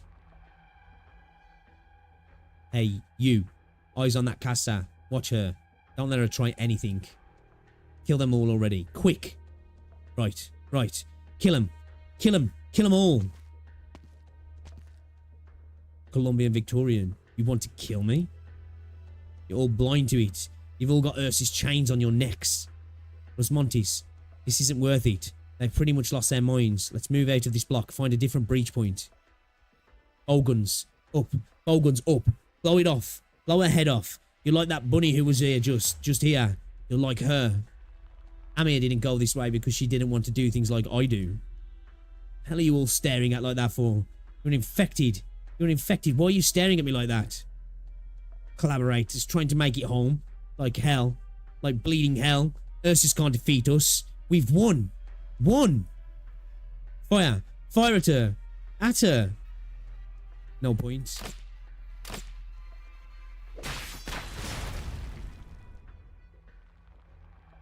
No points. I don't want to hurt. I don't want you to hurt me. So there's nothing you can do. The hell? The hell? Keep firing. Keep firing. Blow the whole place out. Is that a wall? What kind of art? What the hell kind of... The bolts are all breaking against it. They're breaking. Stop attacking those wall things. It's useless. Just looking at them tells you they won't budge. Call the casters in. Those wall things. The hell do you know? We're attacking her face on. Before the arrows can reach her, and before the shrapnel can strike her face, they hit something. Some kind of invisible wall or something. Whatever the hell. They just shatter. They can't get it. Is this prior to the Patriot fight? Was this after? Stupid goddamn Casa. We'll see how long you hold out. How much have you even got? You can't keep this up for long. We'll see how long you hold out. Why? Why can you just not hit her? She's not doing a damn thing. The hell are your ballistas? The hell are your empowered crossbows? Bombard her. Blow her to Kingdom Come. Blow her to smithereens. Blow her up like all those goddamn nurses. And then make her tonight's stew. After. This is the Rosmonti squad, Amia. We're through to you. Now talk her down. You need to talk her down. Oh, is this where we like split up and went off towards the central? What's it?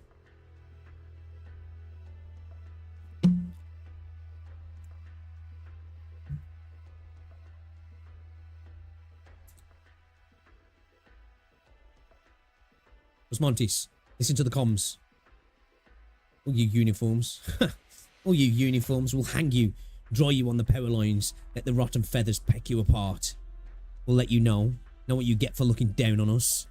Looking down on us, beating us, giving us those looks. We'll kill you all. We'll throw you all into an engine. What's that? And watch the mincemeat come out. Scottish crackhead. What are you doing? What are you prancing about for? Don't expect you to expose your squad's position. Don't waste your breath. Goddamn devil. Hard-horned brute. What makes you think you can order me? You think you're Tallulah? You think you're that undying goddamn beast? Whoopsie. He's already done for. Bang. Pardon me.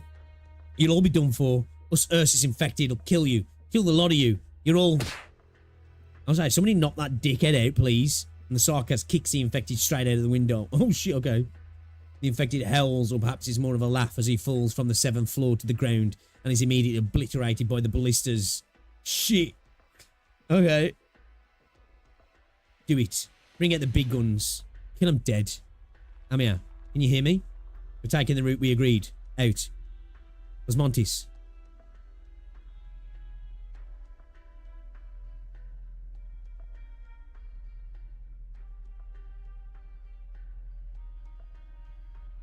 Mob is crashing out.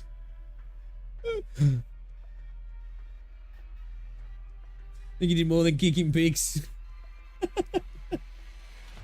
Look at his current movements. Where recon operators reports, they're already assembled of guerrillas are currently in central Main Street, openly attacking other Reunion guards. There's also a few small guerrilla squads opting to retreat instead, and they're scattering across every part of the city. I see. The guerrillas still have the other obligations. There are 2 teams are already too occupied to account for the situation anywhere else in the core city. The longer it takes to break through the blockade, the less time we'll have left. If the other anti-guerrilla infected are kept pinned down by the guerrillas, we'll be able to reach the command tower much faster. We can't waste this opportunity. I'll leave controlling the overall situation to Radiant and Mantra's judgment. As for controlling the battlefield, I and Rosmontis both need more space to think. So now, Doc's with what's it, yeah? Calcit, yeah. But Rosmontis, after we rule out any ambush interference, we're still guaranteed other roundabout routes. Rosmontis, I think more or less can only choose to eliminate obstacles in front of her. Yeah. More or less? That's how she's already done things. Oh. Dr. Calcit was on the mark. We're in one heck of a mess. Reunion has already fallen apart. Seeing as their infighting is killing them faster than the guerrilla attacks are. They usually have enough friction of their own, but when Patriot died and that news blew up, now everything's gone haywire. With all the devastation the whole way here, I'm hard pressed to say they're that united anymore. I think they're starting to lose it, right? Maybe just like becoming ununited. That dude was fucking losing it anyway. Notify the other team members to assemble. Have the casters bring the drones back in. We're going to converge on with Rosmontis.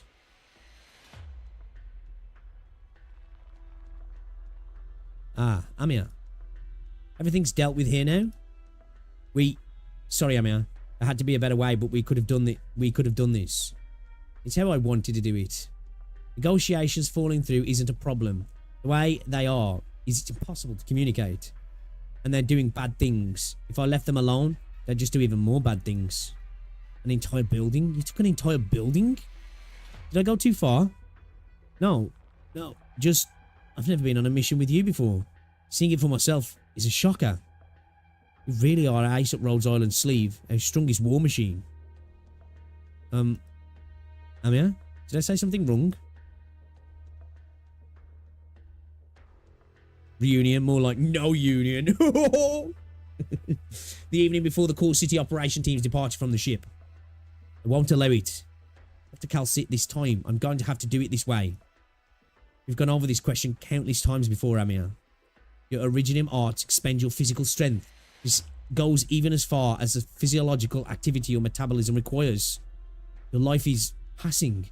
You're not a machine, nor a ship's cannon. You cannot have your parts changed, nor can you be further processed. I know. No, maybe you still don't know. There'd be another memory far too long ago. I'm not certain how much pressure it would bring about on your body. Every simulation's result is leagues from anything ideal. I can rule out this choice. And how about this, Dr. Calcit? Let me put it this way. This time, I need to do things this way. I'll be taking off one more ring. Amir, we're going over a form of violence. You've said as much to me. If you didn't want me to stop you here and now, then you wouldn't have asked me to swear it to you. The chairman and I cast these rings together. It was so that no one who came after would easily walk that path again. I'm using them, Dr. Calcit. I won't argue for weapons, and I would never say that any kind is better for its ability to kill faster. However, what Miss Cereza left to me was not the same thing at all. Since the very beginning, perhaps they were never designed as weapons. They shouldn't be used to kill anyone. They never should. When they're used, what I think of is who I should save. This is the conclusion I've come to after years of coexisting with them. Trusting a kind of weapon is not in any way a wise act. If you wish to use them as a surgical tool and not as a lethal weapon, then you must be in control of their blade. Blade is a blade to both the enemy and me. No matter how you use it, its characteristics will not change. Amir, they will incise you. Calcit, I'm not afraid. Wounds can heal, but they can leave behind scars. Scars that nobody can bear to look at. But I won't give up. Originium has already changed my body in ways you know. Any further wounds, they'll be 1 or 2 wounds and nothing more. I'm not a weapon. Do you need me to bring up another hurtful example? What case? Who can prove that you and I are not a kind of weapon? Who can come to define whether or not we are a kind of weapon? Can weapons think? Are weapons that can think all the more fearsome? Are weapons with self-awareness automatically no longer a kind of weapon? No.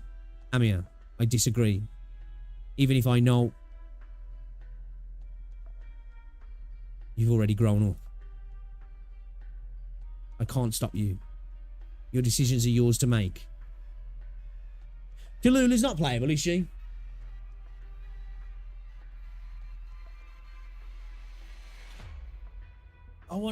Man, I really like fucking Tallulah, man. I think she's sick.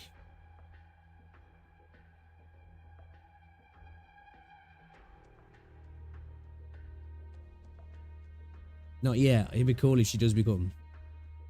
Yes, operator. You've misspoken. Have you ever seen such a cute weapon before? No, not that I'm saying. Amir is cuter. Sorry, I can't think of another way to put it. We're people with the full complement of emotions. After this is over, find the chance to apologize to her, okay? Don't, Amir. It's okay. Let's go together. Wait, Rosmontes. I think I might fall here. I'm going to hold on tight to you. I can't let those guys, those infected, I can't let them hurt you. A little slower. Let's go a little slower, okay? Copium pigs. Maybe I shouldn't have said it like that, but...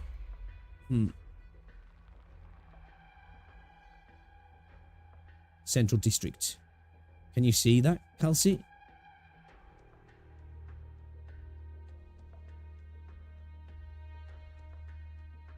Herdified Sarkaz warrior. Yeah. No. No, come near. I see it. Nobody with even normal eyesight could ignore this sort of phenomenon. Do you still remember the special infected you came across back in Lungman? The infected reunion boy who could induce mutation with or infect his organs? I remember. Little wanker. Fisto's heard. Even the devils. Don't forward anymore inside. What are you? We need to lay their defences forward. The rebels have almost fought their way here. God damn it, Mephisto. What are you thinking? We detoured. They wouldn't attack us. Nothing but pain. Wait a moment. Wait a moment. What are you doing? Pain. Let go of me. Let go. All units, we're moving back. Keep cover. We'll change entranceways after that. Something bad's happened already. It's like a fucking zombie scene, that is, yeah.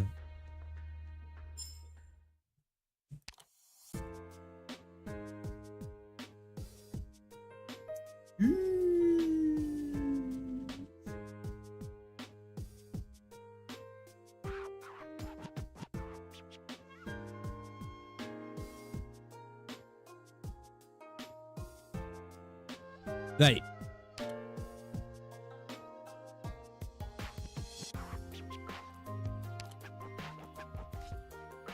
Oh shit, is this where we're heading now? I was just like, wait a minute. I thought we were going down. We're going up. Static roadblock and block the movement of Ursa civilians and Tallulah. Fighter can be destroyed by your units. Ursa civilian. Life points will be deducted by one when killed by an enemy. So we need to kill the civilians alive, yeah? Ooh. Ew.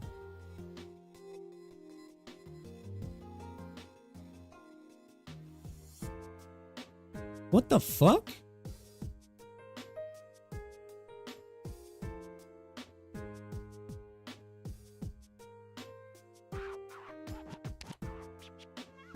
Oh, it's a tutorial, that's why, yeah. I was going to say, we're going to be able to put many units down here.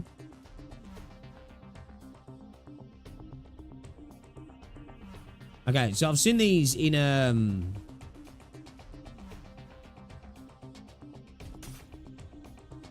Today's training is focused on evacuating civilians from a combat zone. Civilians are easy targets for collateral damage. Survey the field. Keep your eyes open. Got it. Next, we'll simulate an attack on the residents here by unarmed enemy forces. Help me. Overly realistic recording. So now we should do it like Black Seal taught us. I'm not sure what Black Seal training is like. Rose Island. Protecting the civilians and letting them retreat to the protection objective, as well as eliminating the enemy before they can harm the civilians, are both viable options. But be careful. The enemy is deployed, so all their range attacks prioritize the civilians. Okay. Loss of civilians is a blow to our tactical planning, which normally results in life point loss. All right, Beagle, you block those enemies and I'll heal you. And let me handle the simulated enemy. Target location reached.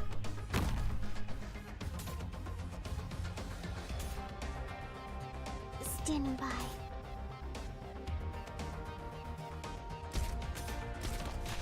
I need to stop running faster, you fucking slowpoke. I like how he's got the emergency exit sign above his head. He's kind of like it anyway.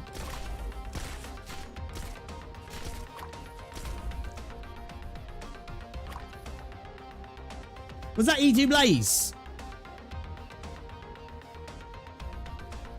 The game's done that to me twice now. Disgusting if you ask me. It's actually disgusting. We need to get rid of that, don't we? Is this where we put Blaze in?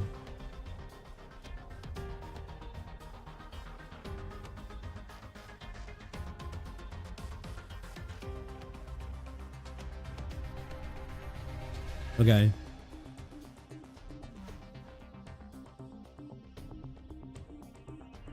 So we want to put Blaze in here, yeah? This place could use some heat. Don't worry if you see fire.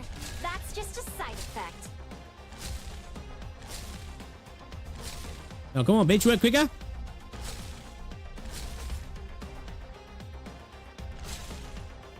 Let me show you the chainsaw techniques the other Oh, she can block operators 3. taught me. Fresh blood coats my saw and boils the whole battlefield.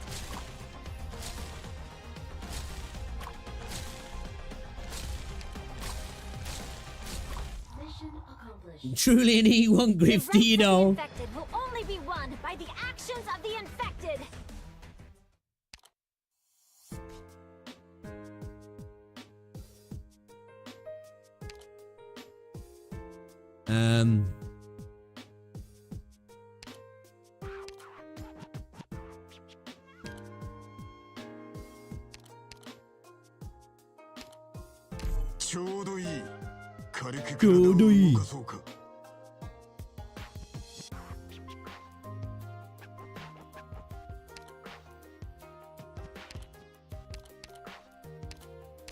Let's try read. Let's try read. Let's try read, man. Let's try read. Keep track of my position. I'm ready to strike. Good scenery here, Doctor. Okay. Observe and determine the form of infection. Such data will be useful for research.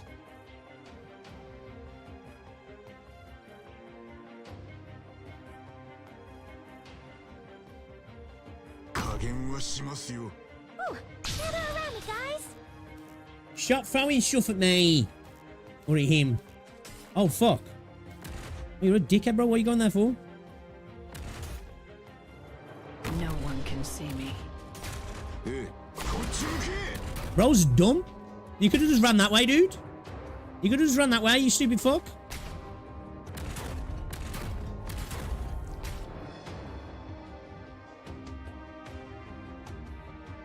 Your weapons are right at your fingertips. Why wait?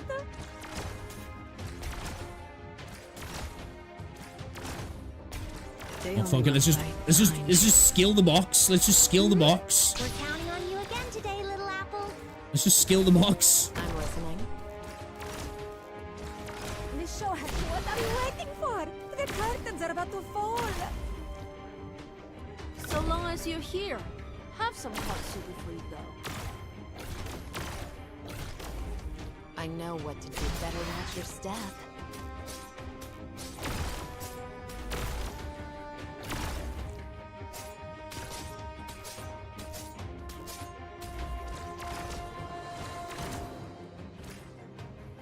Please, trust in me.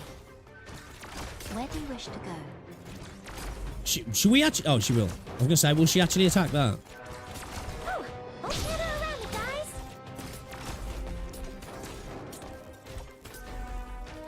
She going to do it quick enough, though? Ah, fuck. Fuck. Fuckity fuck. Where do you wish to clear out the firelight? Oh no, this. No one knows you stepped into my domain. Alright, it's a problem. It's a problem. Actually, should I just chuck her there? Yeah, it's just there. To there. Look, Zaro. What are you waiting for? I don't know why I did that either. Why you did that? Don't. You can't hide your fear. Hold oiled into a hot. We're counting on you again today, little apple. Alright, cool. Just put in the work over there. Just put in the work over there. Alright, speed this bad boy up. Let's get this bad boy sped up then. Yeah, dumbasses, bro. Straight up fucking idiots. Doctor, I won't back down. Where do you wish this embers burn? You need to hide your fear.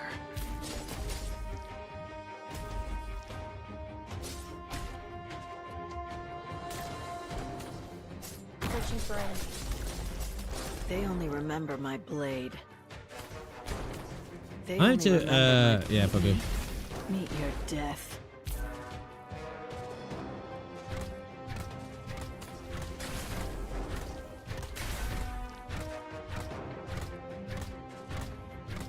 Go on, let's just let Cora slowly beat him to death. Should we just let him through? Got it.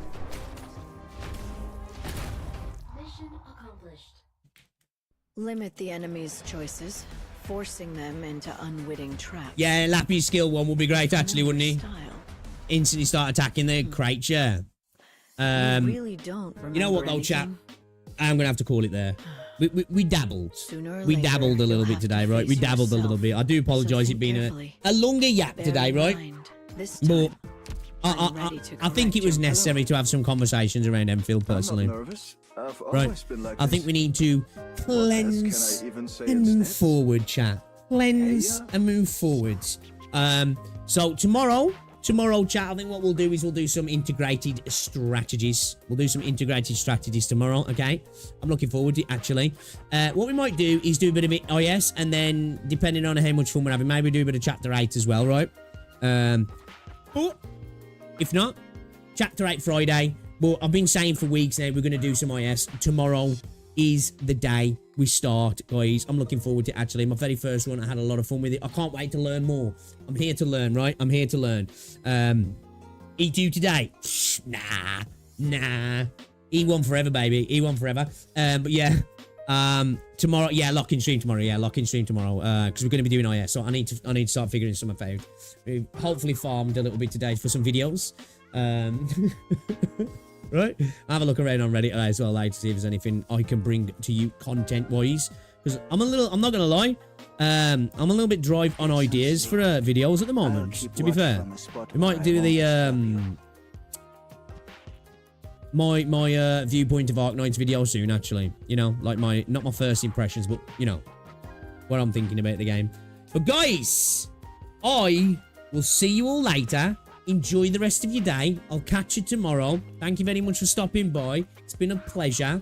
Hopefully you've enjoyed the stream. Guys, if you haven't already, drop a like on the stream. It's very much appreciated. And I'll see you all in the morrow. Alright, guys. Catch you later.